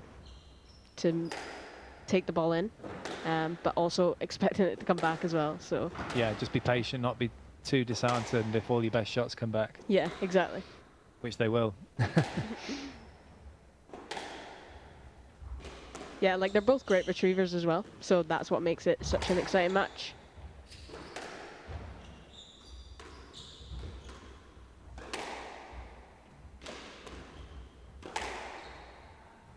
That's a good shot, good timing there from Kennedy. Onto that nice and early. Yeah, I think that's credit to her speed around the court. Like she's always going to be looking to take the ball early, hit with pace.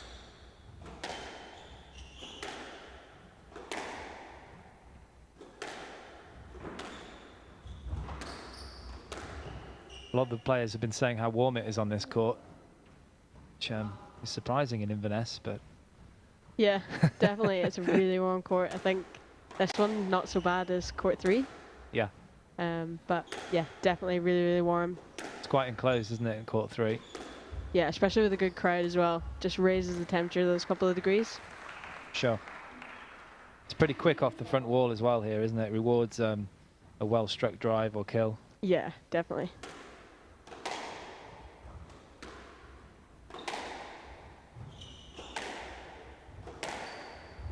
It's an absolutely fantastic event this week so far. Thoroughly enjoyed it here. Got a long way to go, of course. Sure, that's a fantastic drop great from Ali. Great for her to get on the scoreboard. Just a little nudge there, wasn't it? Yeah, nice.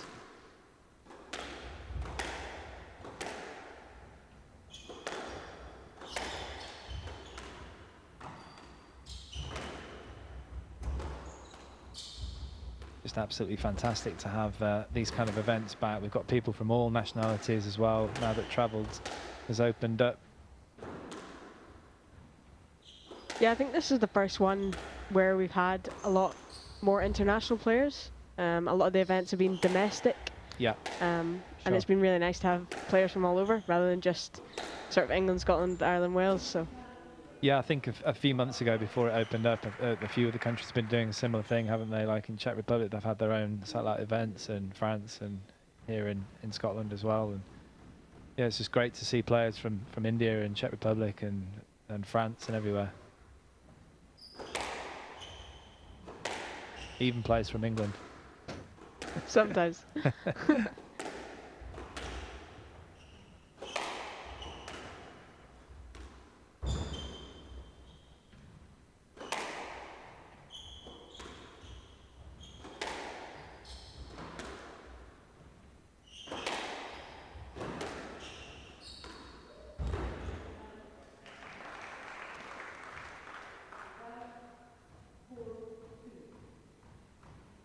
Well, I did find out the head-to-head between these two in the PSA, and I don't know if you're aware of it.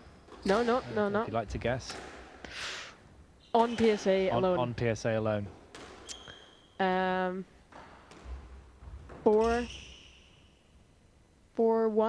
to Gina. It's actually 6-love to Gina, and they've all been 3-love apart from one match in New Malden, which was 3-1. Wow, I know these two had a very tight junior career. A lot of battles in their junior days, but since going to Harvard, I think Gina has sort of taken the lead.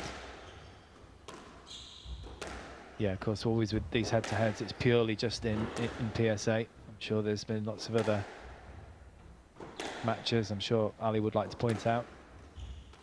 Of course, this is a new day. Can't be thinking about the historic losses. If anything, I think Ali is due a win. Yeah, I like your positive thinking. Yep.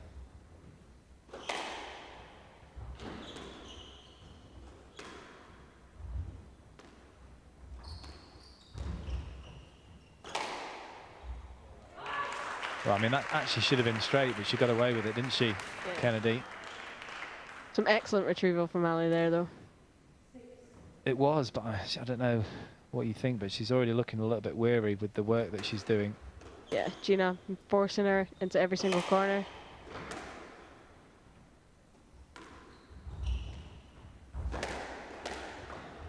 That's a nice change from Ali. Good change of direction.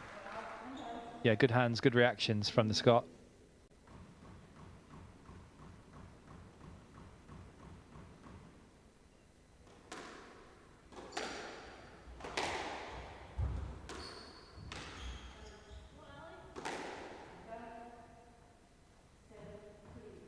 Errors like that just not going to be acceptable in a match like this. No, you're absolutely right. It's got to be so tough. It's been talking quite a lot about the mental strength required to go up the squash rankings. I mean, it's the same obviously in any sport, but individual racket sports, particularly squash, when you're enclosed in this area, there's nowhere to hide. Yeah, and I think that's highlighted in the, like what I said at the start, where she has to go and win the rally 3-4 times before she actually gets the reward, and that comes from that mental discipline.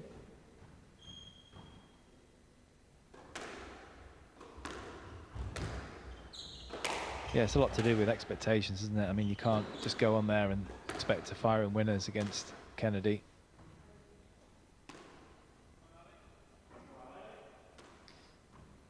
Great lead for the English player.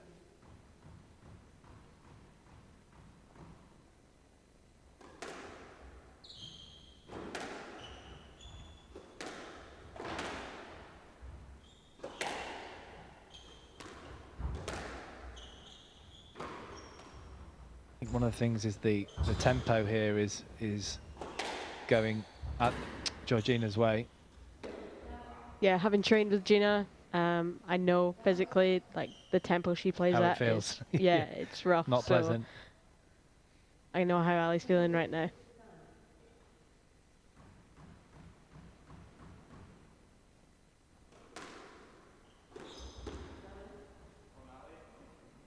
That's useful for Ali. Yeah, an unexpected error from Gina, actually. We don't see many of those, so hopefully she can use it wisely.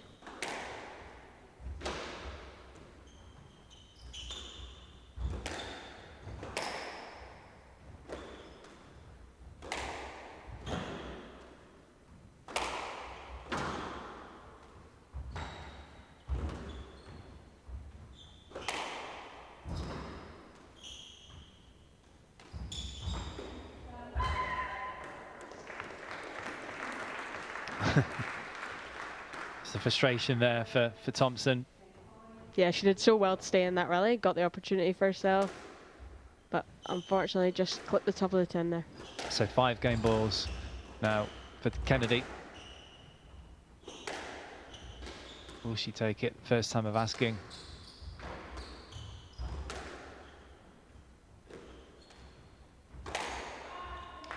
And she does. Just Thompson a little bit stranded on the tee. Not able to react to that cross court. Georgina Kennedy getting everything her own way, and a bit of food for thought for Ali Thompson. Scottish player Paul Bell will be giving us some words of advice.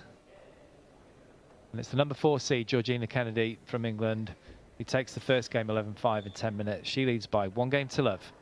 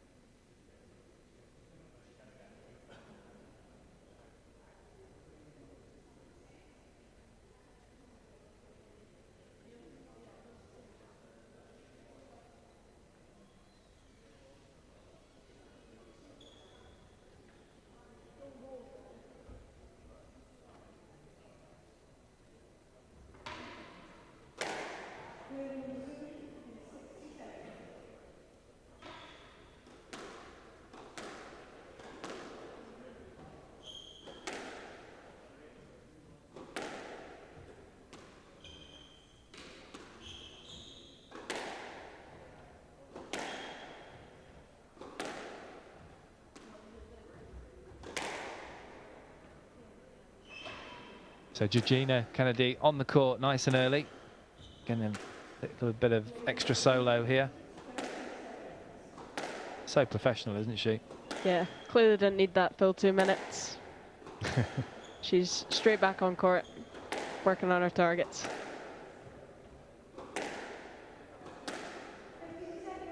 Alison Thompson just taking as long as she can in this break. Here she comes. See if Paul Bell, the Scottish national coach, can do her any favours. Of course, once you're on there, it's all about you, but coaches can be very useful in between games. Yeah, I think we had this conversation, trying to accelerate the process for you. You can figure it out and problem solve yourself, but having a coach is really useful just for figuring that out.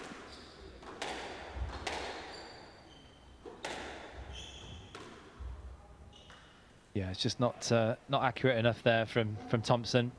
She's got to pick up her precision a little bit here against someone like Kennedy.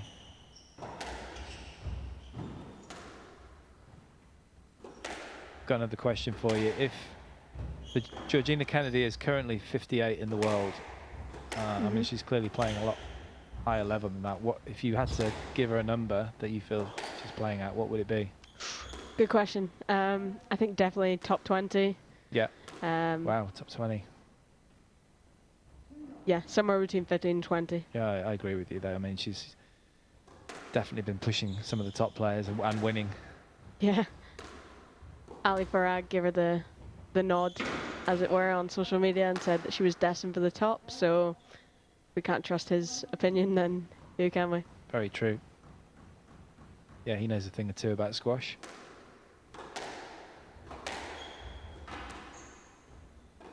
One thing, there haven't been very many decisions already in this match, if any.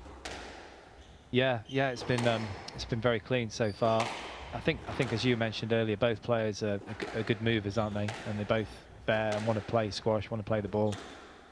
So they're just getting on with things, which is nice to see. just as we say that. I jinxed it. It was only a let. No complaint from anyone.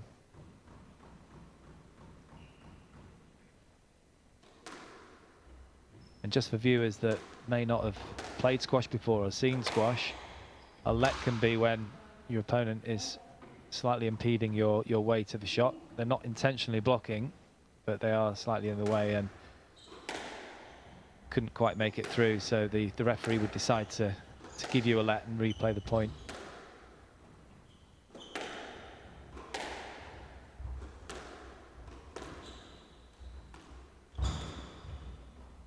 Sometimes they'll decide to give you a no-let though, which is quite frustrating. That's because they feel that you haven't made enough effort or the shot was too good.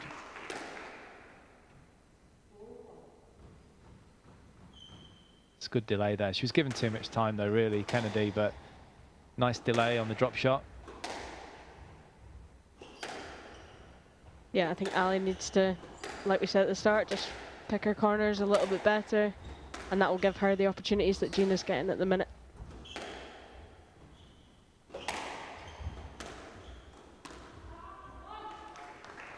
It's a simple game, really, isn't it, Katrina?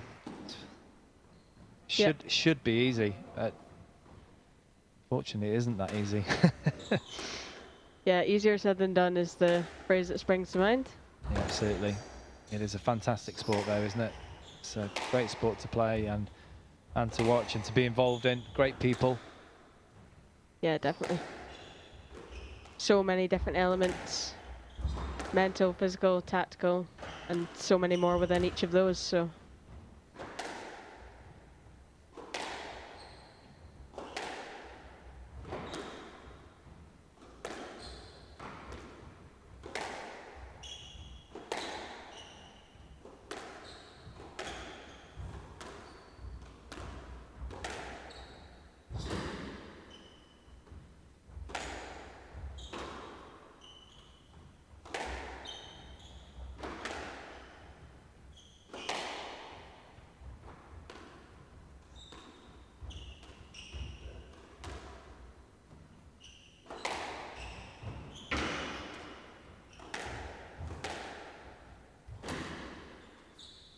A long rally here, Farky. Yeah, it's making me tired watching it. I don't know about you. That was a really good example of Gina turning defense into attack there. She did a lot of work to get herself back into the rally and then executed really well to finish it off. Yeah, she's a master at that. That's great counter. Great accuracy from Kennedy, front right. She's got a big lead here in the second. It'll be quite tough for Ali to pull it back.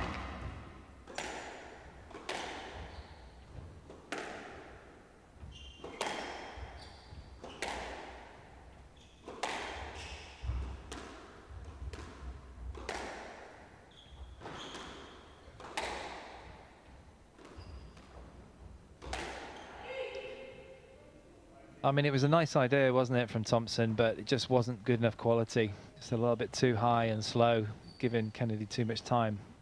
Yeah, it's one extreme or the other, isn't it? You either put your opponent under pressure or you set them up for a winner. And again, she wants to attack, she needs to attack, but it's got to be with precision. Yeah, the execution is just not quite there yet.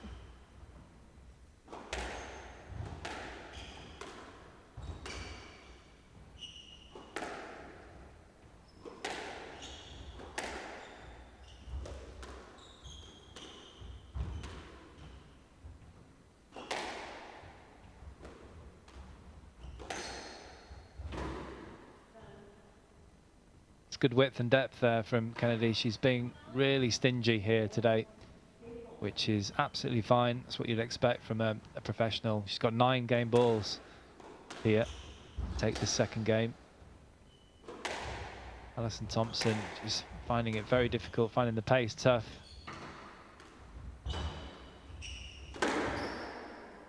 Well, that should have gone straight, and it's a rare error again from Kennedy. We won't see too many more of those, I don't think. I don't think so, unfortunately. Like you said, that's a rare error for Gina Kennedy.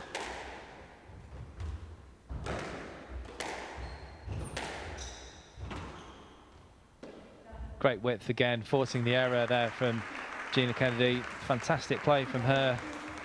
It's making life incredibly difficult for Alison Thompson, who's doing everything she can here. It's a bit of work for Paul Bell to do. In her corner, off he goes. So there you see the second game, 11-2 in 7 minutes to Georgina Kennedy. She leads by 2 games to love.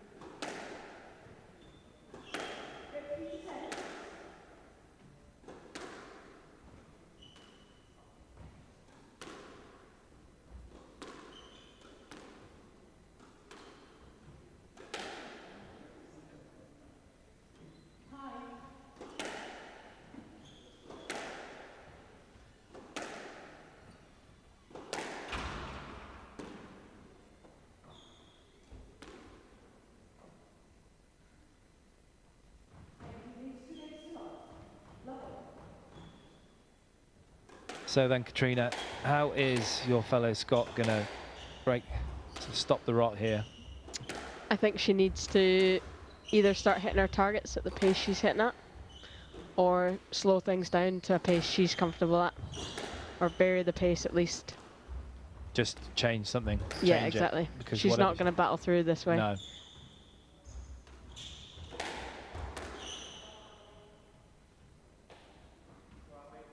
A classic example of trying to hit her way out of a situation, and Gina's all over it.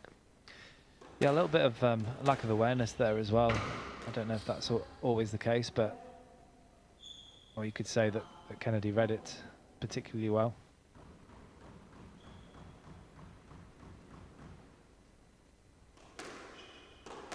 It's always difficult. We've all been there where we're working so hard on the court and for very little reward. It's extremely frustrating.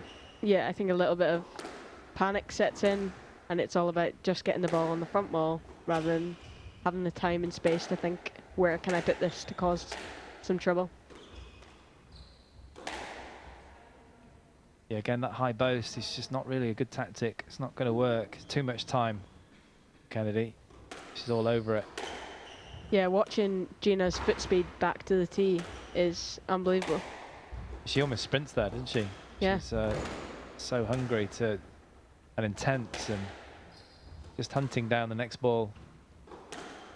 I think against some of the top players that might backfire a little bit in terms of stopping her movement and causing her trouble there, but seems to be working all right for her here. Yeah, like SJ. Yeah, a classic example, Yes. actually. Sarah-Jane Perry, for those that don't know, just a very good tactician on the courts and skillful and deceptive and likes to hold the ball. Top tenner herself. Yeah, a very good hold. And of course, if she wants to get right to the top, there's all those Egyptians there waiting for her. They've all got their different styles. But it is exciting. I mean, she is going to get there. I'm pretty convinced of that, and it's exciting.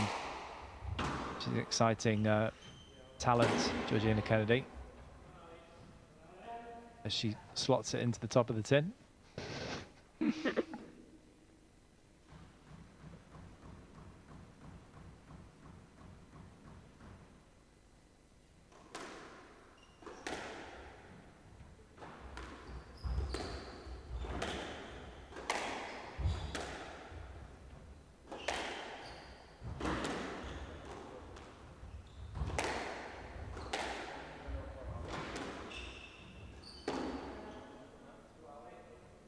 Another error from Gina there. Brings Ali back to level. Yeah, she's made a couple in this game. She's perhaps thinking about the finishing line, which of course is a major no-no in sport.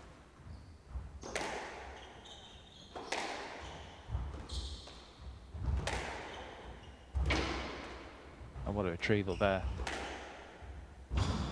Great retrieval as well from Ali. Thompson. Oh. Just keeps going. She won't get that one there. What a rally. Yeah, that was a great rally. Great athleticism from both ladies.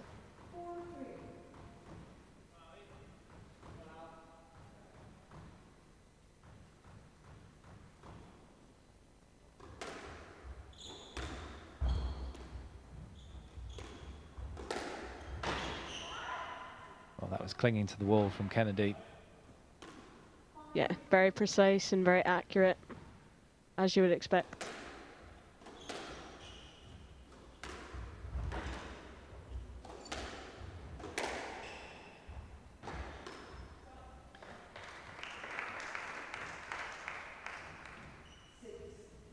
That shot just applauded by Ali.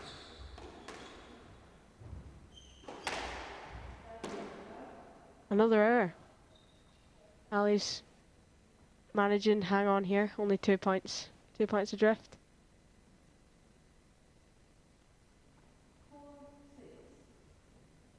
Yeah, just having a bit of a lapse here, I feel, Kennedy, even though she's still in the lead. Thompson doing well, you know, keeping the rallies fairly long. And she sticks in well, doesn't she? She never gives up.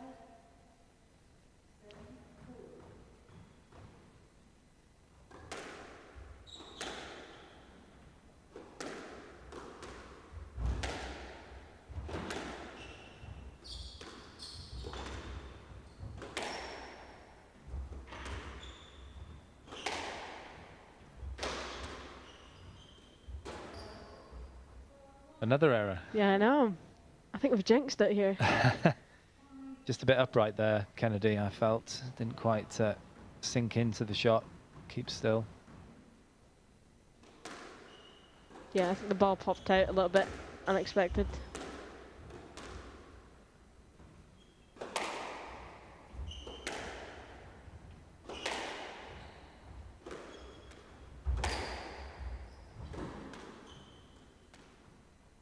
Conceded there by Ali.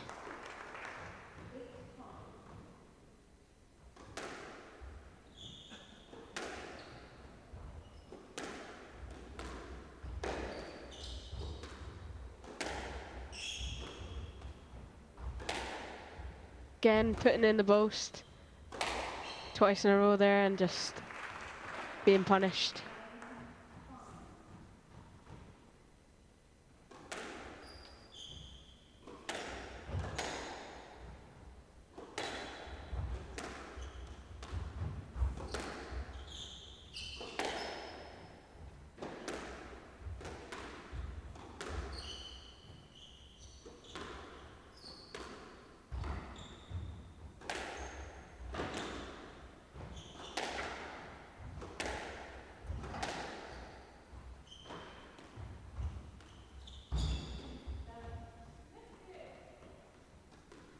Yeah, just too much pressure for Alison Thompson. She finds herself 5 match balls down in this third game. Kennedy with opportunities here to move into the semi-finals. Playing some fantastic squash here, making life really difficult for the Scot. Just got that, I feel. And that one. One too many, unfortunately. One too many, absolutely. And a really good performance for Georgina Kennedy. Just didn't give Ali Thompson much of a chance. 1 or 2 errors from Kennedy in the third, but it really didn't make that much difference. She's looking in really good form for the semi-finals tomorrow. It could be an all-English semi-final. We've got 2 English girls in the other semi-final. And the winner of Julianne Cortese and Georgia Adderley coming up later on. A fantastic performance. 11-5, 11-2, 11-5. She's through to the semi-finals.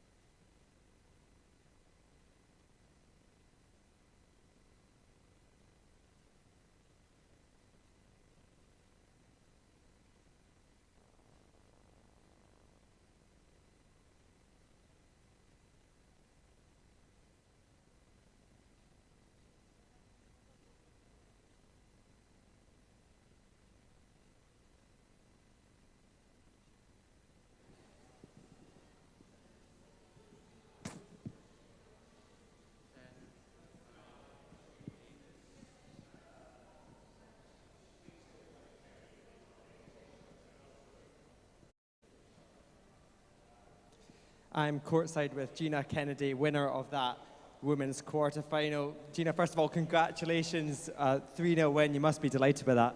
Yeah, really happy. Yeah, really happy with the way I played there, and especially happy to get off in 3. Ali is really good at, hanging in there, and she's such a tough competitor. So as soon as I lose concentration, I feel like she's in it to win it. So really happy to get off in 3. Yeah, as you said, getting off in 3 is massive in terms of, because you've got a semi-final tomorrow. From your point of view, was that kind of the perfect performance, the way that you thought it was going to pan out? Yeah, definitely. I felt really good. I felt like I was moving well and hitting the ball well. I'm really enjoying this court and this club, and there's a great atmosphere as well here with a lot of spectators. And I always want to shout out my friend Stu and my mum, who came all the way to watch, so it makes it that extra bit special as well. Yeah, absolutely. And will you be hanging around to see who you face in the semi-final, or how are you going to prepare for that one tomorrow? It's in a couple of hours, so I'll probably shower and then watch it on the stream, I think, especially because the streaming's so good as well. So it's like, you might as well. Yeah, absolutely. Well done. Congratulations, and we'll see you again tomorrow. Our attention now turns to the men's competition, the quarterfinals, which will see Abhi Singh take on Nick Wall in just under 25 minutes' time.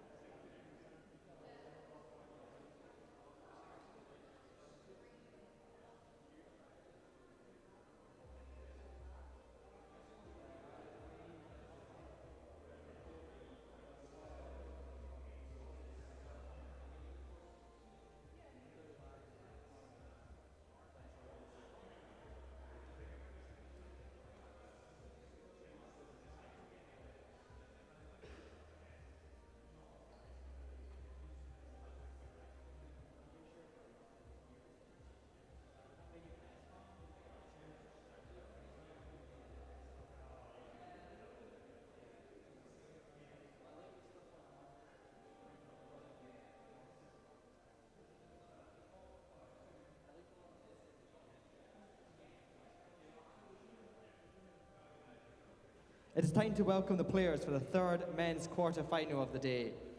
Up first, representing England, unseeded in this year's competition, please welcome Nick Wall.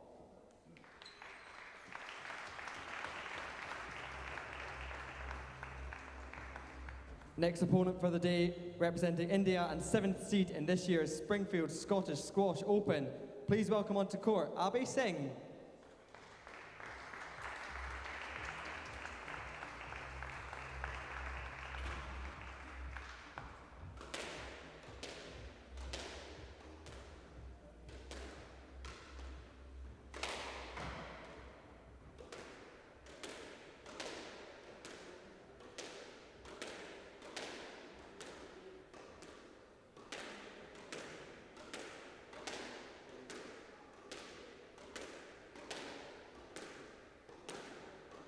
Welcome back to viewers tuning in on BBC Sports Scotland and the BBC iPlayer. You're watching live coverage of the Scottish Open, Scottish Squash Open, live from Inverness. And this is the men's quarter-final match. An England-India affair. Nick Wall of England, Abhay Singh of India, the number 7 seed.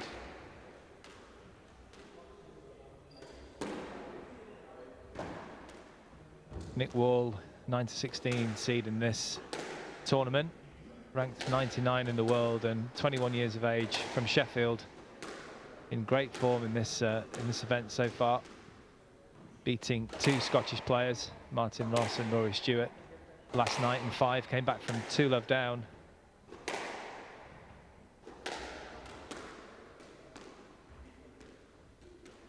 And Abhay Singh, the number 7 seed in this event, 121 in the world. 23 years of age, resides in Chennai in India. It was based for quite a long time in Pontefract under the tutelage of the late Malcolm Willstrop. There you see some of the other statistics. 6 years on the tour so far, gained quite a bit of experience. Been to 4 finals, not quite converted yet, Abhay Singh, but a pretty good win rate so far.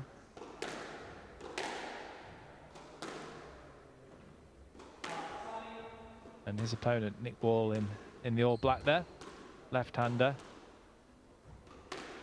As I said, he's inside the top 100 now at 99. He's been on the tour quite a few years also now, 5 years. Managed to pick up a title. It's coached by Nick Matthew, Neil Gowrie, David Pearson. So some good experience behind him there. Actually, he told me earlier that his feet were shrinking. So that's a bit of a strange thing. He's a good character to have on tour. That's going to be an exciting match, this one. Well, I'm Simon Park, and joining me for this match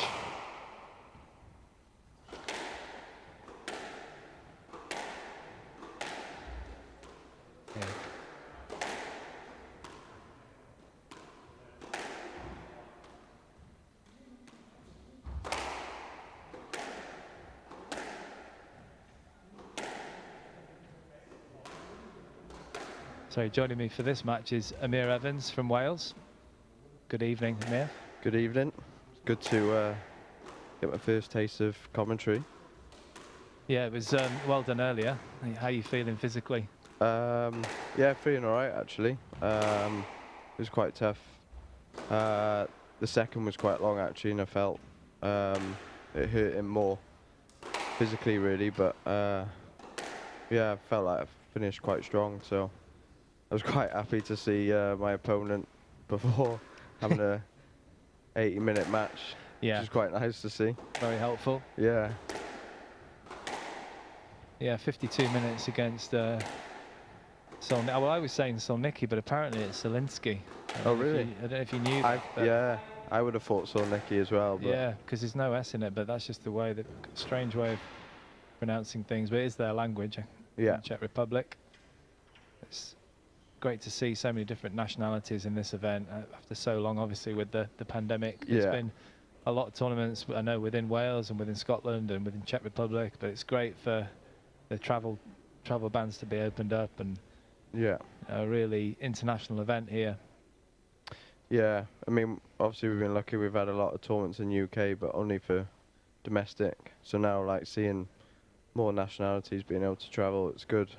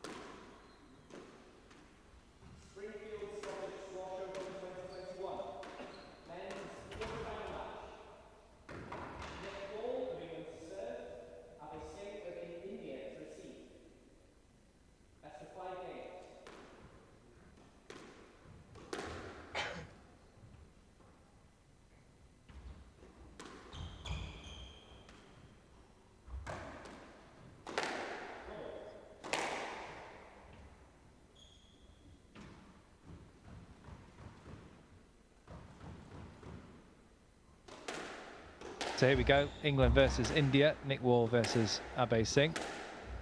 What are your thoughts on this one, Amir? I would say I'm favouriting Nick. I'd say Nick in 4. Okay.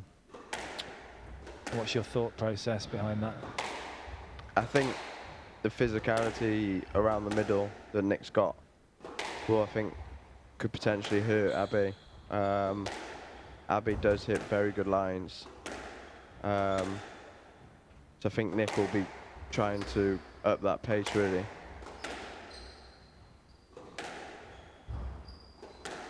Yeah, be keeping the pressure on, won't he, and using his physicality, Nick Wall. He's got some great skill as well, hasn't he, the lefty?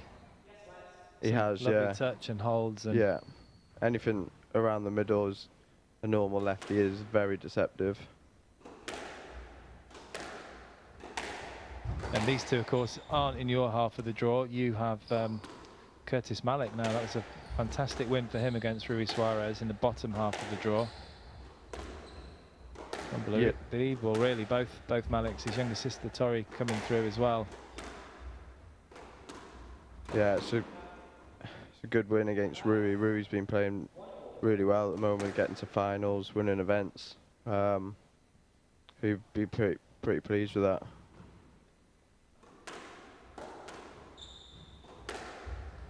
So this is all about the top half in the men's event this evening. The winner of these two will play either the #1 seed from France, Sebastian Bonmelé, or Victor Bertus. Is that how you pronounce it? Yeah. From Czech Republic. Yeah. And that's good. Those two are going to take place. Well, the Sebastian Bonmelé match is going to take place at 8 o'clock. That's going to be the last match this evening, the last quarter-final.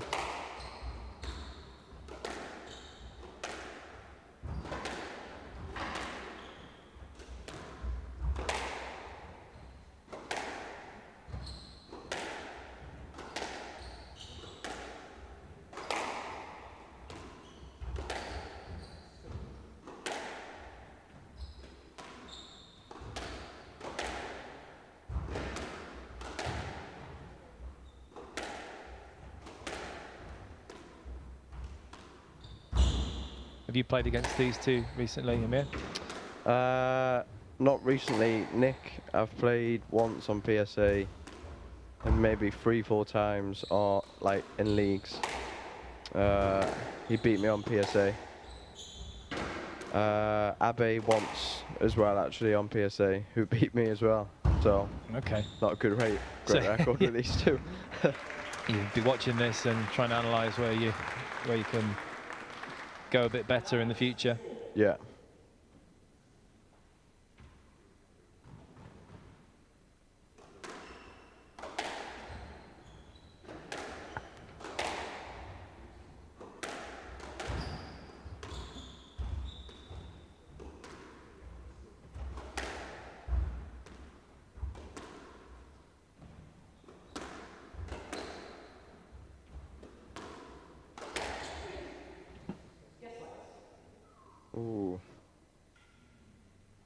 think he's very fortunate there, Nick.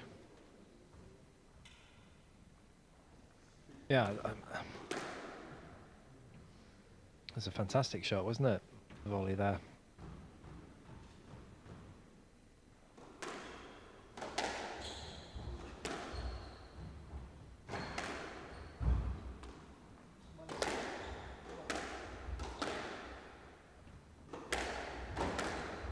Just going back to the feet thing, you haven't got shrinking feet, have you? I haven't, no.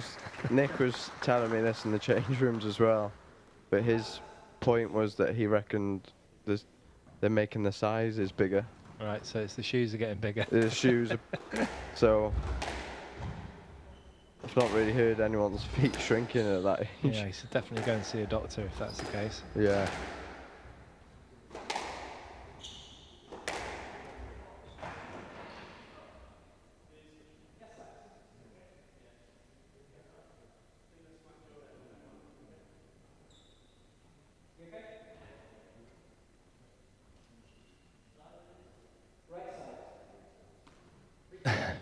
bit dazed there, Nick Wall. Yeah. Singh just checking if he's okay. Both these players are pretty fair on court.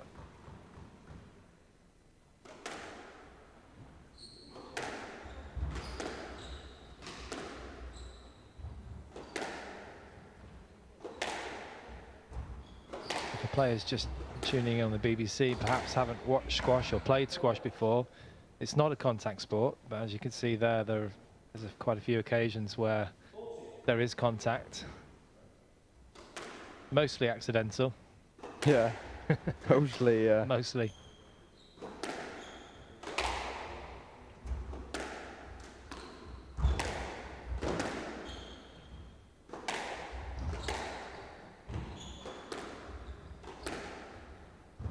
And squash has been described before as chess on legs, which is a great description.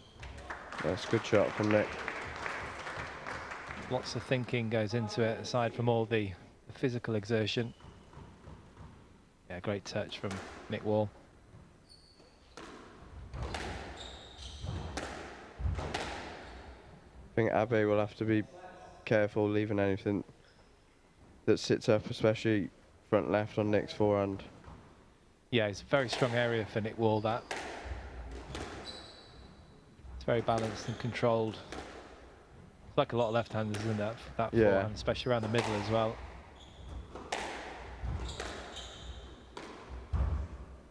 I thought that went down. Yeah, but it sounded down. Ooh.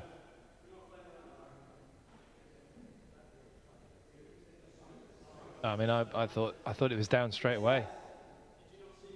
Yeah, the sound gave it away, really, didn't it? Yeah, sure.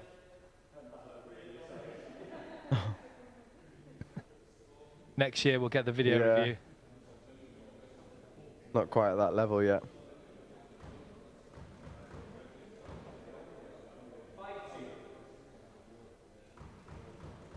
It's been a fantastic event though so far, hasn't it? Is this your first time in Inverness? Yeah, first time in Inverness. Yeah, so far I've totally enjoyed it. It's been good to have the streaming, the commentary. Just makes it look very professional and helps us as well. The lower events or the Challenger Tour doesn't always get this, so when we do get it, it gives it a good profile. Absolutely, and the people in the club here, the volunteers, have been fantastic, haven't they? Really looked after us. Yeah, they've looked after the players really well. Quite a few quick points that's gone Nick's way here. Yeah, he's pressing well, isn't he? And the accuracy is there. He was perhaps a bit slow starting last night against Rory Stewart, and did manage to find himself 2-love down. Showed some great determination, Nick Wall, in order to come back and win in 5. Yeah, that would have definitely, going in today, he would have made sure to try and start strong today. Well, I've just seen him eat about 5 bananas. Every time I see him, he's eating a banana, so he's got plenty of potassium in there. Plenty of carbs.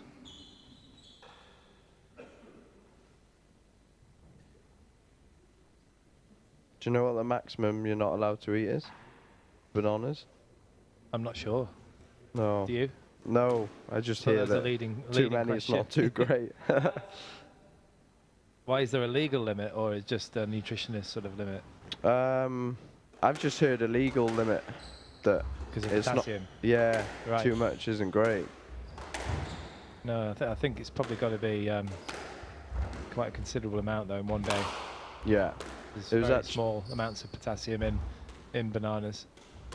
There was one of the players on tour, Sean Dellier. For a while, I heard he was on a banana diet, so all he ate was bananas. This sounds like it's a joke. It's deadly serious. It's deadly serious. Well, another thing that's deadly serious is Nick Wall here. He's got 7 game balls in this first game. Bit of a sweat patch in that front left. Yeah. Both players are choosing to ignore it at present. And the ball into the tin, nice and easy from Nick Wall's point of view. Looking in great form here, and as we said, I think that match last night gave him a bit of a lesson in terms of starting really sharply. So it's Nick Wall from England, takes the first game 11-3 in 11 minutes. He leads by 1-0.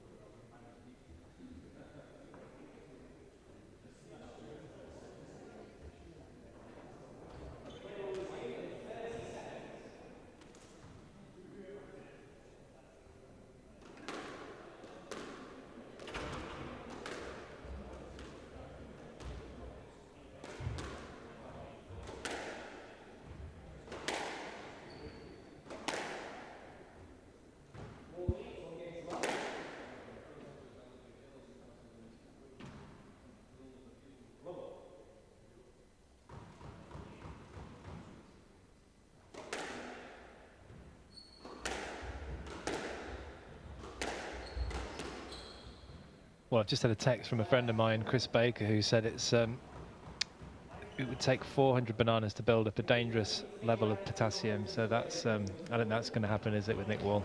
Definitely not. Not in one day. Although he did eat a lot today. Don't think it was, so maybe about 100. That should have been a stroke, Rabbi.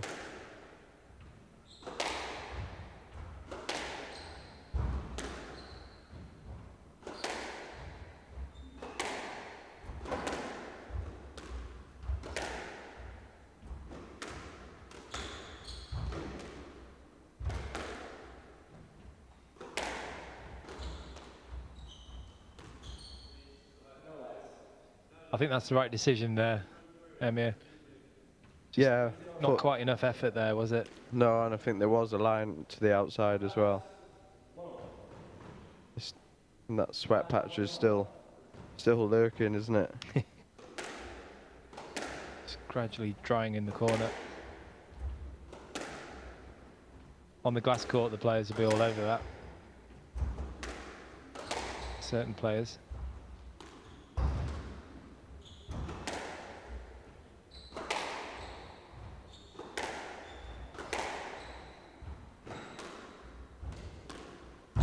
Great touch.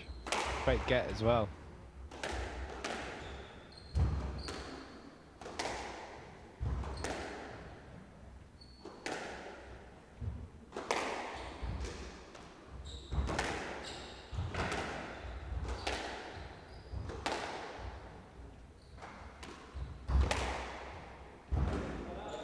Good rally from Abbey.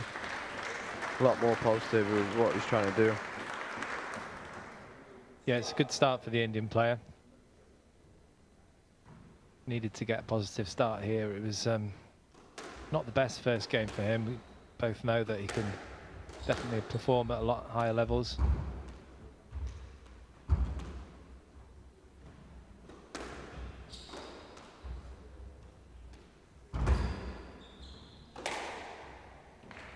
Yeah, it's well played.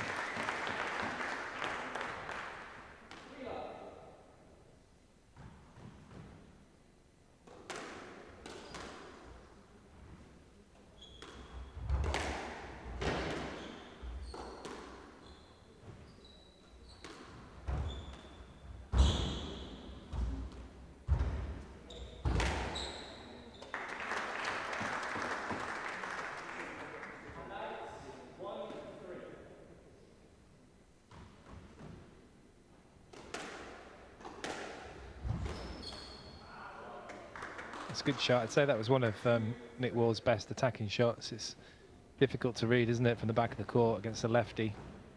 Yeah, he's normally that side as well, been maybe playing the straight or cross-court hard kill as well. So hard to read when they wind up like that, all left-handers. Yeah, the ball can be slightly behind themselves as well, and you're not used to it because you're used to be playing right-handers on the backhand, maybe just chipping the ball a bit more.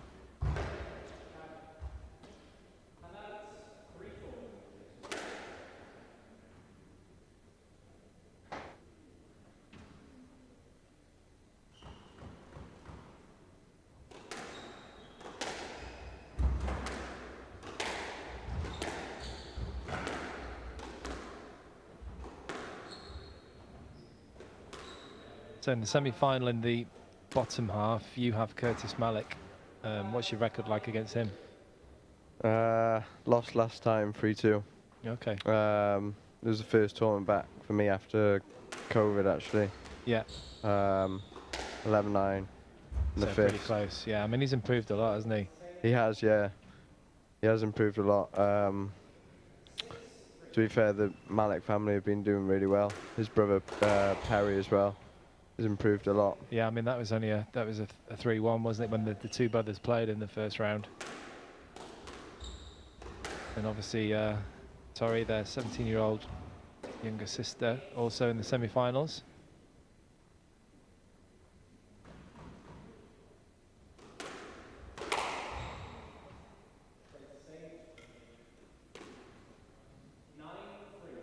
After a quick first game from Nick, turned around a lot for Abbey now.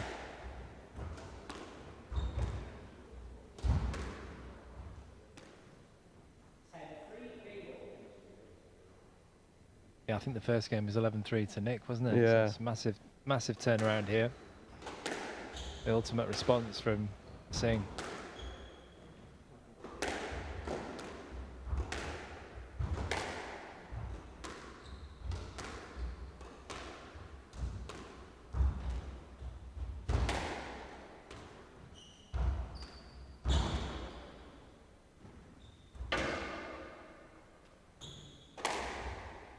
Good line. Yeah, there's a fist pump from Singh, well deserved in that second game. Showing his mentality there after a bit of a poor start. Nick Wall shaking his head. He's got a bit of work to do now. He's looking like plain sailing in the first. But it's Abbey Singh who responds and takes the second game 11-3 in 7 minutes. The score is 1-1.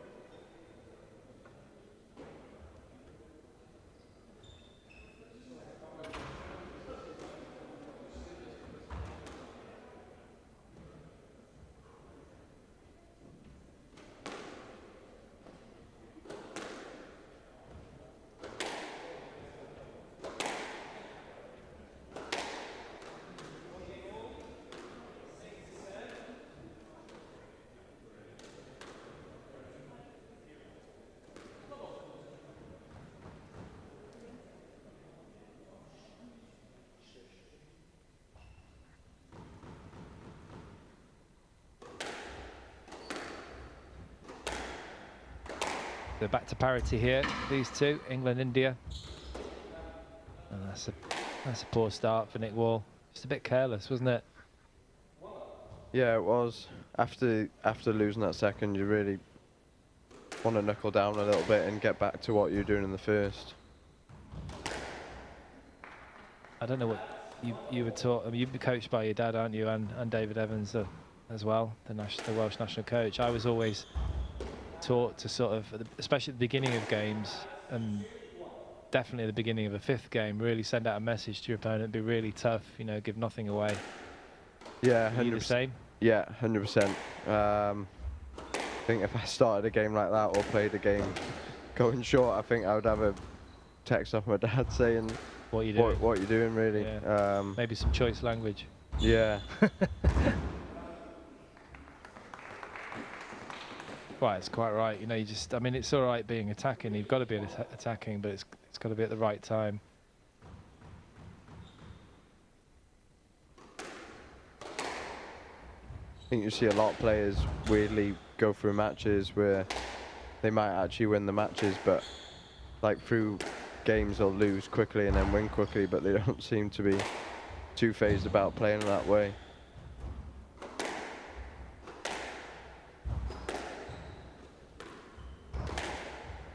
I think it might be more a UK thing of always just giving 100% on there. You don't want to be coming off thinking we should put a bit more work in.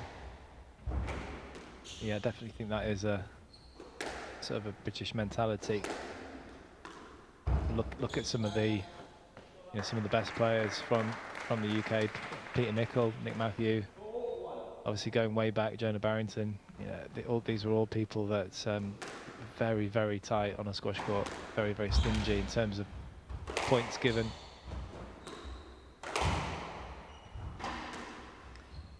And of course now Joel Makin, one of the best British players, and whoops, he's also very stingy on the squash court. Very. Sure, you've played against him many times in training. I have, yeah. Yeah, training is very hard to just win one rally, really. It just makes you work so hard for it. So lots of fun then? Lots of fun, yeah. Just thinking when the next water break is.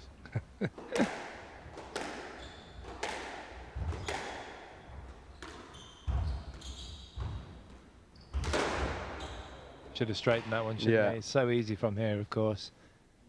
It's a few errors Nick's made, actually, that front left of this game. This is the thing with him, and you know him a lot better than me, but I just feel like he is tough, and he is physically strong and all the rest of it. It just does he go in and out of concentration? Is he a bit too relaxed at times? Because he had a bad start, like I say, yesterday, 2-love down, and the third he was like a different player.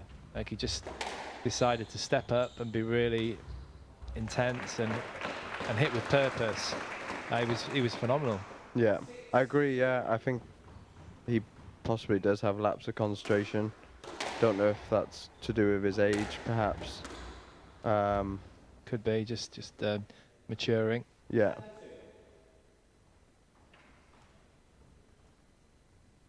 mean, don't get me wrong, he's a brilliant player. I really enjoy watching him.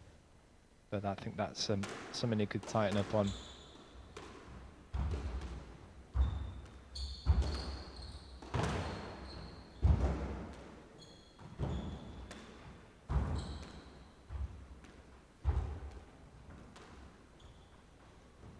It's not often you don't actually hear the squash ball being knocked around at this level. Lots of lobs and drops in this rally. Yeah. Good to watch. I think after the first, Abby's really just, Nick was in front volleying a lot, and he just suddenly, I think he's just took him off that volley, taking him in short, hitting high. Yeah, you're right, and I think that roar there from Nick, that's sometimes what he needs to just G himself up a bit and really get the heart of a lion going.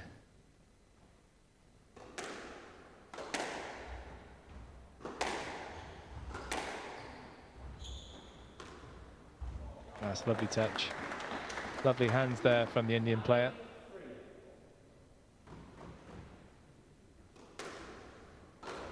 said earlier, Abe Singh used to train a lot with Malcolm Willstrop, the late great Malcolm Willstrop, who I used to train with as well. So I got on court for a few years with Abe.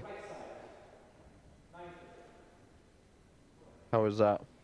He's good. He's a really good trainer, really hardworking, and you know, would always listen to Malcolm, which, well, everyone did.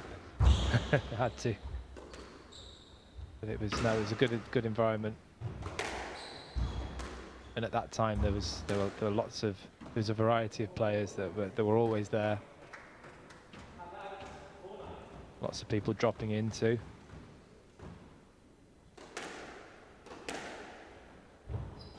Surev, of course, was one of the main ones. Surev Ghosal.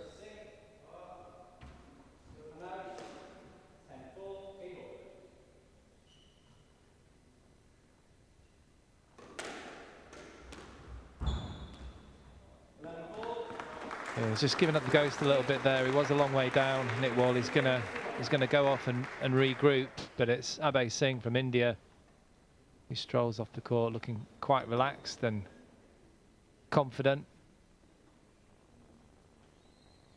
Nick Wall perhaps will be getting a little bit of advice from somebody. There are still quite a few English players around, but it's Abe Singh, the number 7 seed, that takes the third game, 11-4 in 7 minutes. He leads by 2-1.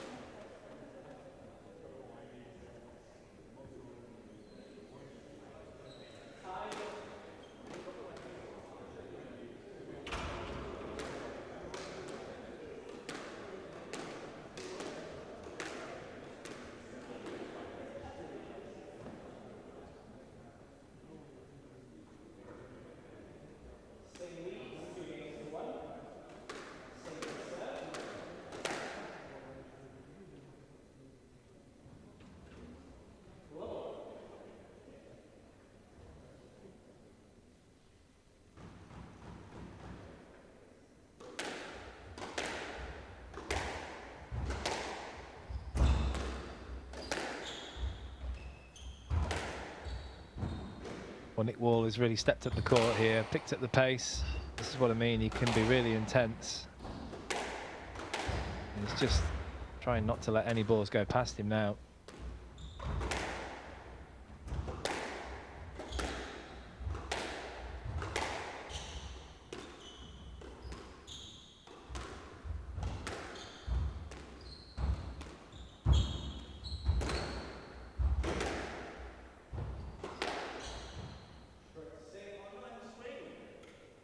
Stroke?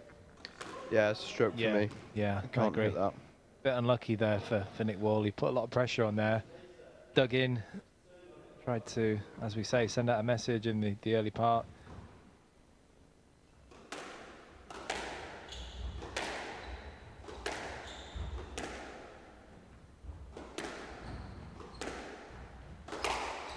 Again, for people that don't really know squash, if you hit what's called the nick between the side wall and the front wall, it can pop out towards your body, and you give the point away. Very frustrating. It's one of the most frustrating things in the game, isn't it, when you do that, because it's a little bit unlucky. But if you manage to hit them, it feels good as well. Yeah.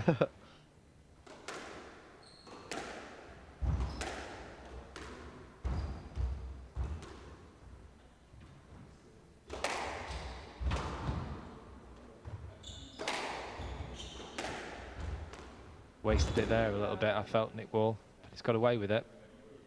Yeah, find at the moment his length is landing service box, really. He's not getting it through enough.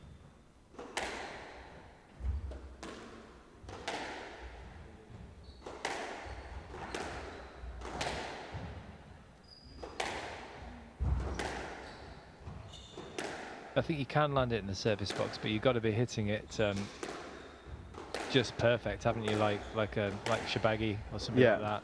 You know, with unbelievable power and accuracy every single time, and he's not doing that. No.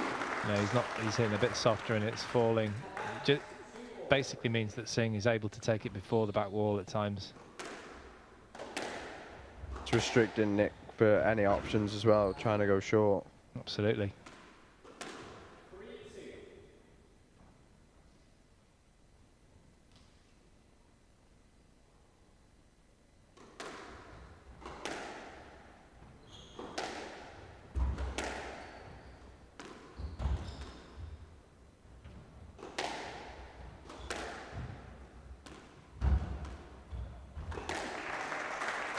Nice control. It's one of my favourite shots, that, where players just fade it across the front wall nice and low. Takes quite a lot of control to do that, doesn't it? But so effective.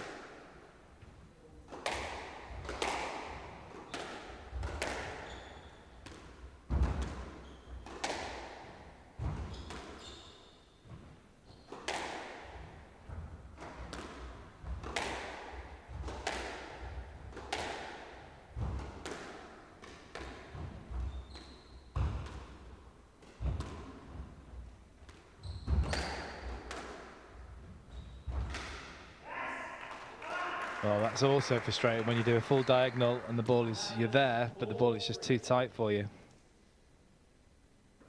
Bit of a teaser. Cross court not quite good enough there. Yeah, I'd like to see him use a bit of height in that position. He does, when he's playing well, lob the ball well, Nick Wall. Again, something that one of his coaches, Nick Matthew, used to employ incredibly well, very successfully.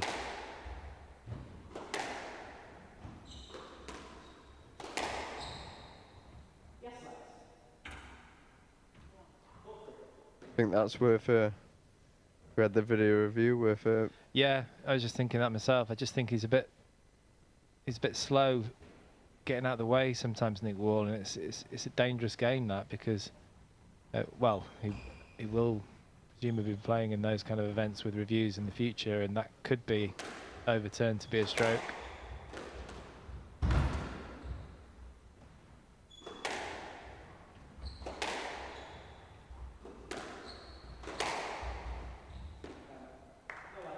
He played through the interference there, didn't he?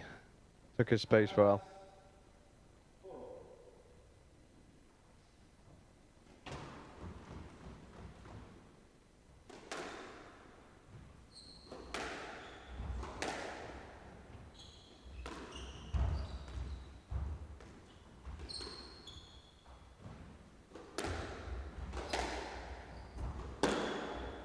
There's a much better lift out than from Nick.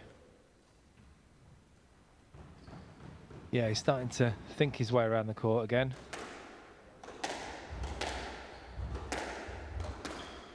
Whilst also keeping the pressure on as much as possible.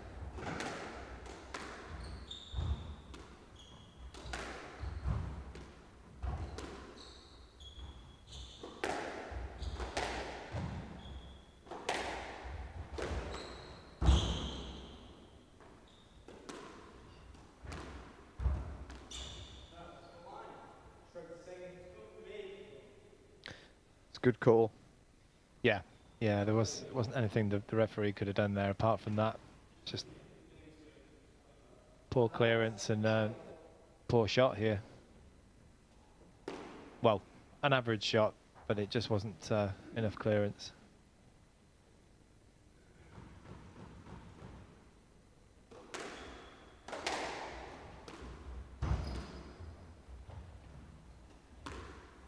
Wow, that's lovely. Fantastic shot that was. Couldn't have been any lower there, just a millimetre above the tin from Singh.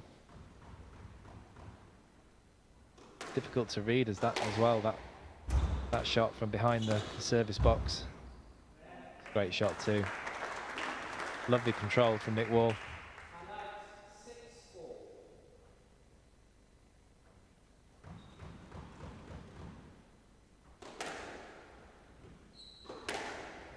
But I think my score prediction of Nick Wall and 4 has gone out the window. It has.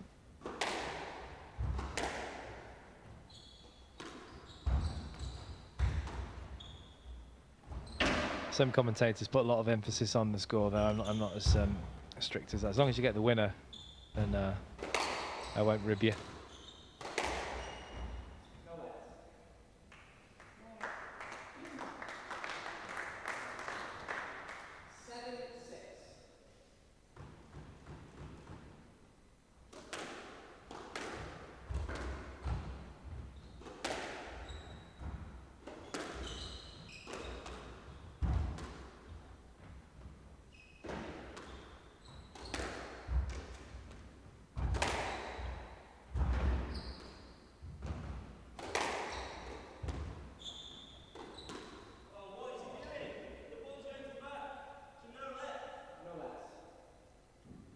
Well, he got what we wanted there. Nick Wall, let's have another look at this. Do you think that's a good call? I wouldn't give no let. I don't think Nick's... I think Nick stood on that a little bit. So you'd give possibly let. A let, right. Yeah. Great shot. Onto that in a flash, wasn't he? So proactive.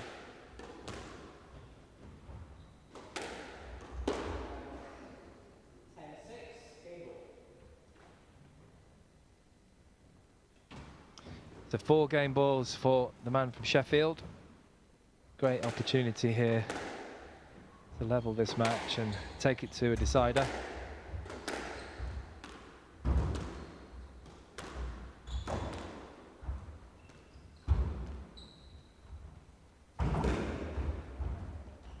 What a get. Straighten that one. These two. What's going on? Great rally. It's incredible to watch. Oh. Crowd really enjoying that one. As did we. A little nod of the head. Great sportsmanship from these two. Both of them clearly enjoying this match.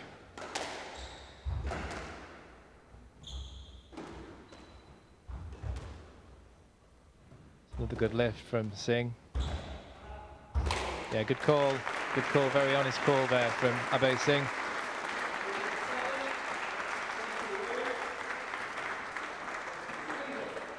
So we've got another 5-setter and a second one in a row for Nick Wall.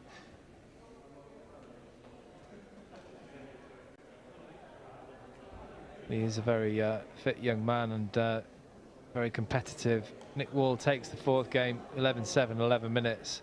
It's 2 games apiece.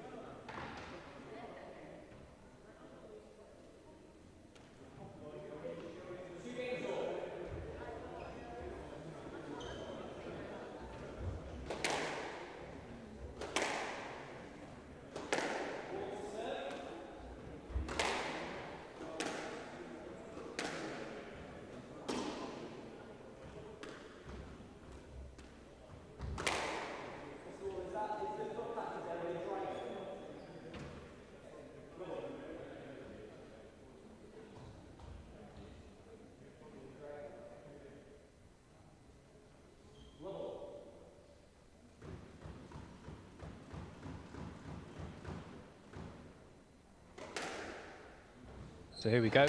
Love all in the decider here between England and India. Nick Wall and Abhay Singh. I was going to ask you something, actually. What a start that was. Nick Wall seems like off the court quite a laid-back character, as do you. Do you sometimes have to really come out of your personality a little bit on the court and really push yourself to step forward and be aggressive and all that kind of thing? Is it because for some players it's natural, isn't it? Say, for instance, Shorbagy. But do you have to sort of come out of your comfort zone, do you feel, sometimes, and just really not get nasty, but get really aggressive with your game? Yeah, 100%. You're quite chilled out, aren't you, off the court? Yeah. I feel like I play better when I have got that edge or a bit more pumped up or a bit more... bit between your teeth. Yeah. Yeah.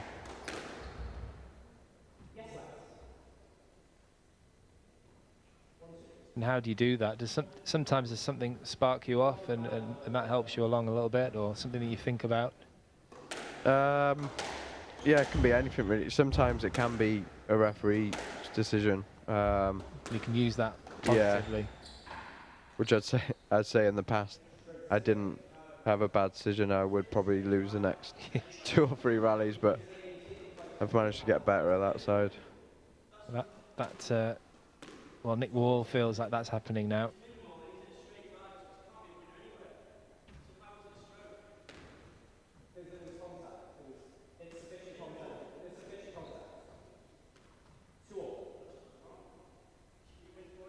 Well, let's see how Nick Wall deals with this decision.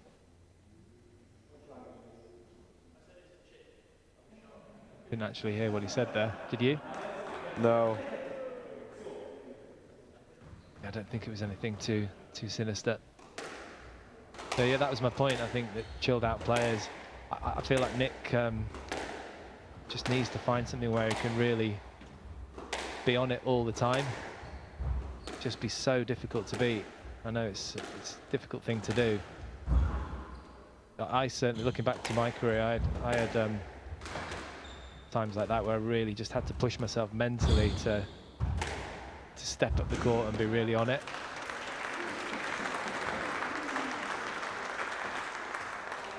It's a good response from Nick. I think sometimes Nick needs to be at the business end and he needs to be in the 5th game to like realise that this is really, you know, really got to step on the gas. But he is very good in these situations, Nick, when it gets like this. Yeah, he is. I mean, you know, he's clearly a winner, isn't he? He's won a lot as a junior, and he's going on the right path as a senior player.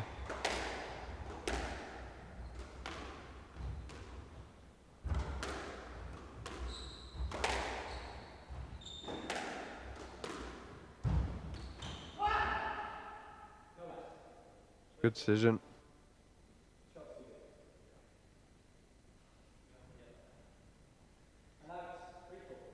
Shot forward from Nick Wall. Sat up a little. Yeah, it sat up. It was just a bit lazy, wasn't it, the way he played? There was no purpose to the shot, and he got punished.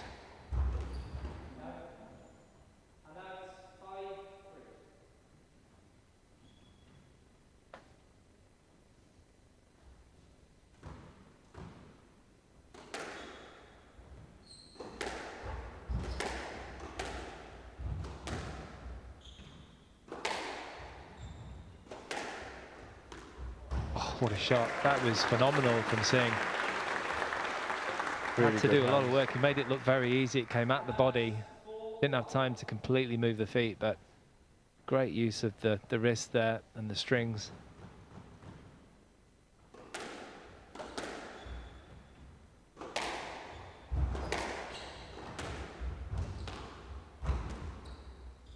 It's a good lift, out of trouble there from Singh again. Using the lob intelligently. Oh, there again. Just pulling away from that shot. That's why the error occurred. Who's your money on? I'm still going to go.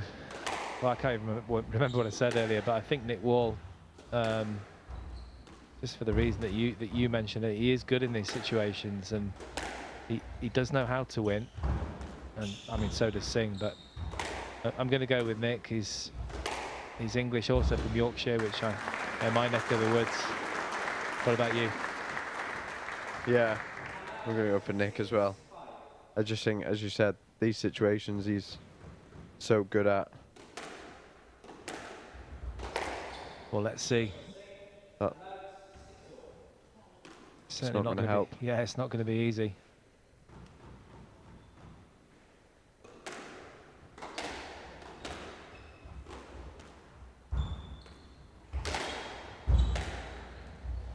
Oh, that was, I hope he hasn't hurt himself there. Bit of a heavy fall there for Nick Wall.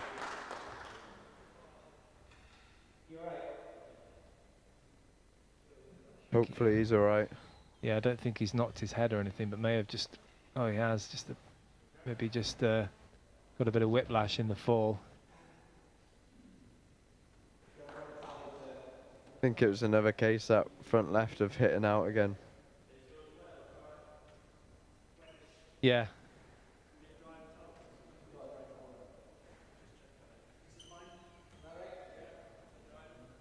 It was a strange one, actually, wasn't it? Because he didn't really ever look like he was going to get there. No. Just sort of attempted it and then fell in a heap. Yeah. But you know, sometimes when you're on your way, aren't you? Yeah, there's no stopping you. No.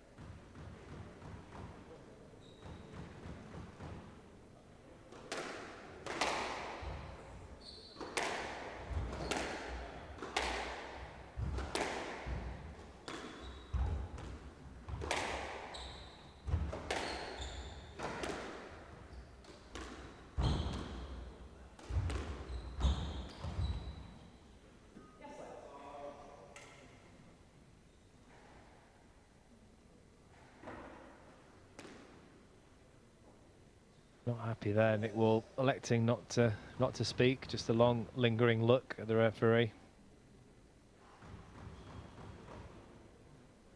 I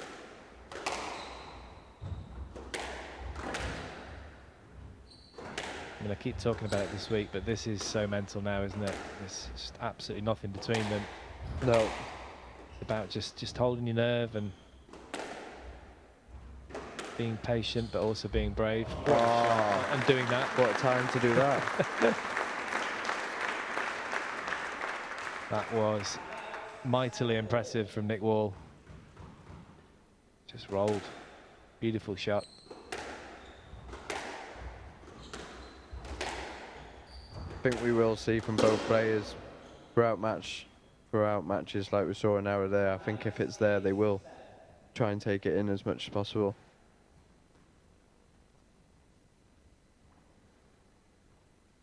Yeah, it's good to see.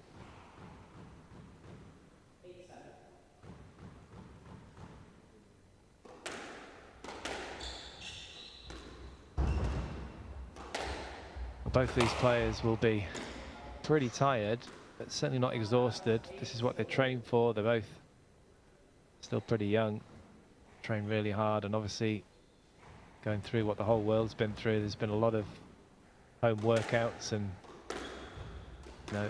fitness programs. Of course, the last few months we've been able to play, and there's been gone from one extreme to the other, hasn't it? Lots of squash, lots of tournaments. Good pressure there from Nick Wall.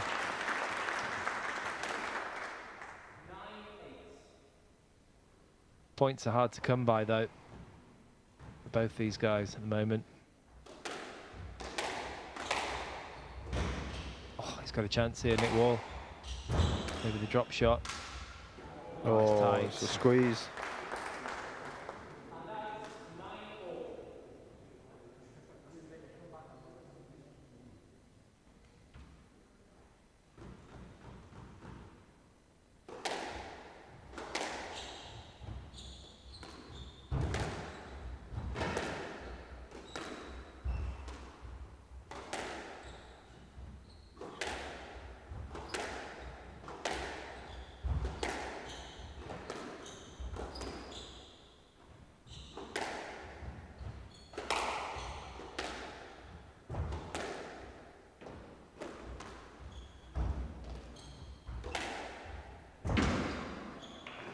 Jesus. Just one of those awkward cross courts, wasn't it? But it was well struck by Abhay Singh, and that's earned him one match ball in this fifth. He's just going to take a quick towel break. Take his time finding the ball. Do you think you could see Nick going for one off the serve here? I think if it's loose enough, it wasn't. It was a good serve.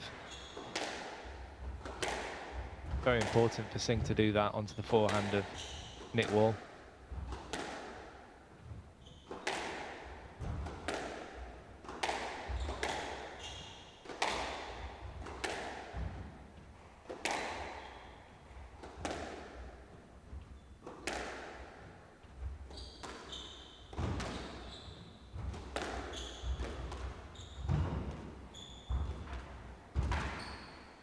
Some great gets here by both players.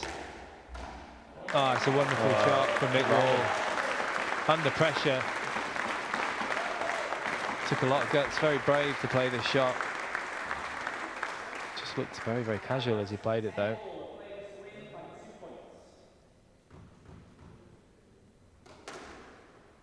So we're into a tie break. For those that haven't seen squash before, got to win by 2 clear points at 10-all. And we're in the 5th game, so whoever gets 2 points in a row now has won the match and is in the semi-finals.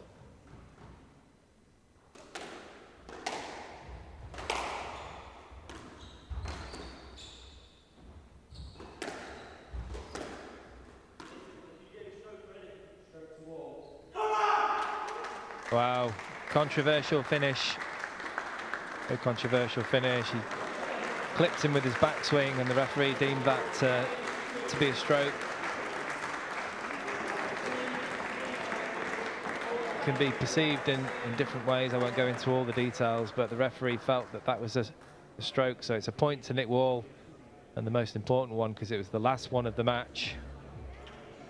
Nick Wall absolutely delighted. He said he knows how to win these kind of matches. He leaves it late. Nick Wall winning 11-3. 3-11, 4-11, 11-7, 12-10 in 56 minutes. He's through to the semi-finals.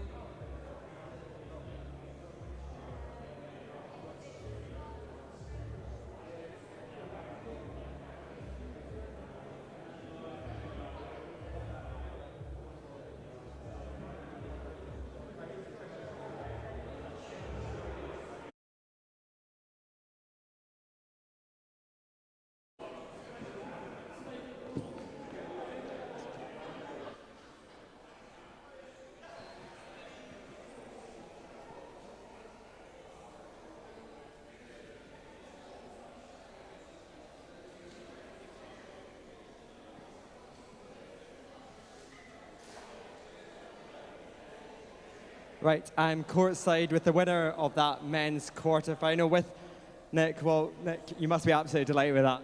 Yeah, thrilled to come through in 5 once again today. Similar match yesterday, going 2-love down and then 2-1 down today. Just still trying to get to grips with my game. Had a bit of time off, still getting used to playing tournaments at the minute, and feel like I'm finding bits of form, but it's more the concentration that I'm struggling with, so just happy to get through. Yeah, and you mentioned you had a 5-game match yesterday, also a game in round 1, so I mean, you've been a very busy man. How are the energy levels sitting at the moment? Yeah, not too bad. I feel like I'm recovering okay. Just make sure I do everything I can tonight, ready for tomorrow. But yeah, it's good for me to be back playing, and it's probably what I need fitness-wise to have these tough matches, so it's good. Yeah, absolutely. And you mentioned tomorrow back again for the semi-final. Are you going to stay around and watch to see who you're playing, or how are you going to prepare for that one? Going to go back, chill out, probably catch up on Bake Off or something daft like that. Well, you deserve it. Congratulations, and we'll see you again tomorrow. Our attention now turns to the final women's quarter-final, where Scottish interest is at heart. Georgia Adderley will be taking on Julian Curtis, the #1 seed in this competition. That one is due to start in just under 5 minutes' time.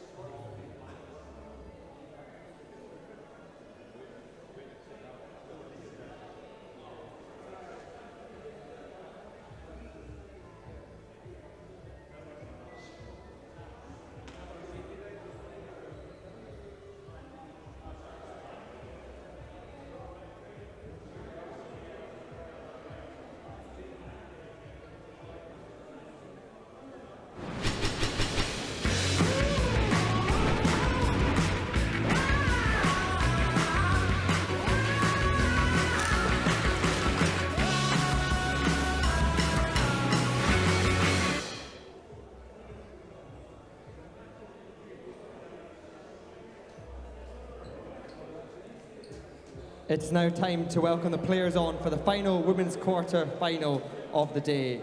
Up first, representing Scotland, seeded number 6 in this year's competition, please welcome Georgia Adderley.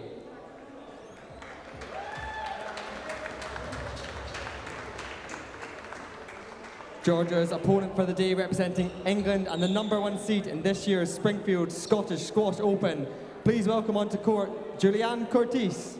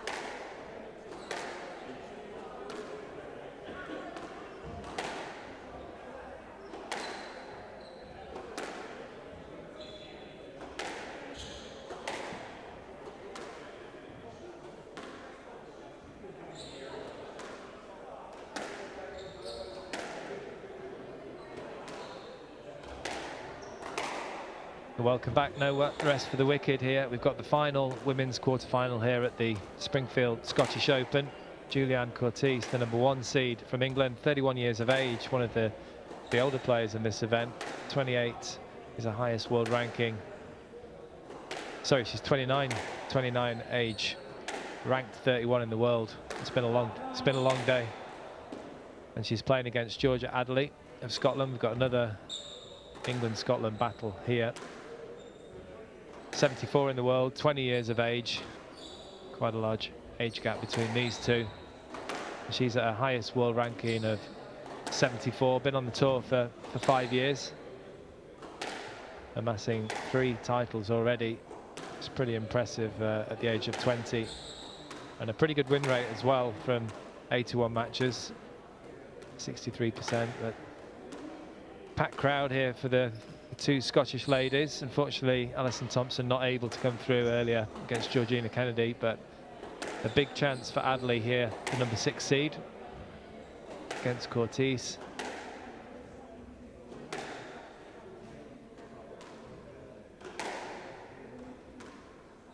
They have no head-to-head so far on the PSA World Tour, so it's the first time on the PSA between these two. And joining me in the commentary box again for this quarter-final is local legend Alistair Pratt. Good evening, Al. Evening, how are you doing? I'm good, thanks. How are you? Yeah, decent. No, good to be back. Thanks for helping out again. Should be a good match, this. We've had some great squash today in these quarter-finals. Definitely been a very high level all throughout the day, and hoping to end it off strong like it has been. Got a question for you. Did you hear your father's commentary earlier? I did, yeah. I thought he did a really good job. Did a really good job, considering, I mean, first time he's a natural. Yeah, that's what they were saying. Natural. To send him a contract. Should do. Should do.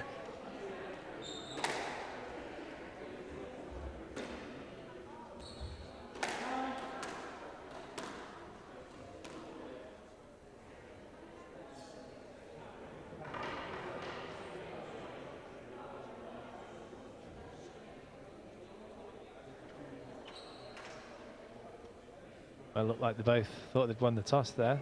I'm not sure who's serving. I think Georgia might have taken that one. Yeah. Good early victory for Scotland. Hopefully not the only one.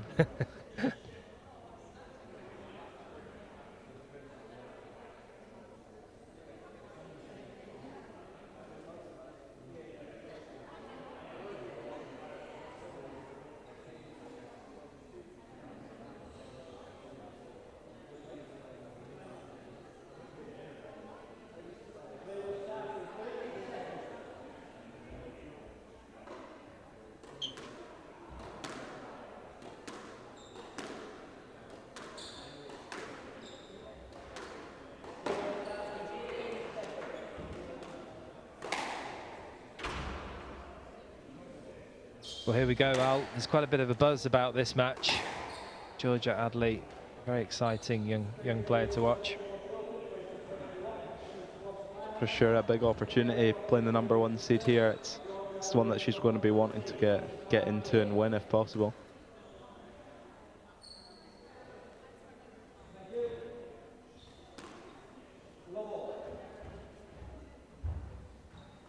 Good crowd here. I think it's just that time of the evening where people are starting to put a beer in their hand, which is great for the atmosphere.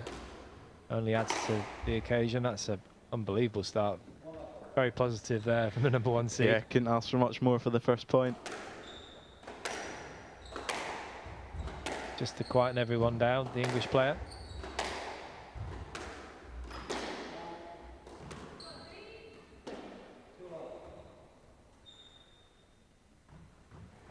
You must have trained with Georgia quite a lot on the Scottish squads over the years.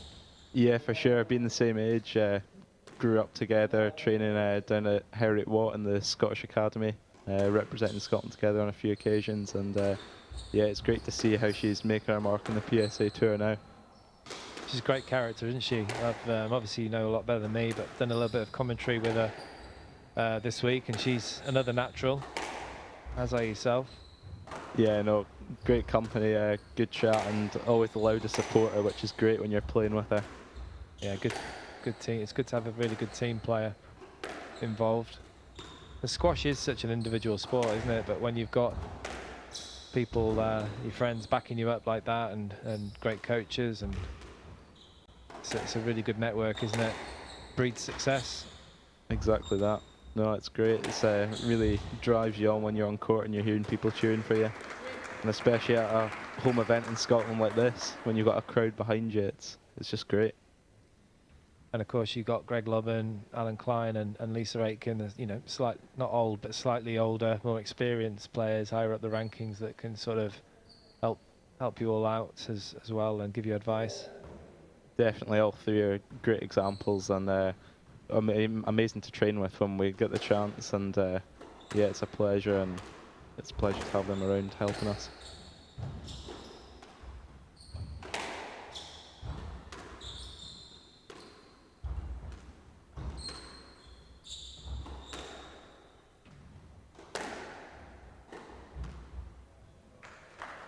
I mean, I think most people would agree that Courtice is the favourite here, but do you give Georgia a chance in this match?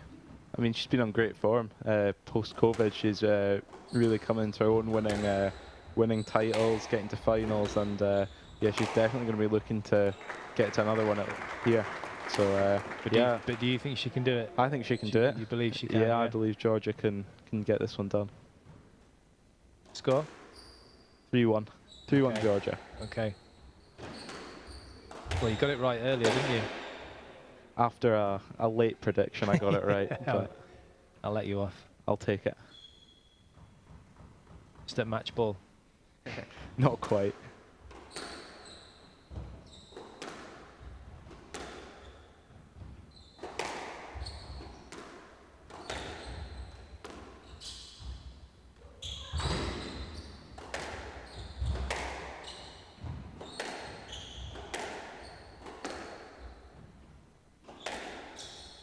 That's a great shot. Just saw that Courtice was edging slightly over for the straight one. It's a subtle turn of the wrist across the court. Very well played.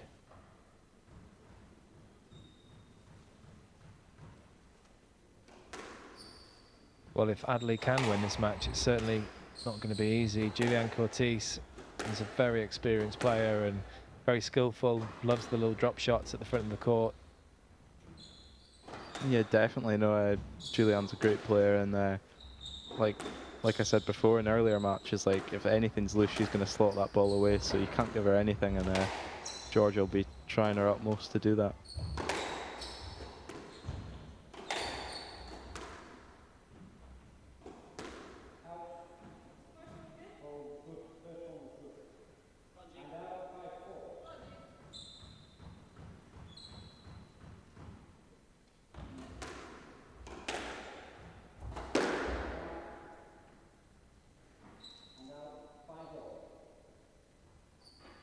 Nice even start to this one. That's what we're looking for here. Both players getting into it early on and looking to be a good start to the match.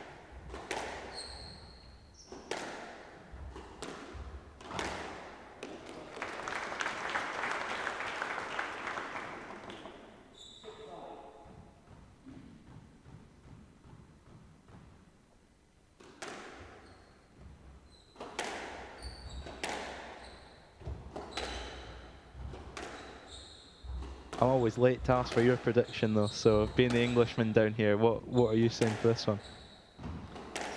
Oh, we're going to be controversial and go for the #1 seed. Yeah. Plus the fact that I'm English, of course, but you know, I've always rated Cortese. I think she's an excellent player, and I do give Adley a chance.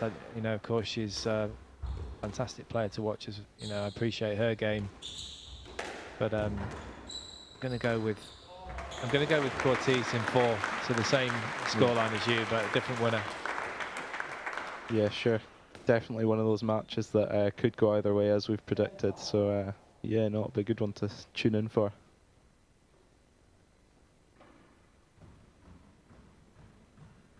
Georgia just getting that 2-point cushion here in the first game.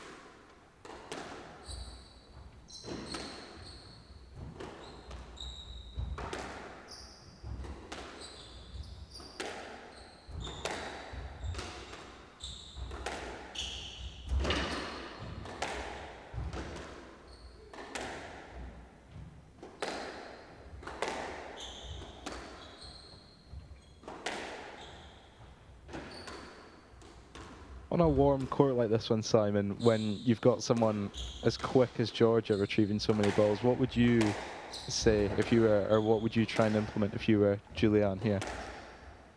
I would still, I mean, you've got to be patient, obviously, but you can't go completely negative and passive. You've got to still play your game, still go for your shots at the front of the court, but just expect that there might be a few more balls coming back than there would be on a glass court or a colder court. And just accept that, you know, and it might be a bit tougher physically than it would be on a glass court, and that's actually an interesting one. If this was on a glass court, I'd back Cortese a little more, perhaps, because she likes a glass court, takes in a shot well, but you just have to be prepared to play a few more would-be winners on this kind of court.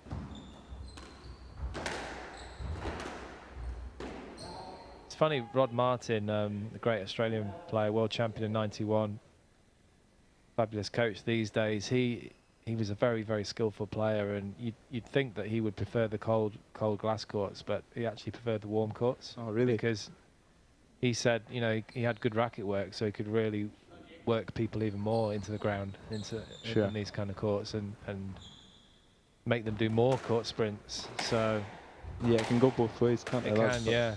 Yeah, that's interesting. Also, it's a little easier for him to move because he wasn't as good a mover as some of the other players, but made up for it with his amazing racket skills.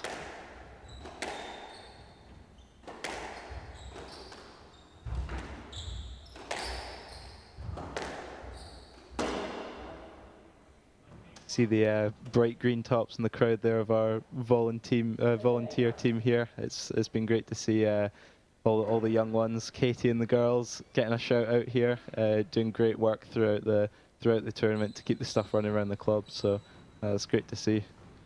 Oh, they've been absolutely fantastic. All of the volunteers here, children and the adults.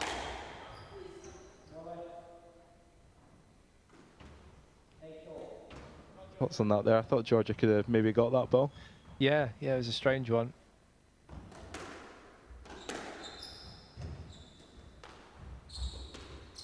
Again, for people that perhaps don't, just tuning into squash for the first time or haven't played the game and enjoying this, it's with squash you have to make every effort to get through to the ball. If you're deemed as not making enough effort, you could be in danger of losing the point and not getting a let ball,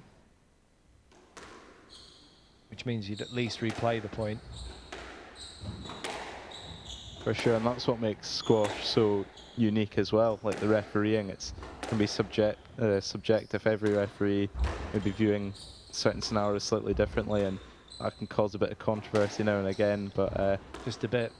Yeah, but I think that adds to the viewing experience. Like it just creates a bit more excitement, entertainment, and keeps you really on the edge of your seat, knowing that could happen at any point. Yeah, of course, at the Platinum events and the bigger events on the glass court, they do get the opportunity to review decisions, the players.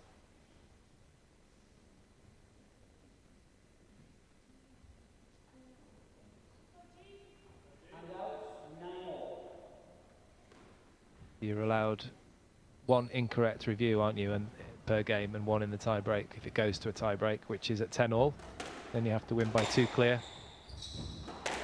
But if you get your review overturned, you keep it. So that's the gamble that you take.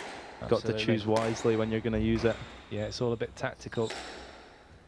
Hopefully that will be something that comes in the future in the Scottish Open as the tournament grows.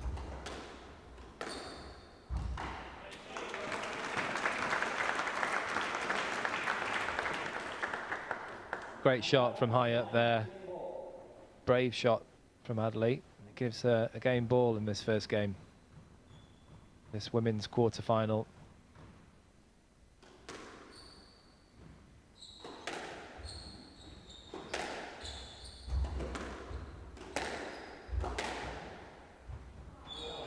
Yeah, it's a great width there from Jules. Bit of a cry out, and we're going to the tie break. 2 clear points from 10-all. Rush of blood to the head there. Not a time you're wanting to give away a cheap point there to go game ball down.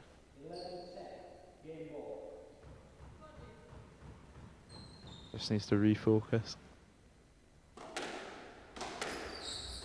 Well, something we've been talking about a lot, youth versus experience today. And youth won out for both Maliks earlier on. Will it be the case here?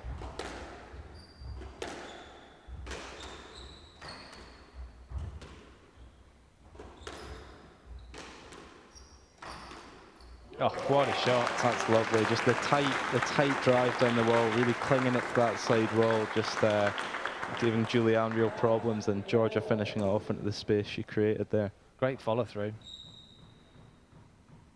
Really pronounced follow through that. Just pushing that ball into the front corner. It's lovely.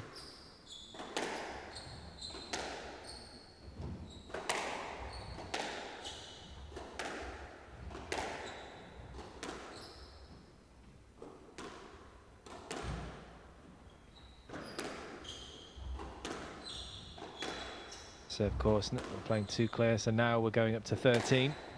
Potentially could be higher.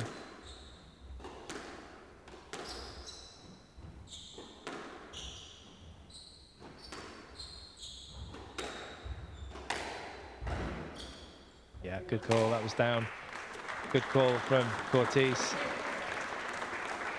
Very honest there, so another chance here for Georgia Adderley. Yeah, she's refocused well after that point to put her game ball down. She's come back in strong.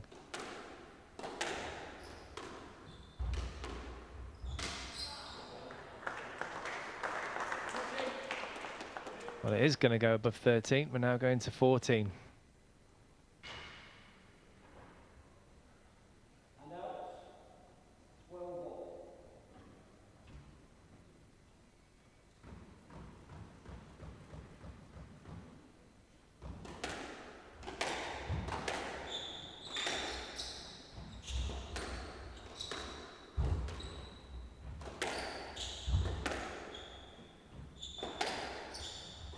can see you nodding your head there, Al. You're impressed with some of that play from Adderley. Yeah, no, just finding the length to the back of the court. I mean, in squash, that's so important to get your opponent moving as far away from the tee in the centre as possible, so you can take control of that area to enforce yourself in the game and make the opponent move around you. So I think George has been doing that well in the first game here. And she finds herself game ball up at 13-12.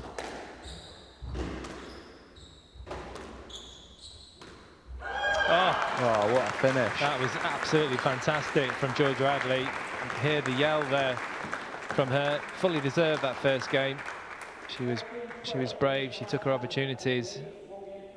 Certainly wasn't easy there for the Scot, but she's managed to take the first game against the #1 seed.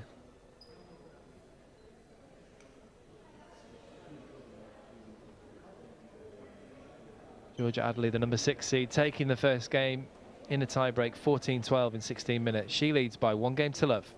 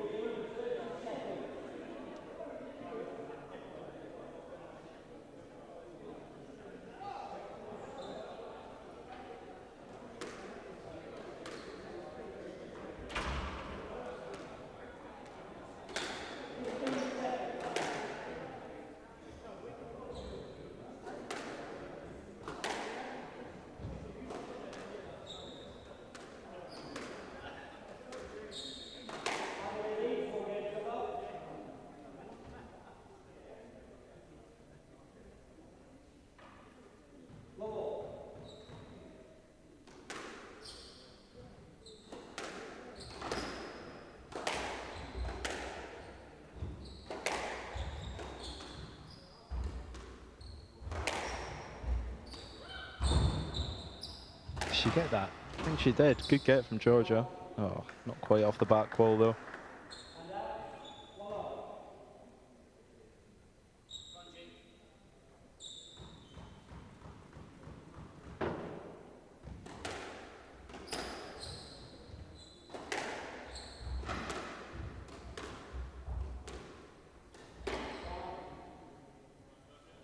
It's not quite in position there, Cortese.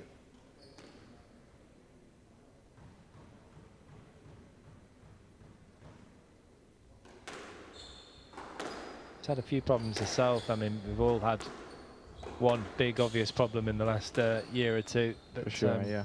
Julienne Cortese did actually get COVID, and it I know it's affected lots of people in different ways. Some get it worse than others. I actually had it myself, and she was saying that it was quite bad for her. All right. And quite worrying at one point. But thankfully she's through it all. But it's taken a long time for her to get back into training, and she's along the way also had an injury because she's had to change her training.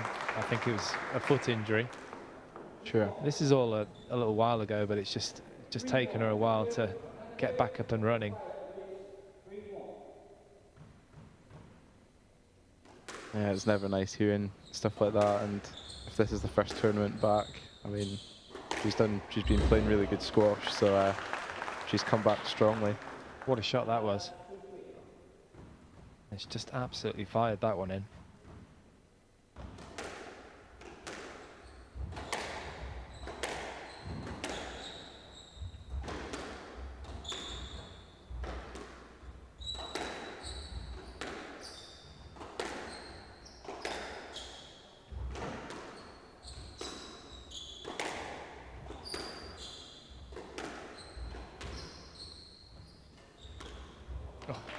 Just lovely hands from Cortese there. Hitting that open line from the back corner into the front. Beautiful. Great shot. She's very upright when she plays it, isn't she? Yeah, I think that probably adds, you know, it's not textbook, but it adds to the deception sometimes.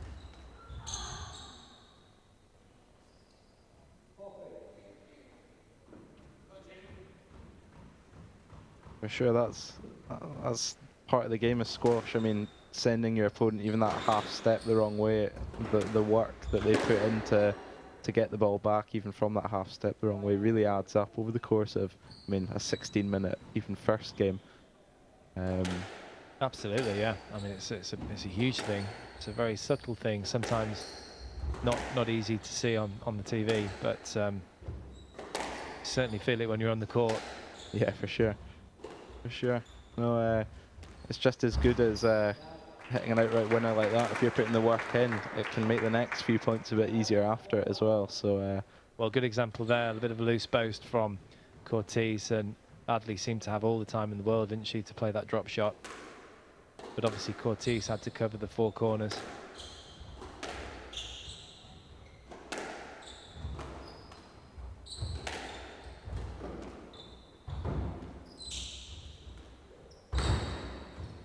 He's got it back. Oh, what a reaction there from Adley. Well, we haven't seen too many of the straight backhand drop shots from Cortese. One of her favourite areas.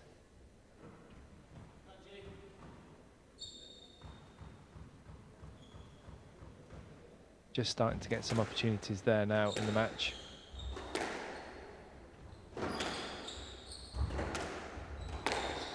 Oh, wow. That was aggressive. Sheer power on the volley there from Adderley. Just punishing that even slightly loose ball from Cortese. It was only going in one area, that, wasn't it? Yeah, no doubt in her mind. An old coach used to say to me, just tell the ball to go in, don't ask it, tell it. For sure, if you're confident the ball's going to go there, usually it's going to go there. So absolutely, yeah, it's a command, not a question.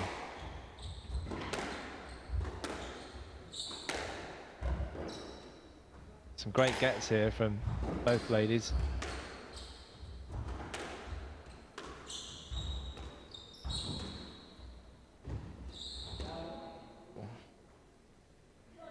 Oh, that was very unusual. I mean, she really wasn't in position at all there, Cortese.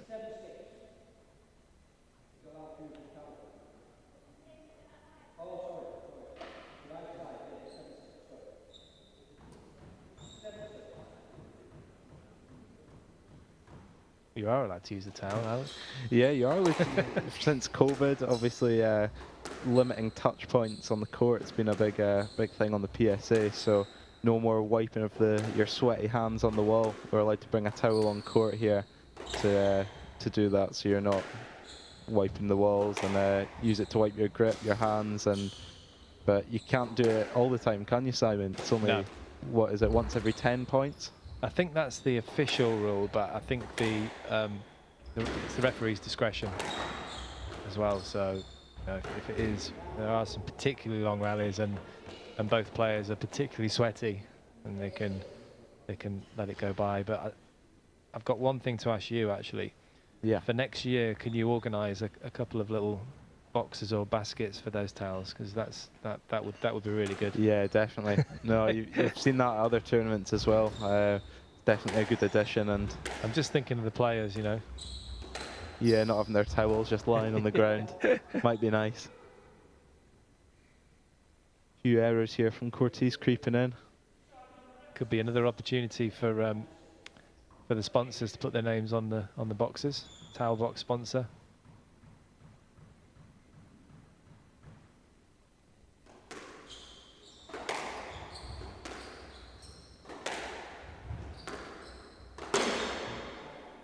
Another one as well.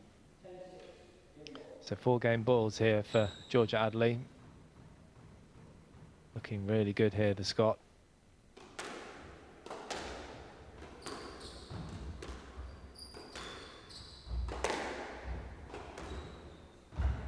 Gone for the leisure centre, the reverse angle. She's got it nicely. Yeah, very, very good from Georgia Adderley. She's on top form here. The 20-year-old.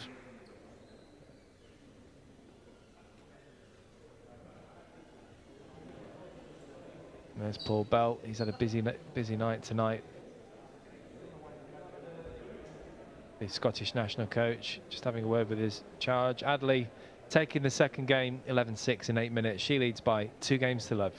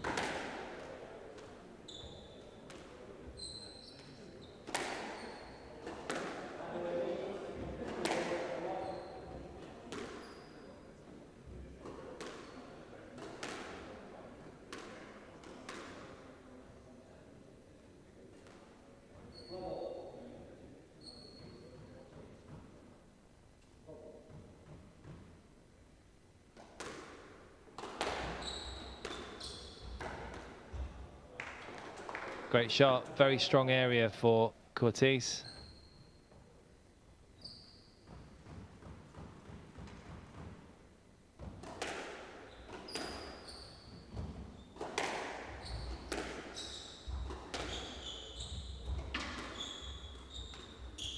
That's a beautiful shot. Rolled out that neck there. Absolutely rolled and appreciated. This is why Georgia Adderley is so popular. She can appreciate good squash from her opponent. It's nice to see.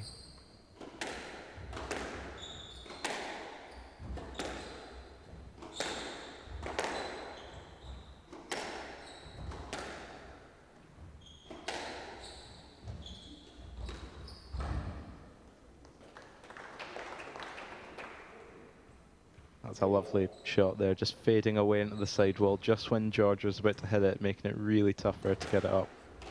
Yeah, there's a good response here going on from Jules Courtice. She's got a wise head on her shoulders. She's very, very competitive, great skill levels.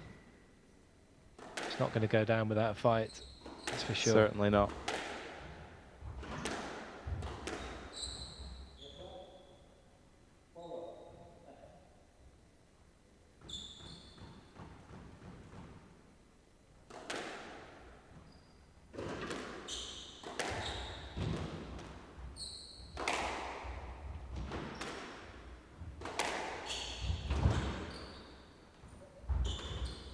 That was good.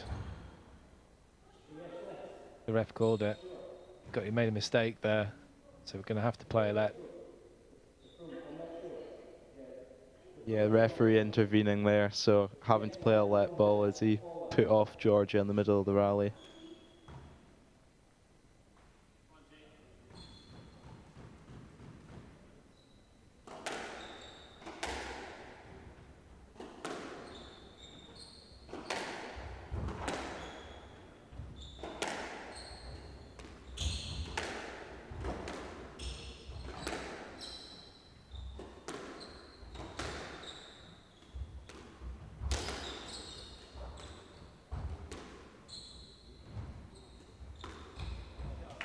Fantastic shot from the back of the court. It's really working for Courtice now. She seems to be breathing quite heavy though, but managing to pull off some winners. Oh, lovely.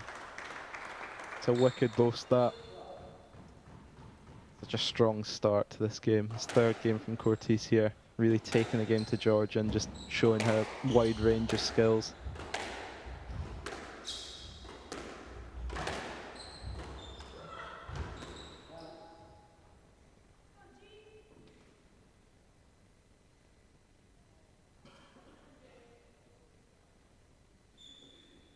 Sadly, I don't think your prediction can come true now, can it? No.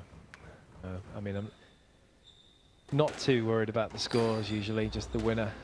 But even, I mean, that's, well, the score in this third, you know, it's looking like she's at least going to get a game here, Courtice. Staging a bit of a comeback. Yeah. You never know.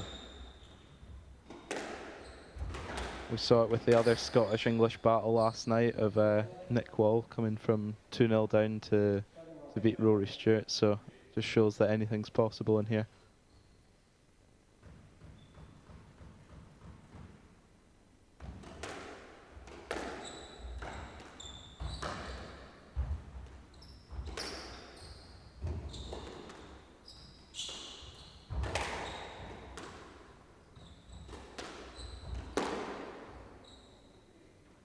Just a bit flat on that volley, wasn't she? Didn't really cut it in. Looking a little bit ominous for Adley at this stage.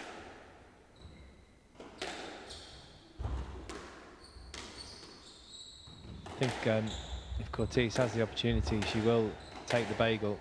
I mean, she is 2 love down after all.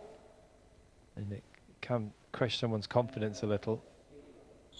Definitely, if you can go a whole game without winning a point, it definitely knocks your confidence going into the following one.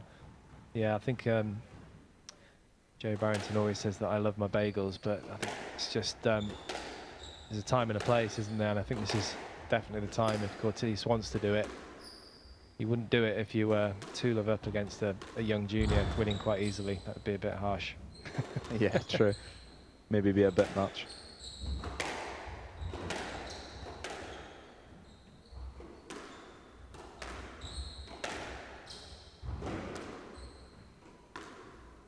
She's not going to do it. It's a good finish from Georgia Adley. It's nice and still and balanced here.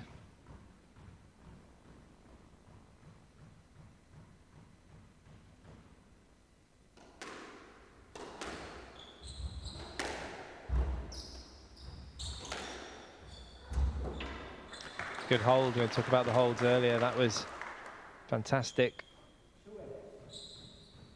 Just a little bit of delay before she hit the shot.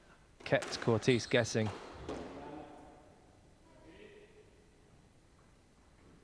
Now the momentum swings Georgia's way with 3 points in a row.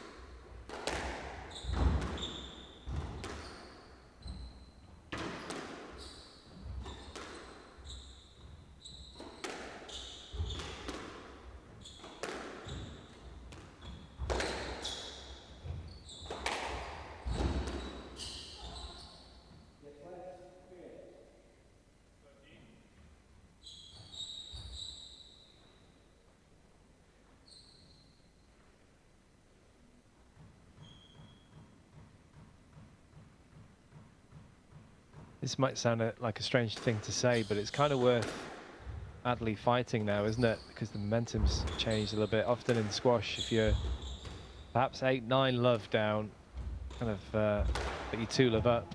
It might have been an intelligent thing to do, to just focus on the next game, but I think Adley is sensing that Courtice is still a little tired, even though she's 9-3 up. Yeah, definitely. I think, as you're saying, it can sometimes be more valuable to just give up that game and focus on the next one. But Georgia being a strong player physically as well, obviously having put in a lot of hard work and preparation for this tournament, is backing herself to fight for everything. So, well, it's looking increasingly likely that it's not going to happen. Not in this game anyway. Julianne Courtice has 7 game balls. Take her first game in this quarterfinal.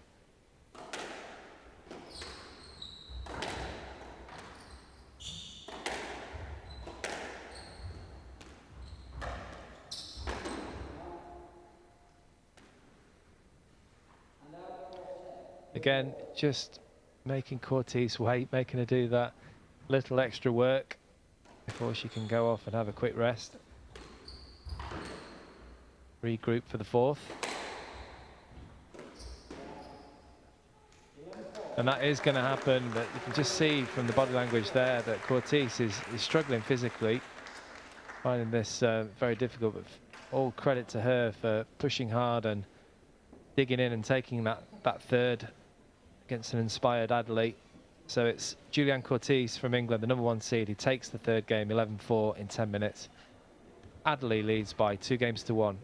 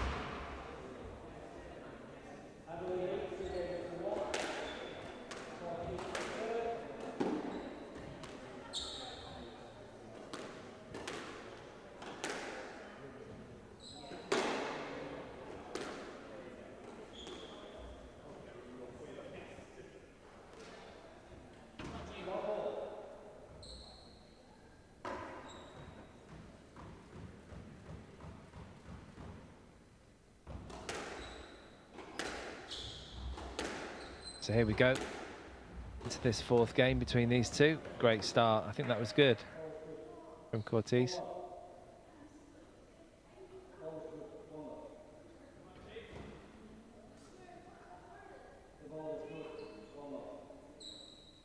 What do you think? I mean, it's difficult to tell. Yeah, I couldn't really hear as clearly as you would. Oh, body in the way as well on the replay there. Yeah. But I mean, it looked good from this, I'm not going to lie. It's the way it sort of, as a squash player, you can tell the flight of the ball off the strings, can't you?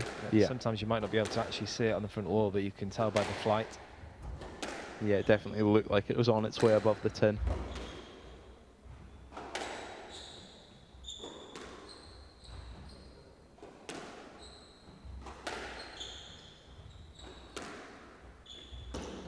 It's going to have to be another big push now from Courtice, and that's not good for her cause. Music to the ears, though, of Adley, that tin.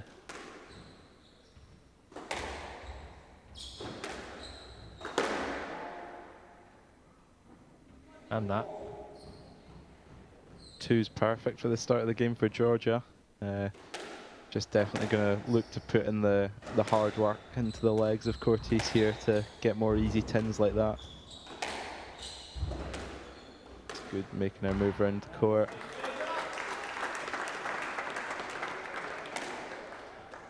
Nice positive start to the game from Adjali here, really looking to take the ball as early as possible and give Cortese as little time as possible on the ball as well. Yeah, dream start for her, and she's even more of a dream there, just clipping the nick. That is a little bit of a fortunate shot, even for professional players when they hit the nick between the sidewall and the floor, the join for the uninitiated.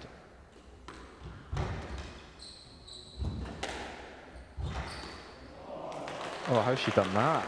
I mean, again, it's a wry smile from Adley. Slightly fortuitous, but she did all the work, so she deserved it in a way.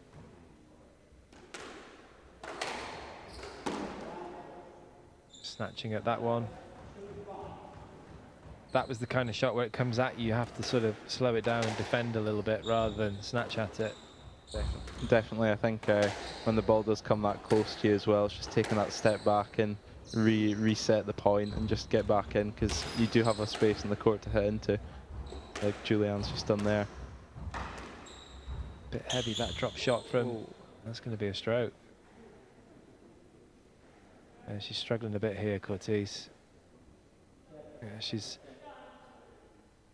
I mean, physically she's been struggling a little bit in this match, and hopefully she's okay.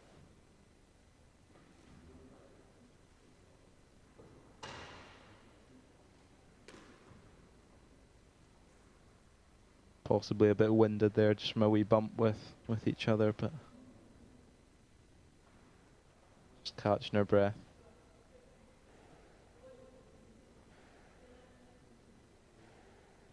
She's just feeling her neck there. Might be a little bit of whiplash in the neck area too.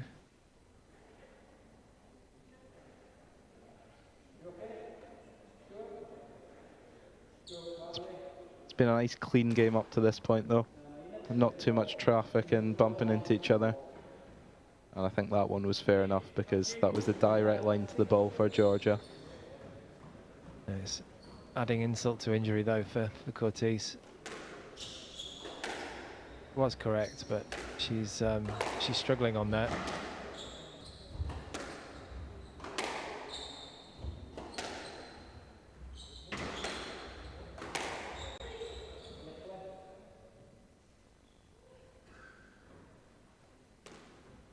Hopefully that's not the turning point for lots of decisions for the ref here.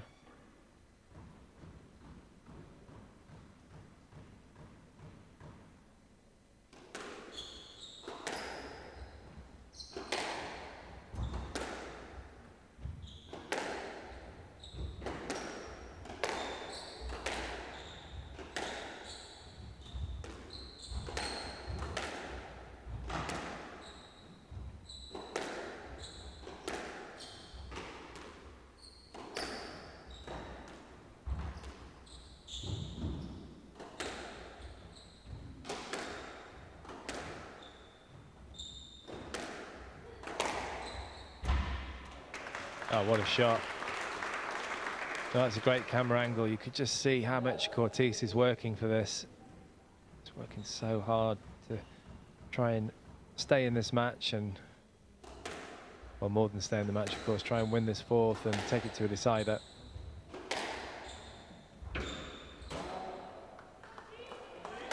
Maybe a slightly fortunate bounce from Georgia there, but she's still putting the ball into the area that she's wanting to on that cross court.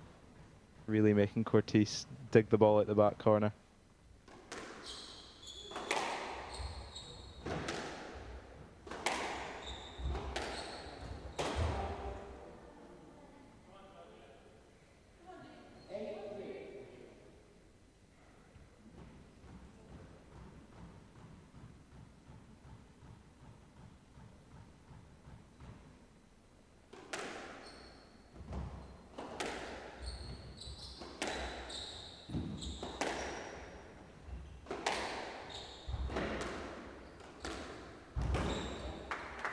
That's a great shot from Adley. Really, really positive. Another example of telling the ball to go in there rather than asking it. It's a great shot. So much purpose on that volley.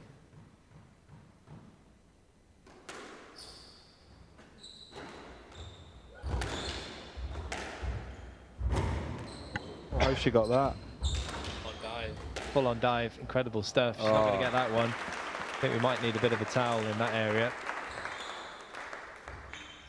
That's good work from Cortese, though, just twisting and turning Adderley. Really making her work hard, but that's a good get, that one. That's an understatement. It's incredible.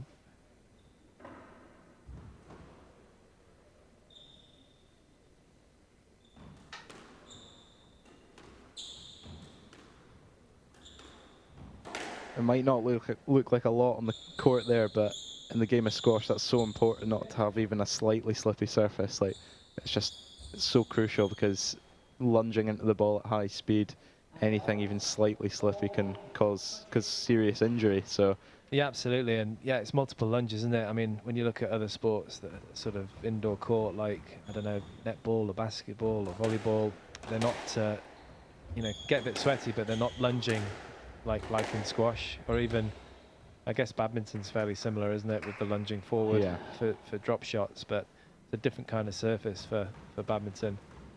On a squash court, it really does need to be nice and dry.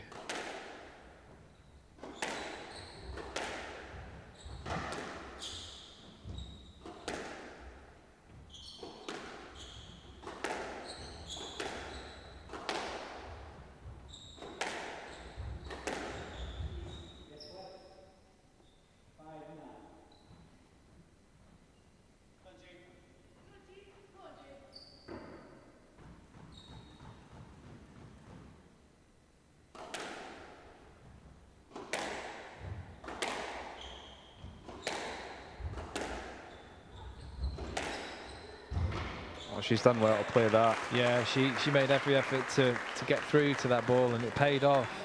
It's given Georgia Adley 5 match balls here against the #1 seed. Could be a big upset here.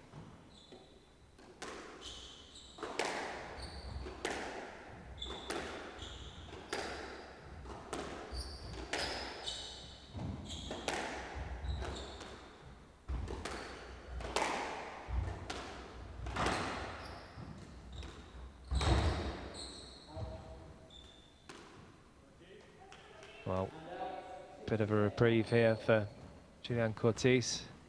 1 saved. 4 more to go. Tell you what, though, I've got the utmost respect for Cortese. I did anyway, but from what she's been through, I think this is her first tournament back after stuff I was talking about earlier with COVID and injuries, and so stubborn and determined, isn't she? It's great to I mean, it's not great to see, because she's probably quite a lot of discomfort, but just so determined. Really digging in, even on match ball. There we go. Georgia's done it. That's an incredible win there for the Scots, delighting the home crowd. A really well-deserved win there for the youngster. Thoroughly deserved. Great form, Georgia Adley, and the upset was on Julianne Cortese. Feel a bit for her with what she's been through, but she pushed, she gave it everything. But it's Georgia Adley, the Scottish #6 seed, who comes through 14-12, 11-6, 4-11, 11-7 in 49 minutes. She's through to the semi-finals.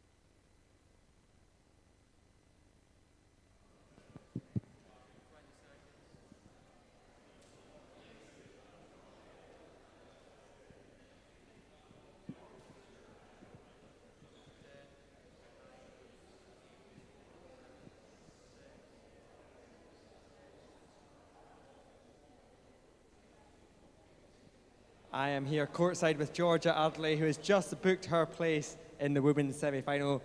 George, you must be absolutely delighted with that, a 3-1 winning game. Yeah, I'm over the moon. I think that's my biggest win to date, and to do it on home soil makes it even better. Yeah, absolutely. I was going to mention the home soil. How much does that make a difference when you're, at Inverness Tennis and Squash Club in front of a home crowd? Yeah, it's huge. I've played most of my events all summer in England, and I've had the English crowd against me, which isn't very pleasant. So it's been amazing, and thanks to the crowd for coming down. It makes such a big difference, and hopefully see some of you tomorrow. Yeah, definitely. And in terms of tomorrow, a big semi-final against Georgina Kennedy, what kind of challenge do you expect from her? Yeah, I mean, as you kind of all saw earlier, she's a brilliant competitor. She's a really solid player. I played her a few times this summer, and I'm looking to get my first win over her, so we'll just prepare the best way I can and see what I can do. Well, we're all behind her. Once again, congratulations, and we'll see you again tomorrow. Thank you so much. Our attention now turns to our final match of the day, which is the men's quarter-final, where we will see Victor Brightis taking on the #1 seed, Sebastian Bonmale. That's due to start in just under 5 minutes' time.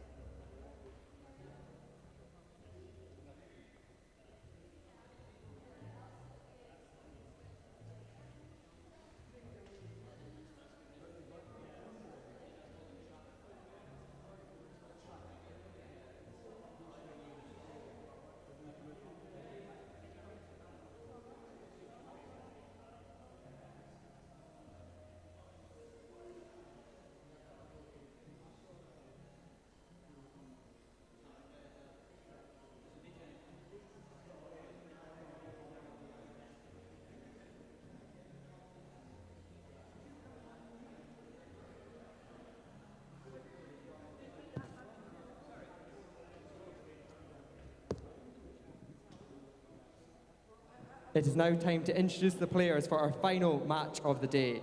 Up first, representing the Czech Republic, seeded number 8 in this year's competition, please welcome Victor Brightis.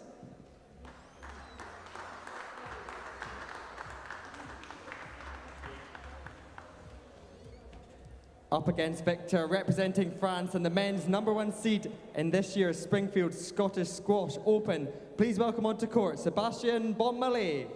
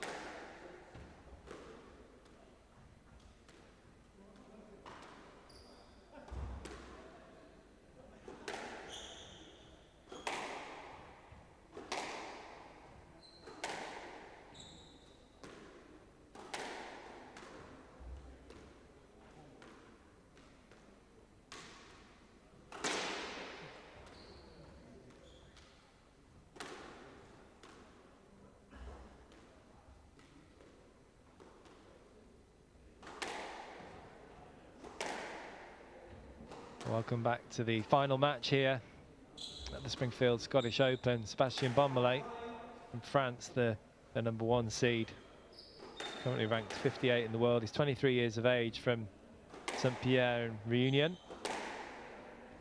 And he's up against Victor Bertus, the #8 seed from the Czech Republic, the second Czech player in this event, 118 in the world, 4 years on the tour, 20 years of age. And he's been in 2 PSA finals so far. Not quite managed to get a title. But a really good week for him so far up here in Inverness. So we've got the 1 seed against the #8 seed, France versus Czech Republic. And joining me for this final match is local boy Martin Ross. Good evening, Martin. Good evening, Parky. How you doing? How's your day been? Yeah, it's been good. It's been good. I've been doing lots of uni work today. I didn't see all of the squash today. Missed it, but lots of work that I've neglected all week being here, so bit of catch had up to be stuff done at some point. Before we get into this match, I've got an apology to make. I was butchering a name on the commentary yesterday. I've been reliably informed that it's Jakub Solinski. That's how yes, I pronounce that's it. true, Not, yeah. Not Solniki, as I was saying yesterday. That's true, so yeah. apologies to Jakub. Yeah. And apologies to any people from the Czech Republic out there that might be watching. I'm sure they're used to it. There's definitely no S in his name, but yeah, you're correct. Yeah.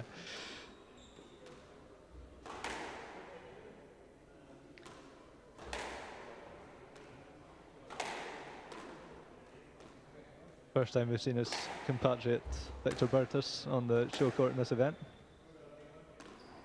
Have you seen much of him play before? No, I haven't. No, I haven't. He's one of the players that I haven't seen before at all. I've seen his name. I've seen some of his results. Same with Bonmallé. I only saw him for the first time yesterday. Yep. Very impressed with him. Got a very decent ranking at 58. He's played against people like Gawad and some of the other top players. Just kind sort of of bubbling into under, those isn't he? platinum events, isn't yeah, he? he's getting those, starting to get those opportunities. Just 23 years of age. Yeah, but I only caught the very end of Victor's game yesterday against Miles Jenkins. But looks a very good player, very streetwise player. Yeah, I mean, he must be decent if he can beat Miles, because Miles is a quality player. Obviously, Miles was pretty disappointed as I found him in an Inverness bar later on. Happens to the best of us.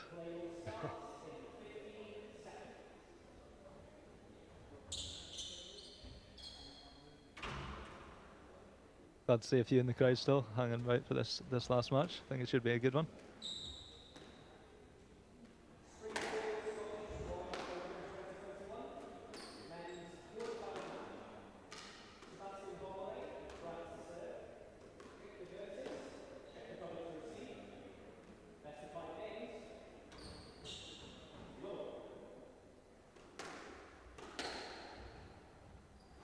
Well, here we go, final match of the day, the final men's quarter-final here at the Springfield Scottish Open.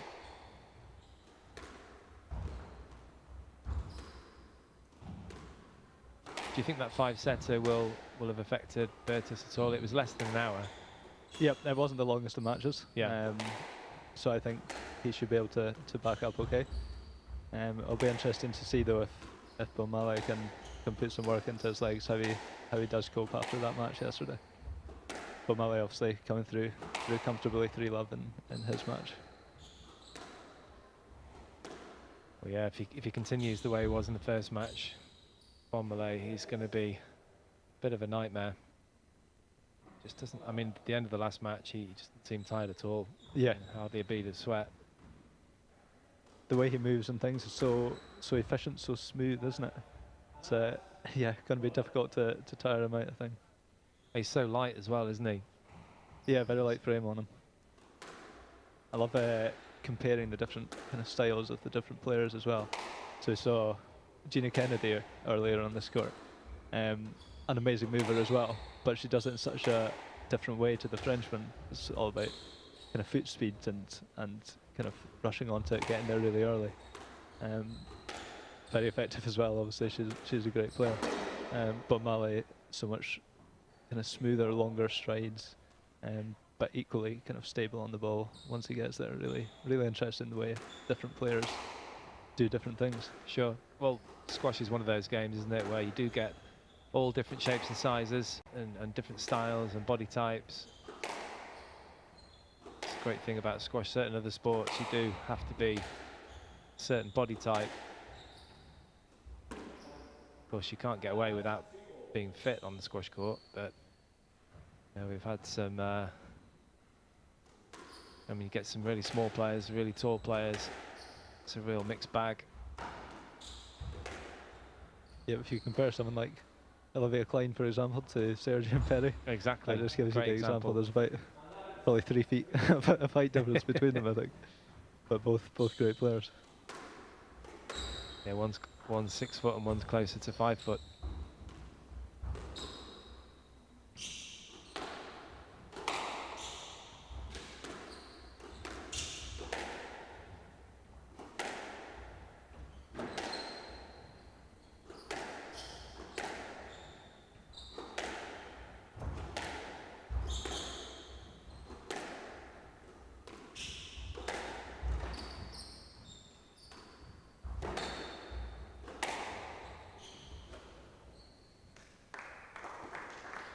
Nice line by the Frenchman there, getting that ball down into the back corners.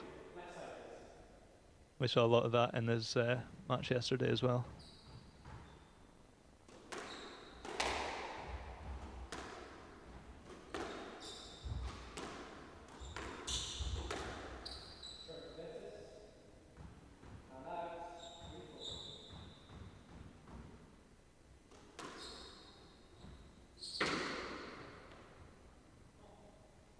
Takes a good serve on this court, actually. Something I noticed even in the practice set I was having on Tuesday. If you can find that serve that's kind of clipping the sidewall and down into the back, it's very awkward to get out compared to some courts.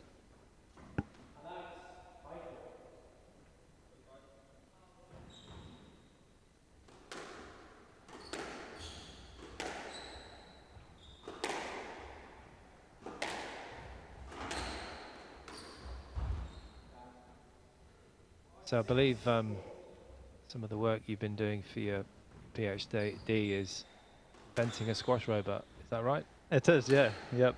We've been, myself and my PhD supervisors, trying to create, basically give some motivation for players to do solo practice sessions.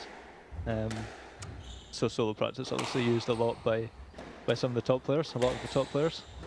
Not so much by players kind of lower down club level. One of the reasons we think this is kind of lack of motivation. It can be quite boring, you know, if you're going on playing 50 straight drives in a row to yourself. It's not the most exciting of activity. So what we're trying to do is create maybe a robot that could be there during these solo practice sessions to kind of increase that motivation and that adherence to the solo practice, and hopefully allow players to improve their game. Sounds interesting.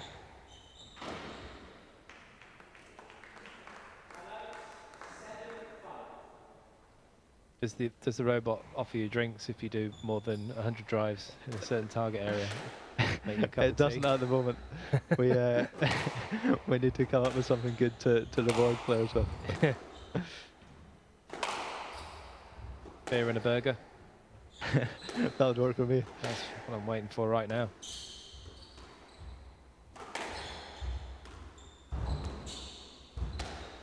We can smell the barbecue from here as well, can't we? We can. It's torture. It's a real tease.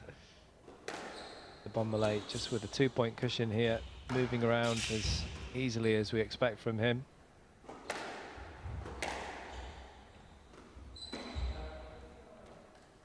Just a bit speculative there, Virtus.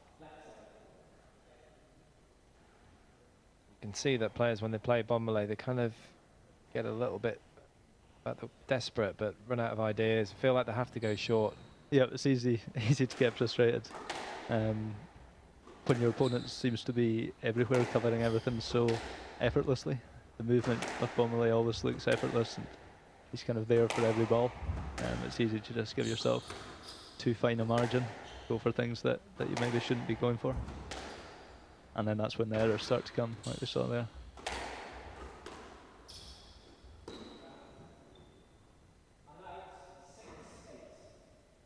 Just found himself a little bit too far away from that shot, attempted drop shot.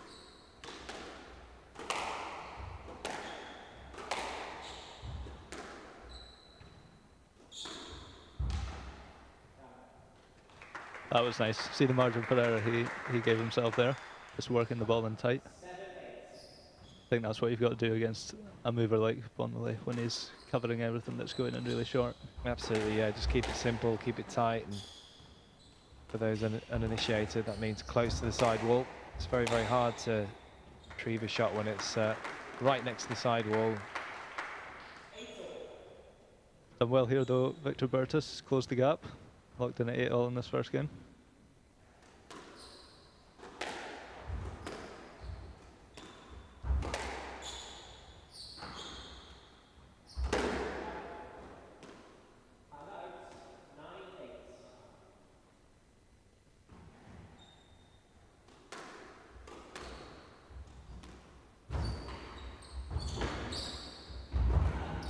Oh, wow. Oh, he nearly got it. He actually got it first bounce, and it was a full-on dive. Taking a while to get up. He did well to get this first one. Yeah. Bit of a slide spin. And then, oh, so close.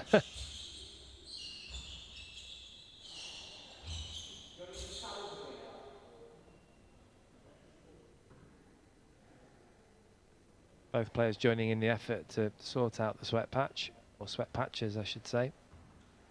Yeah, the court's taken a bit of a beating today with the old dives and certainly has, and sweat patches all over the place. Yeah, that floor has to remain as dry as possible. Multiple lunges involved in squash, especially at this level. Yep, any sort of damp patch there, the players can slip on, can't they? It's going to be dangerous. Important that they get that dried up before they start again. Absolutely. So 2 game balls here for the French #1 seed, Bomilé.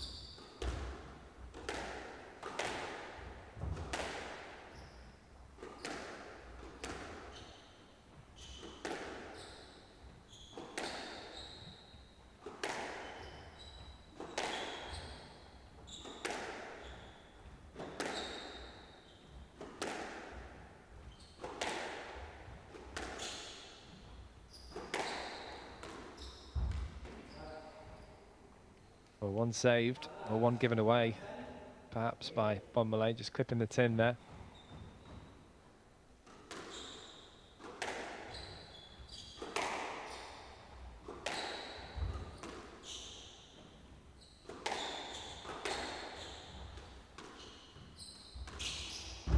Good little flick there from Bertus.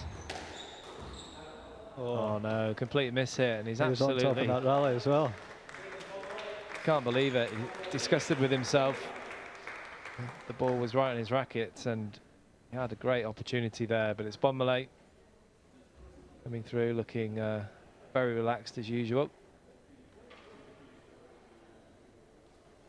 Something to think about for Bertus, the #8 seed. So it's Sébastien Bomilé, the #1 seed, who takes the first game 11-9 in 10 minutes. He leads by 1 game to love.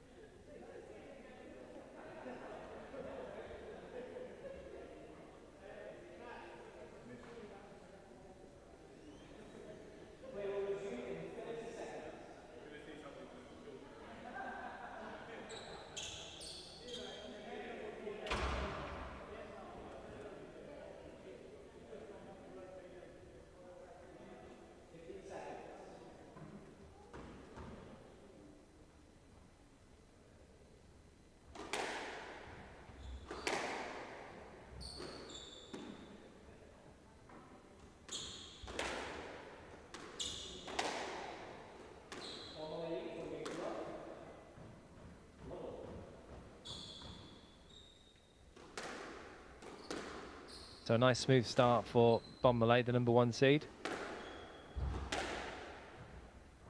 Yep, just a few errors in that first game at crucial times, really, wasn't it, from Bertus? We saw one at 8-all to give Bonmalay the lead, and then again at 10-9, game ball down.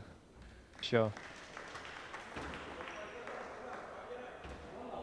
They have actually played once before in the PSA, and that was 5 years ago, back in 2016, a Prague qualifying event of a challenger, I think it was, and Sebastian managed to come through in that one. Surprising that it's been 5 years since last played. Don't think we can really read too much into that either, can we? No. Been so long ago. I saw Bonmalay play a couple of years ago, I think, in Scotland as well, and he's improved a lot since then. Yeah, I mean, even after 5 years, he's still the favourite. And again, the errors at the start of this first game. Probably the right shot there, going for that straight drop, but a little bit more margin, I feel. And again, just work the ball in tight, I think. With Bonmalay's movement, he's going to get all these balls back, but it's just a matter of trying to build pressure with that attack. Well, the winner of this match, which is increasingly looking like Bonmalay, plays Nick Wall, who's had 2 5-setters. Very close in time. One was the last one today against Singh was 55 minutes, and yesterday was 54 minutes against Rory Stewart. But he is, he's young and he's fit. Yep. And they'll be very excited about his semi-final tomorrow. So I think it's going to be, well, it is a great opportunity for Nick Wall. And yeah, will this be his biggest semi-final to date? Do you know? I'm not sure. I think he may have been in something like this before, but something I'll definitely be researching this evening. Yep. Straight back to work after this final match.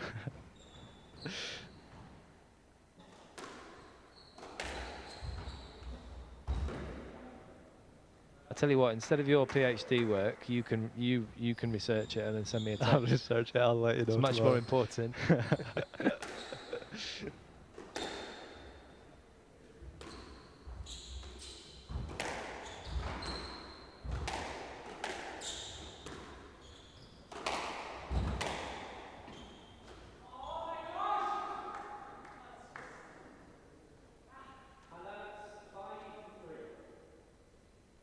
Wears his heart on his sleeve, doesn't he, Bertus? He does. Getting frustrated there, a bit of a lucky bounce in the back corner. I feel his pain though. It must be, as you were saying earlier, it must be really frustrating playing against somebody like Bonmalay. Banging your head against a brick wall.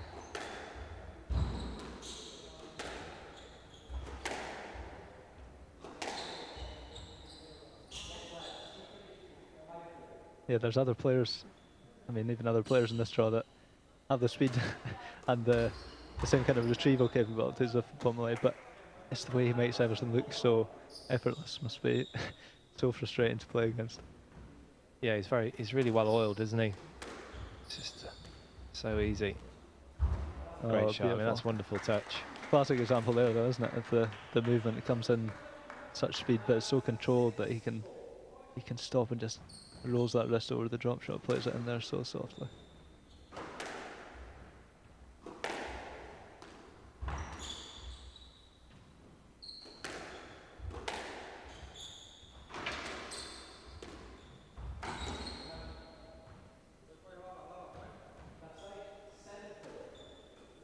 Just got to try and cut out the unforced errors, the check.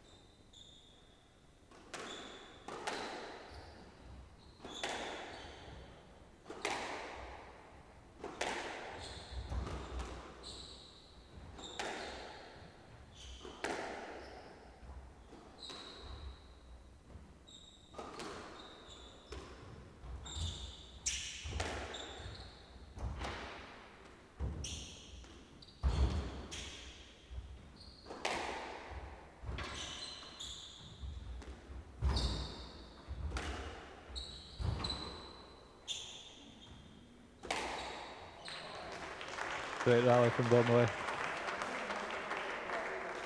Bertus good movement initially, getting the balls back, but no chance of this finish.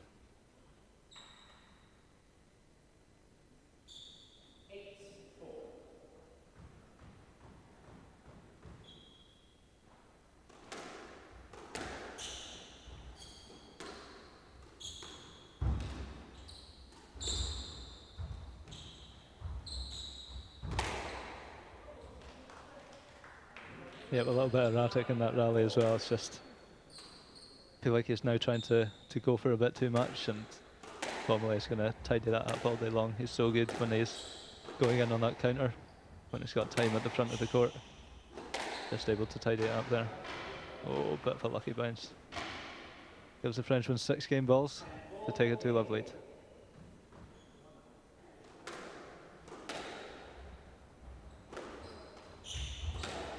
Yeah, fantastic stuff from the French number one seed, I should say, in this event. Sébastien Bonmolet looking imperious here. Very chilled. Just a bit of extra solo. You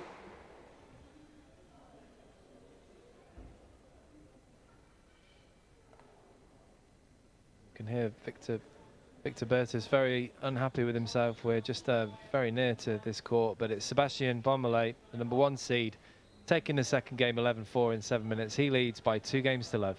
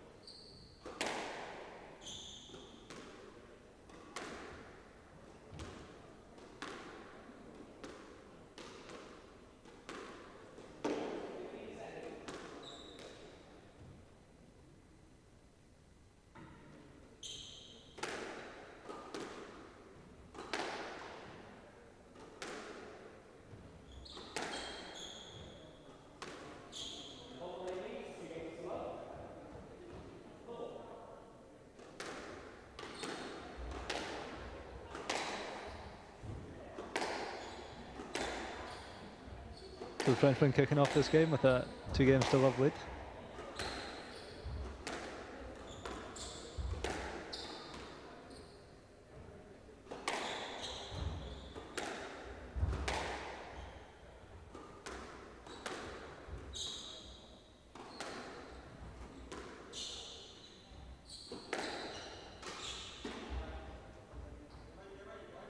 And again, another error for Bertus. If he's going to have any success in this match, if he's going to be able to make the comeback, he needs to cut out those unforced errors.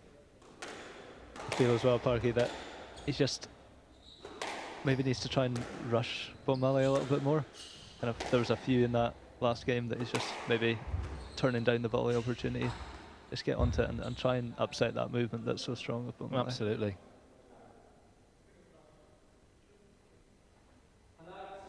It's just so hard to ruffle this guy's feathers, though, isn't it? It's such a cool customer, Bonmolet. It's a difficult task. It really is. That one there, though, I feel if he just gets onto that, tries to put a bit more pressure on that volley.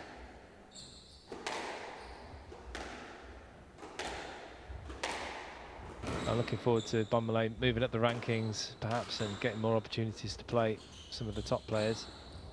Oh, that was a great get. Ooh. That was close. It'll be interesting to see that one again. Well, he definitely wanted him in his swing, didn't he? I mean, he could have played both there easily. Yeah.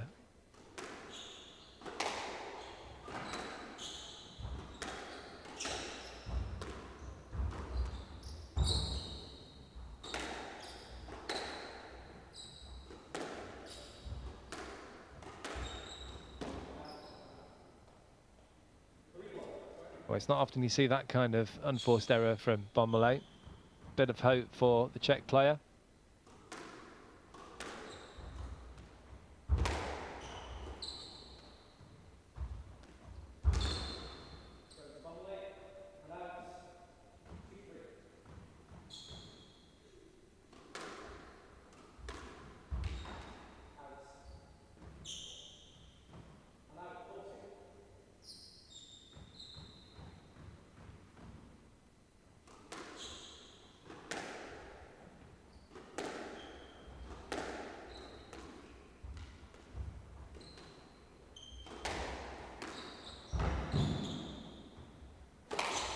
Oh, that looked a bit of a double there.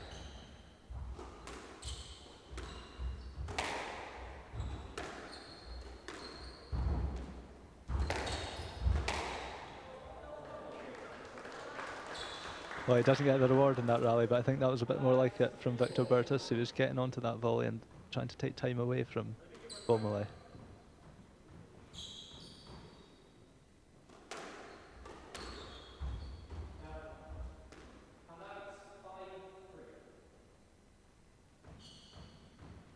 Few errors at the start of this game from Bonmalay as well, so 5-3, 2-point lead for the Czech.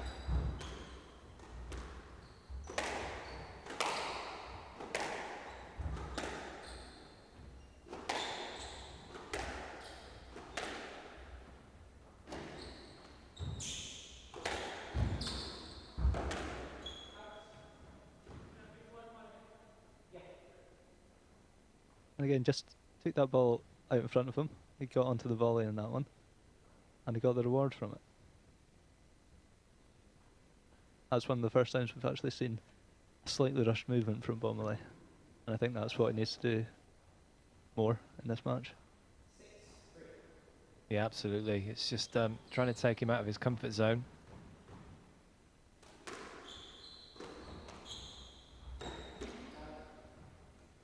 It's not going to help. It's not useful. It's just moving his feet slightly as he plays that drop shot or attempts the drop shot. Got to keep so still, haven't you, for those kind of shots? Yep. At least for a split second. But that's a good volley from Bertus. That's what he's done better in this game, I feel. He's gotten onto that volley. He's taken it in well straight. He's not opened it up too much. And he's been getting the reward. Oh, he looked like he was through to play that to me. Would you have been brave and given a no-let as a referee? I'm not sure I would have been that brave, but I think a no-let was probably the right decision.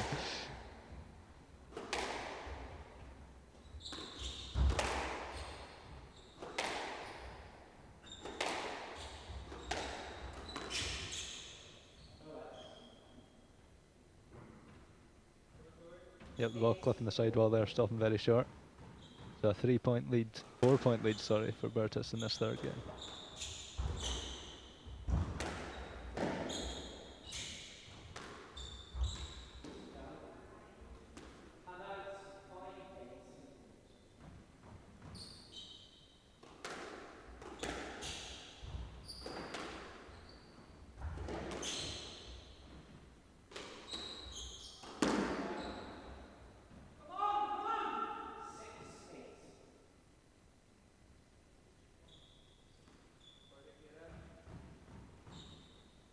See the frustration there from the Czech player. He's just got to reset.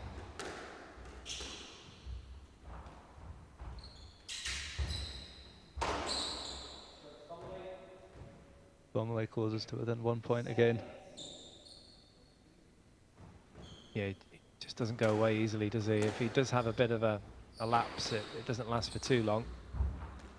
I think this was Bertus's best chance if he was going to take a game here.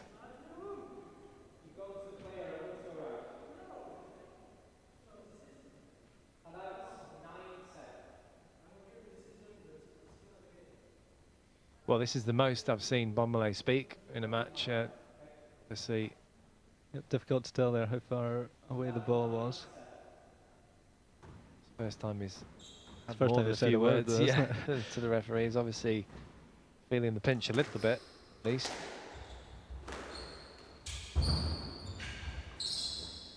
Yeah, it's a nice shot. got in there really early, and it's given him 3 game balls, Bertus. Czech player. It's a lovely shot. See Bonmalay floundering on the tee a little bit. That's well played. Well played. There's the fist pump from Bertus. Fully deserved.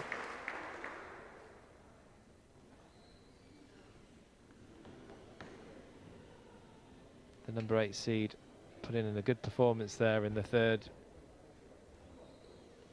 Showing great determination. Victor Bertus, he takes the third game, 11-7 and 8 minutes. But it's Sebastian Bonmalay, the number 1 seed, that leads by 2 games to 1.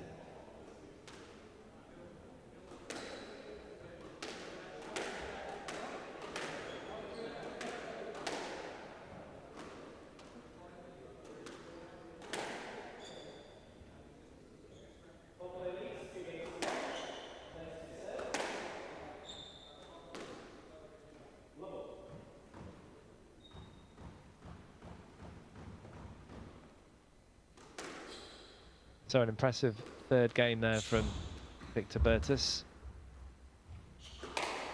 Bit of a surprise too, I feel. It's the first time that we've seen Bonmalay a little bit ruffled. A couple of movements, perhaps not quite as balanced as we're used to. Oh, it's quick onto that one. Just taking the ball so early now, Bonmalay. Oh, great rally though.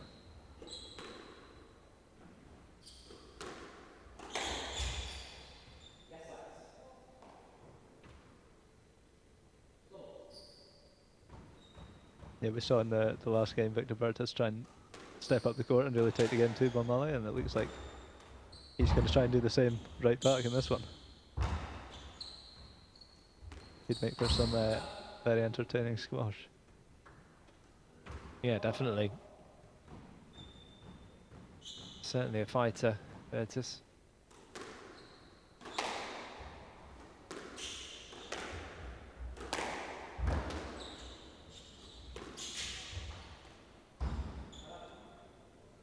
Beautiful touch and movement there from Bonmalay.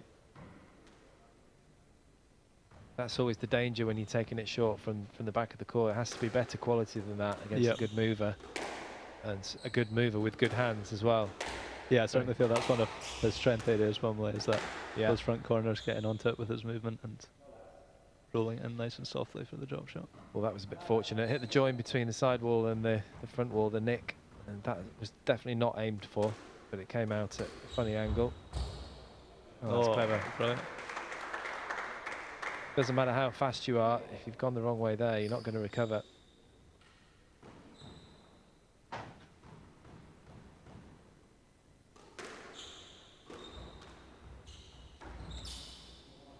Oh, and again, 2 in a row from the Czech player.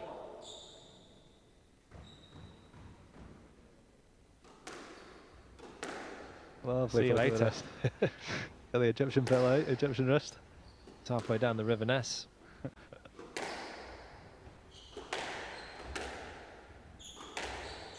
Oh my gosh. Brilliant. That is absolutely outrageous from there. I mean, it looked in no doubt that he was going for that shot. He lined it up and put everything behind it. Absolutely rolled. Absolutely dead.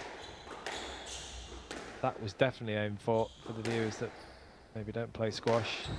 The nick between the sidewall and the floor.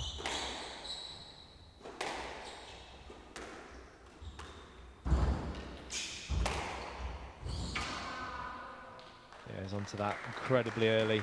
Bonmallé. He's going to try and make a bit of a move here.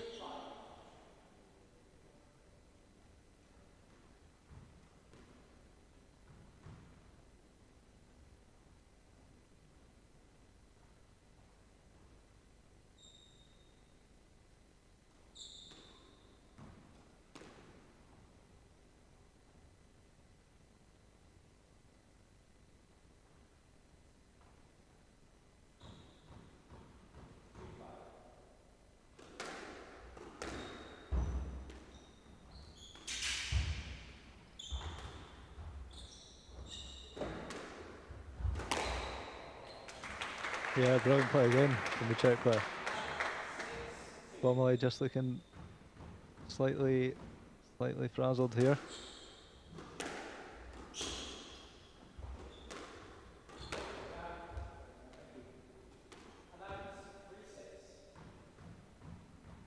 The right shot again there from Bertus, just whipping the top of the tin.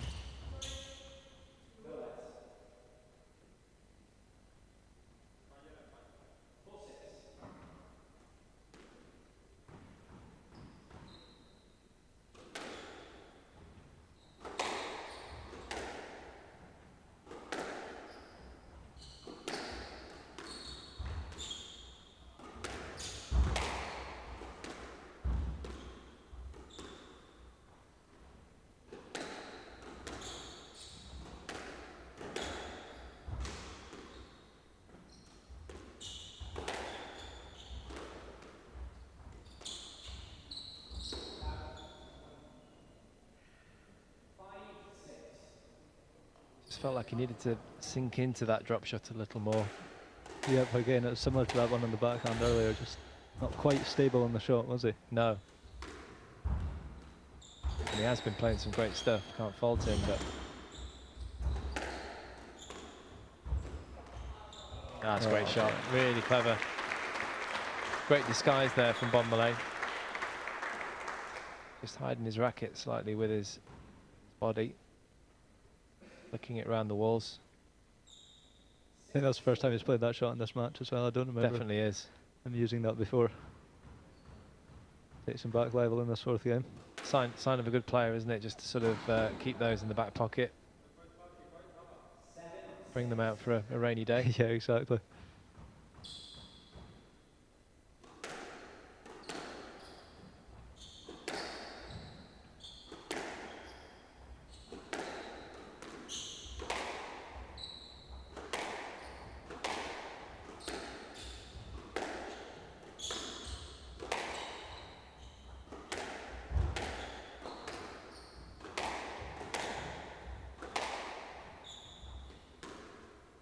Pace has gone up somewhat with the hitting.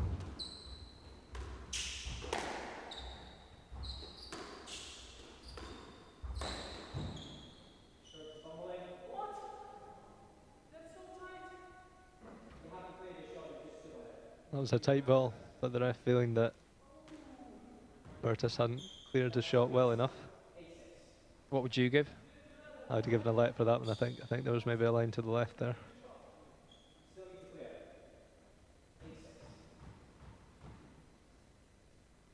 Yeah, maybe a touch harsh that on the Czech player. Still pretty close though in this fourth game. Just 2 points between them. Oh, that's a no let. That's a no let. Oh. Just to explain to some of the viewers that I felt that he cleared. Look how fast he clears. He's got a cross court there, hasn't he? Yep. Bertus is able to play cross court, definitely. And that's a good response from Bonmallé. As we said, he really doesn't. He's cool as a cucumber. Doesn't say too much to the referee. Also a sign of a good player as well, that, isn't it? If you can have a decision like that and straight back onto it, win the next point straight away. Yeah, it's the best response you can give, isn't it? Oh, he's gone for the dive again. So thankful that he didn't headbutt the side wall there. I've seen that happen before. I think he's going to be okay. So 3 match balls for Bonmallé here. Fantastic movement from Bertus.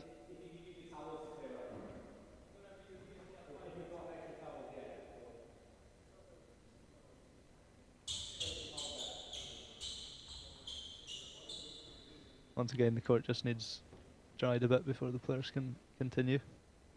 Don't want to risk any injuries.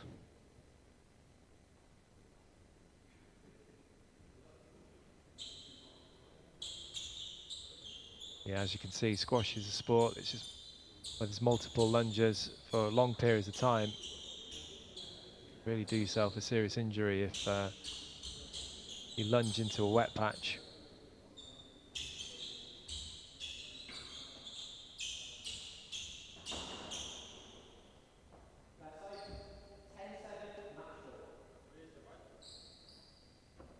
So the serve here is important for Bonmallé. He's got to get it into the side wall or at the body. That's his choice there, just to make Bertus turn.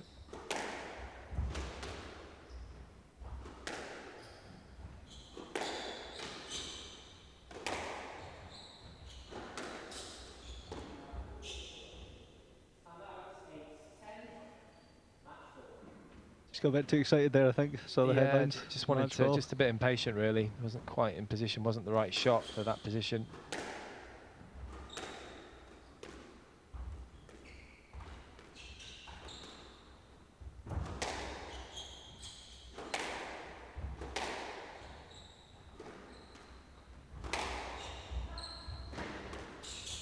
That's well recovered. He lost his balance there and somehow got it back, Bertus, but that's so quick to put the ball into the call there. Bertus did everything he could, gave it absolutely everything. Warm handshake between these two.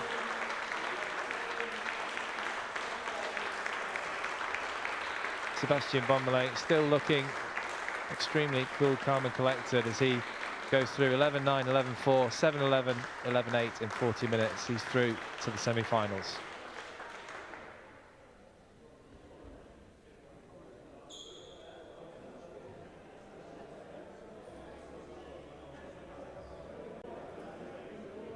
There's some wonderful squash from both players. Really some surprising play from Bertus, you have to say. Surprisingly good in some of his short work in order to take that third game. Really pushed Bonmallé. It's been the first test for the #1 seed this week. Got sent the wrong way a few times as well. The call taxied. A couple of incredible nicks as well from both players. Quite dangerous looking movements. All in all, a really entertaining match to watch between these two. Bonmallé still in fine form. He's through to the semi-finals now against Nick Wall from England, who's had 2 5-setters.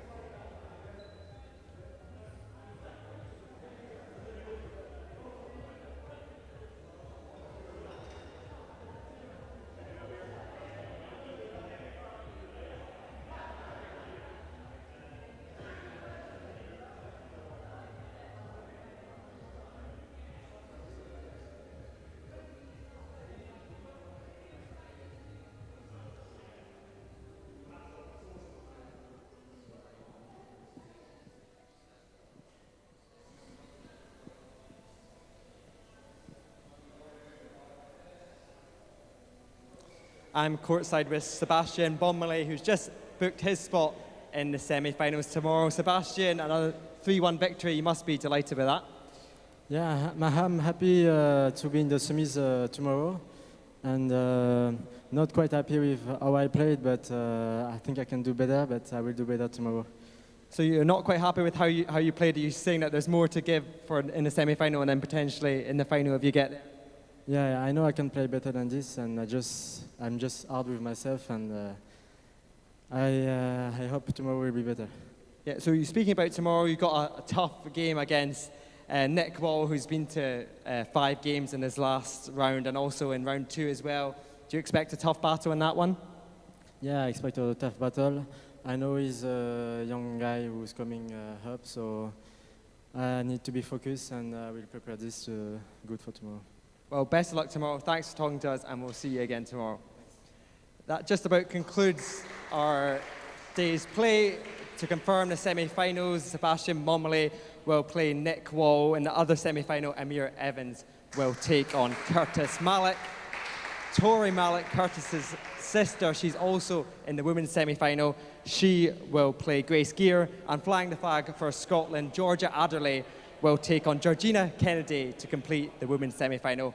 That is all coming to you tomorrow from 2 p.m, so we'll see you then.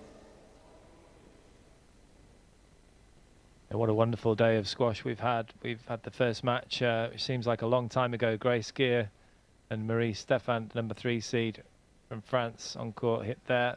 Grace Gear coming through in 5, and then the other Czech player, Jakub Selinsky, coming through.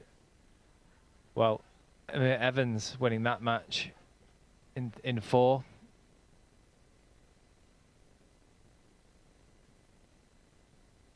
Some of the highlights of the day here. Curtis Malik coming through against Rui Suarez. Fantastic performance from that young man. Great upset.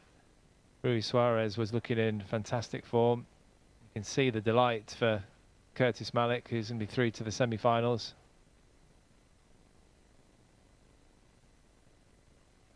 Then we had Georgina Kennedy, an England-Scotland battle. She was up against Alison Thompson, but Georgina Kennedy in fantastic form, just a little bit too good for Thompson. So quick around the court, just a fantastic athlete. I think a lot of the players would like her to move up into the Premiership and some of the bigger tournaments. She's definitely playing top 20 in the world level, Georgina Kennedy. Then we had the England-India match. Nick Wall in the white shirt against Abhay Singh. Nick Wall coming through in 5 again. He loves a 5-setter.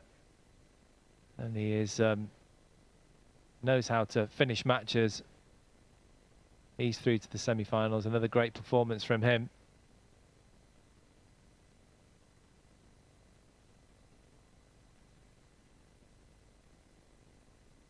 Then we had slightly under par. Julianne Cortez been struggling a little bit with her health recently and injuries, but take nothing away from Georgia Adderley. You can see her delight there, the young Scot. A fantastic win for her in 5. And the final match that you've just seen, some great form from Sebastian Bonmele against Victor Bertus. And we'll be back tomorrow at 2 o'clock. Thanks for watching, and we'll see you then.